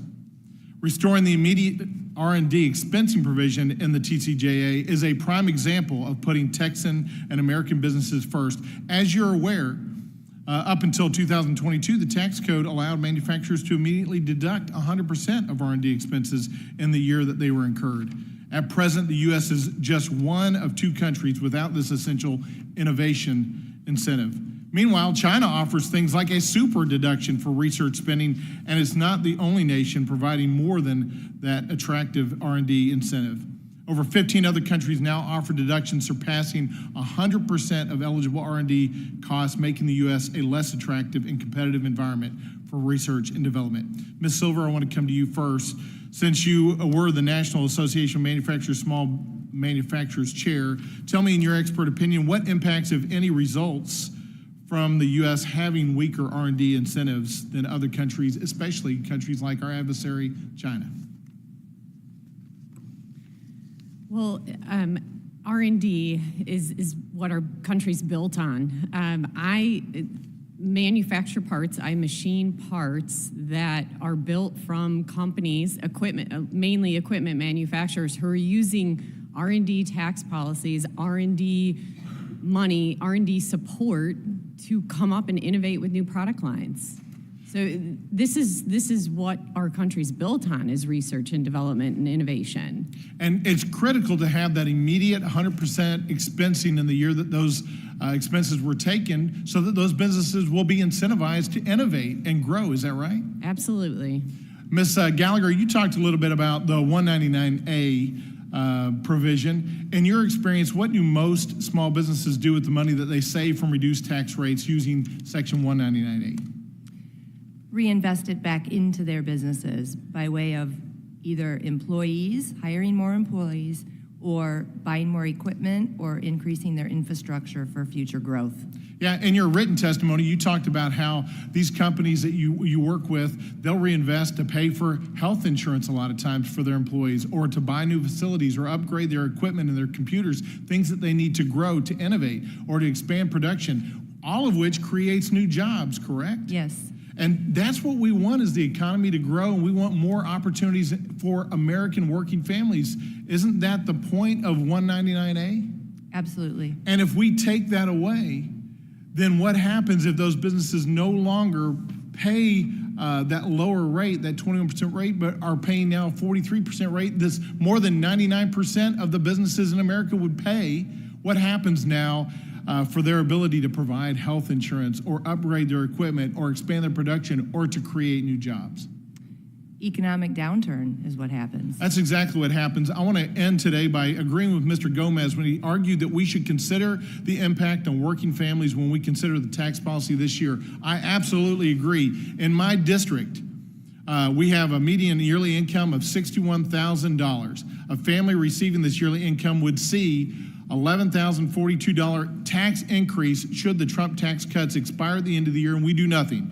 For a family of 4, this $1,142 is worth about 6 weeks of groceries in my region. It's also enough money to cover about 27 full tanks of gas, even in our big old trucks. And that's based on the average pricing. Those are important things. Groceries and gas are important things to every American and every East Texan that I represent. The Tax Cuts and Jobs Act cannot expire. We must continue those provisions to allow families to thrive and businesses to grow. With that, Mr. Chairman, I yield back. Thank you. Ms. Plaskett. Thank you so much, Mr. Chairman, and it's so good to be back here on the committee, to be a part of these discussions which affect so many Americans. The notion of taxes and trade, this is in fact the most important committee, and the work that we're doing are going to affect every American, as we've said. I'm grateful to be a part of the debate on the ways and means in which we fund American government, and particularly fund businesses, fund how the mechanisms of our economy grow here in the 119th Congress. I'm eager to serve as one of 3 Democrats on the Budget Committee as well, which will no doubt be a place of fierce debate as we work in the next 2 years. And I look forward to advancing shared priorities with my Republican colleagues. I, Mr. Chairman, I'm one of the few members of Congress who actually worked on and was a member of the other party at one point. I worked in the Bush administration for a number of years after September 11th, and so I see myself in some ways as a bridge in the actual policy ideas that I put forward. And we come together here in both of these parties to try and make permanent and work on a way that supports the American dream. But I have to say that I see the work on the 117th with President Trump's crowning achievement being the tax bill as an unequitable piece of legislation for all Americans. Achievement gave 0.01%, an average of $252,000 of tax cuts, while the poorest fifth of Americans only received $70. It seems that the largest cups were filled with no overflow going to those most in need. By percentage, 56% of the tax cuts enriched shareholders, 44% lined the pockets of executives, and 0 went to 90% of the workers in those businesses. You know, in the early days of our nation, native of my island, St. Croix, where I live and my family is from, our founding father, Alexander Hamilton, famously wrote, "A national debt, if it is not excessive, to us will be a national blessing." It's that phrase, if it is not excessive, has always been important, but never more important than today. The need for tax reform is critical for so many different people. I've been listening to my colleagues, being myself and Mr. Swazi and others just coming back to the committee. We're now at the end, so we get to listen to a lot of the discussion. And I thought some of the things that were discussed were very, very interesting. We talk about the child tax credit and how important it was. I have 5 children. I understand the importance of the tax credit. I was not always a member of Congress. I was not always an attorney. I struggled for many years. I worked a full-time job, went to law school at night, had small children. I understand the need for that. But the children who need the most are not helped. By insisting on the earning requirements for the refundable tax credit, we are leaving out children who need those resources the most. There's also, when we talk about manufacturing capacity actually contracted in the years following the passage of TCJA. I'm so grateful that we do have individuals who did receive that manufacturing benefit, but so many did not. According to the Federal Reserve, manufacturing capacity contracted 0.5% each year on average from 2018 to 2021, and then expanded 0.5% in 2022 and 1.2% in 2023. And manufacturing capacity is expected to grow by 1.3% in 2024. Let's get the facts correct. Research first published in 2022 by authors affiliated with the Joint Committee on Taxation and Federal Reserve found that the benefits of TCJA's corporate tax reductions did not trickle down to workers. In fact, the authors concluded that the earnings do not change for the workers in the bottom 90% of those corporations. There's work that we can do. There are ways that we can come together. I think that supporting our businesses is important, not just our small businesses, but I listen to my colleagues say there will be cuts. We need to make sure that those cuts do not affect the people who need those resources the most. I yield back. Thank you, Mr. Swazi. Okay, thank you, Mr. Chairman, and thank you so much for sticking around. Really appreciate that, Mr. Ranking Member. Thank you, Mr. Kelly, and the witnesses. 5 hours you've spent here. We're very grateful to all of you for spending so much time. Thank you so much. And we know it's been very cold in here. It's a little warmer now. It's been cold here all day, but thank you so much for being here. So first I want to note something that was noted earlier today by one of my colleagues, Mr. Doggett, who said Steve Bannon, who's very much affiliated with the Republicans these days, is out there saying we should increase taxes on the wealthy, we should increase taxes on corporations so we can pay for tax cuts for the middle class. So I just want to point out that that's happening with some of your big supporters, Jason. Okay.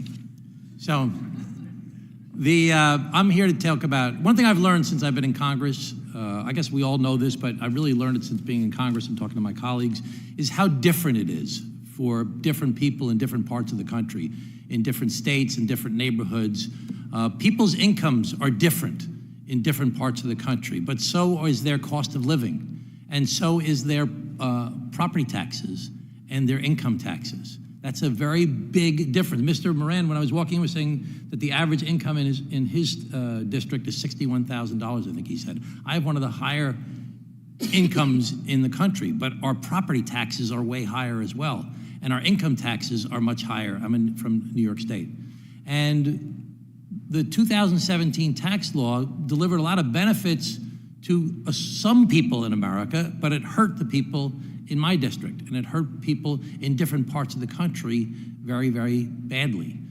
So I'm concerned about especially the state and local tax deduction. The state and local tax deduction was put in place by the federal government over 100 years ago when they first developed the progressive income tax in America, the federal tax.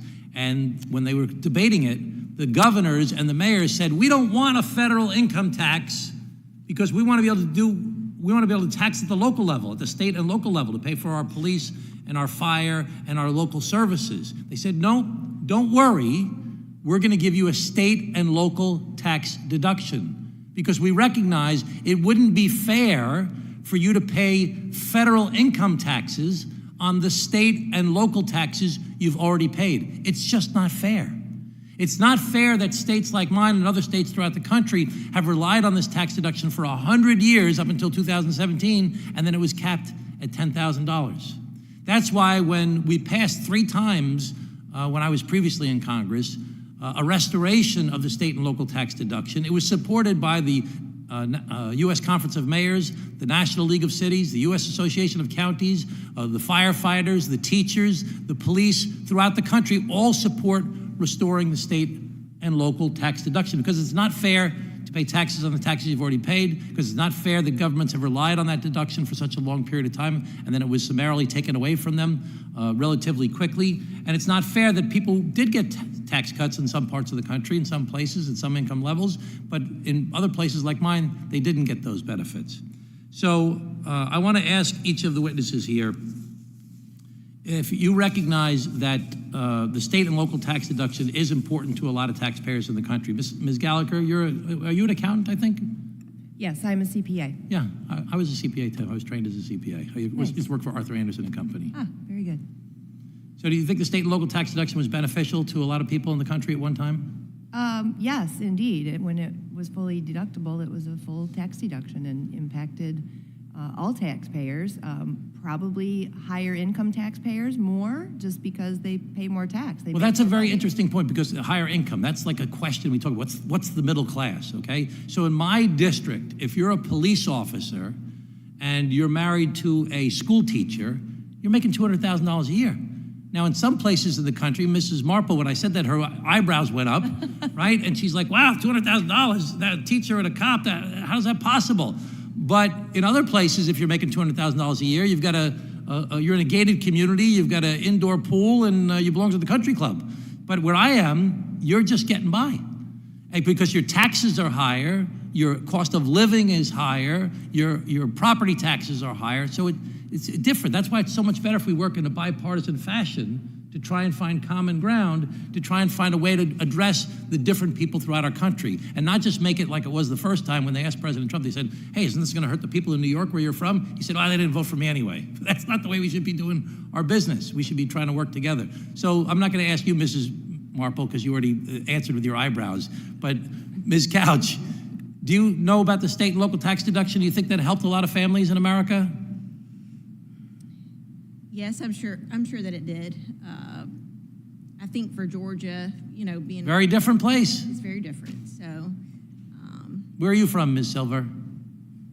North Carolina. Yeah, different there too. A lot of people are leaving my district to go to Florida, South Carolina, North Carolina, and some of my Republican colleagues boast about that. But when I asked Steve Mnuchin, who was the former Secretary of the Treasury, I said, when those people leave New York, who gets left behind to pay the remaining taxes? He said, the people that are still living there. That's making taxes go up for people. He said, well, you could cut their services, but do we want to cut their police and their fire and their teachers? All right, Mr. Chairman, thank you so much for allowing me to go a little bit over. I apologize. Thank you. I'd like to thank all of our witnesses for appearing before us today. It's been a long day, and you've done a phenomenal job. We appreciate that. Please be advised that members have 2 weeks to submit written questions to be answered later in writing. Those questions and your answers will be made part of the formal hearing record. And with that, the committee stands adjourned.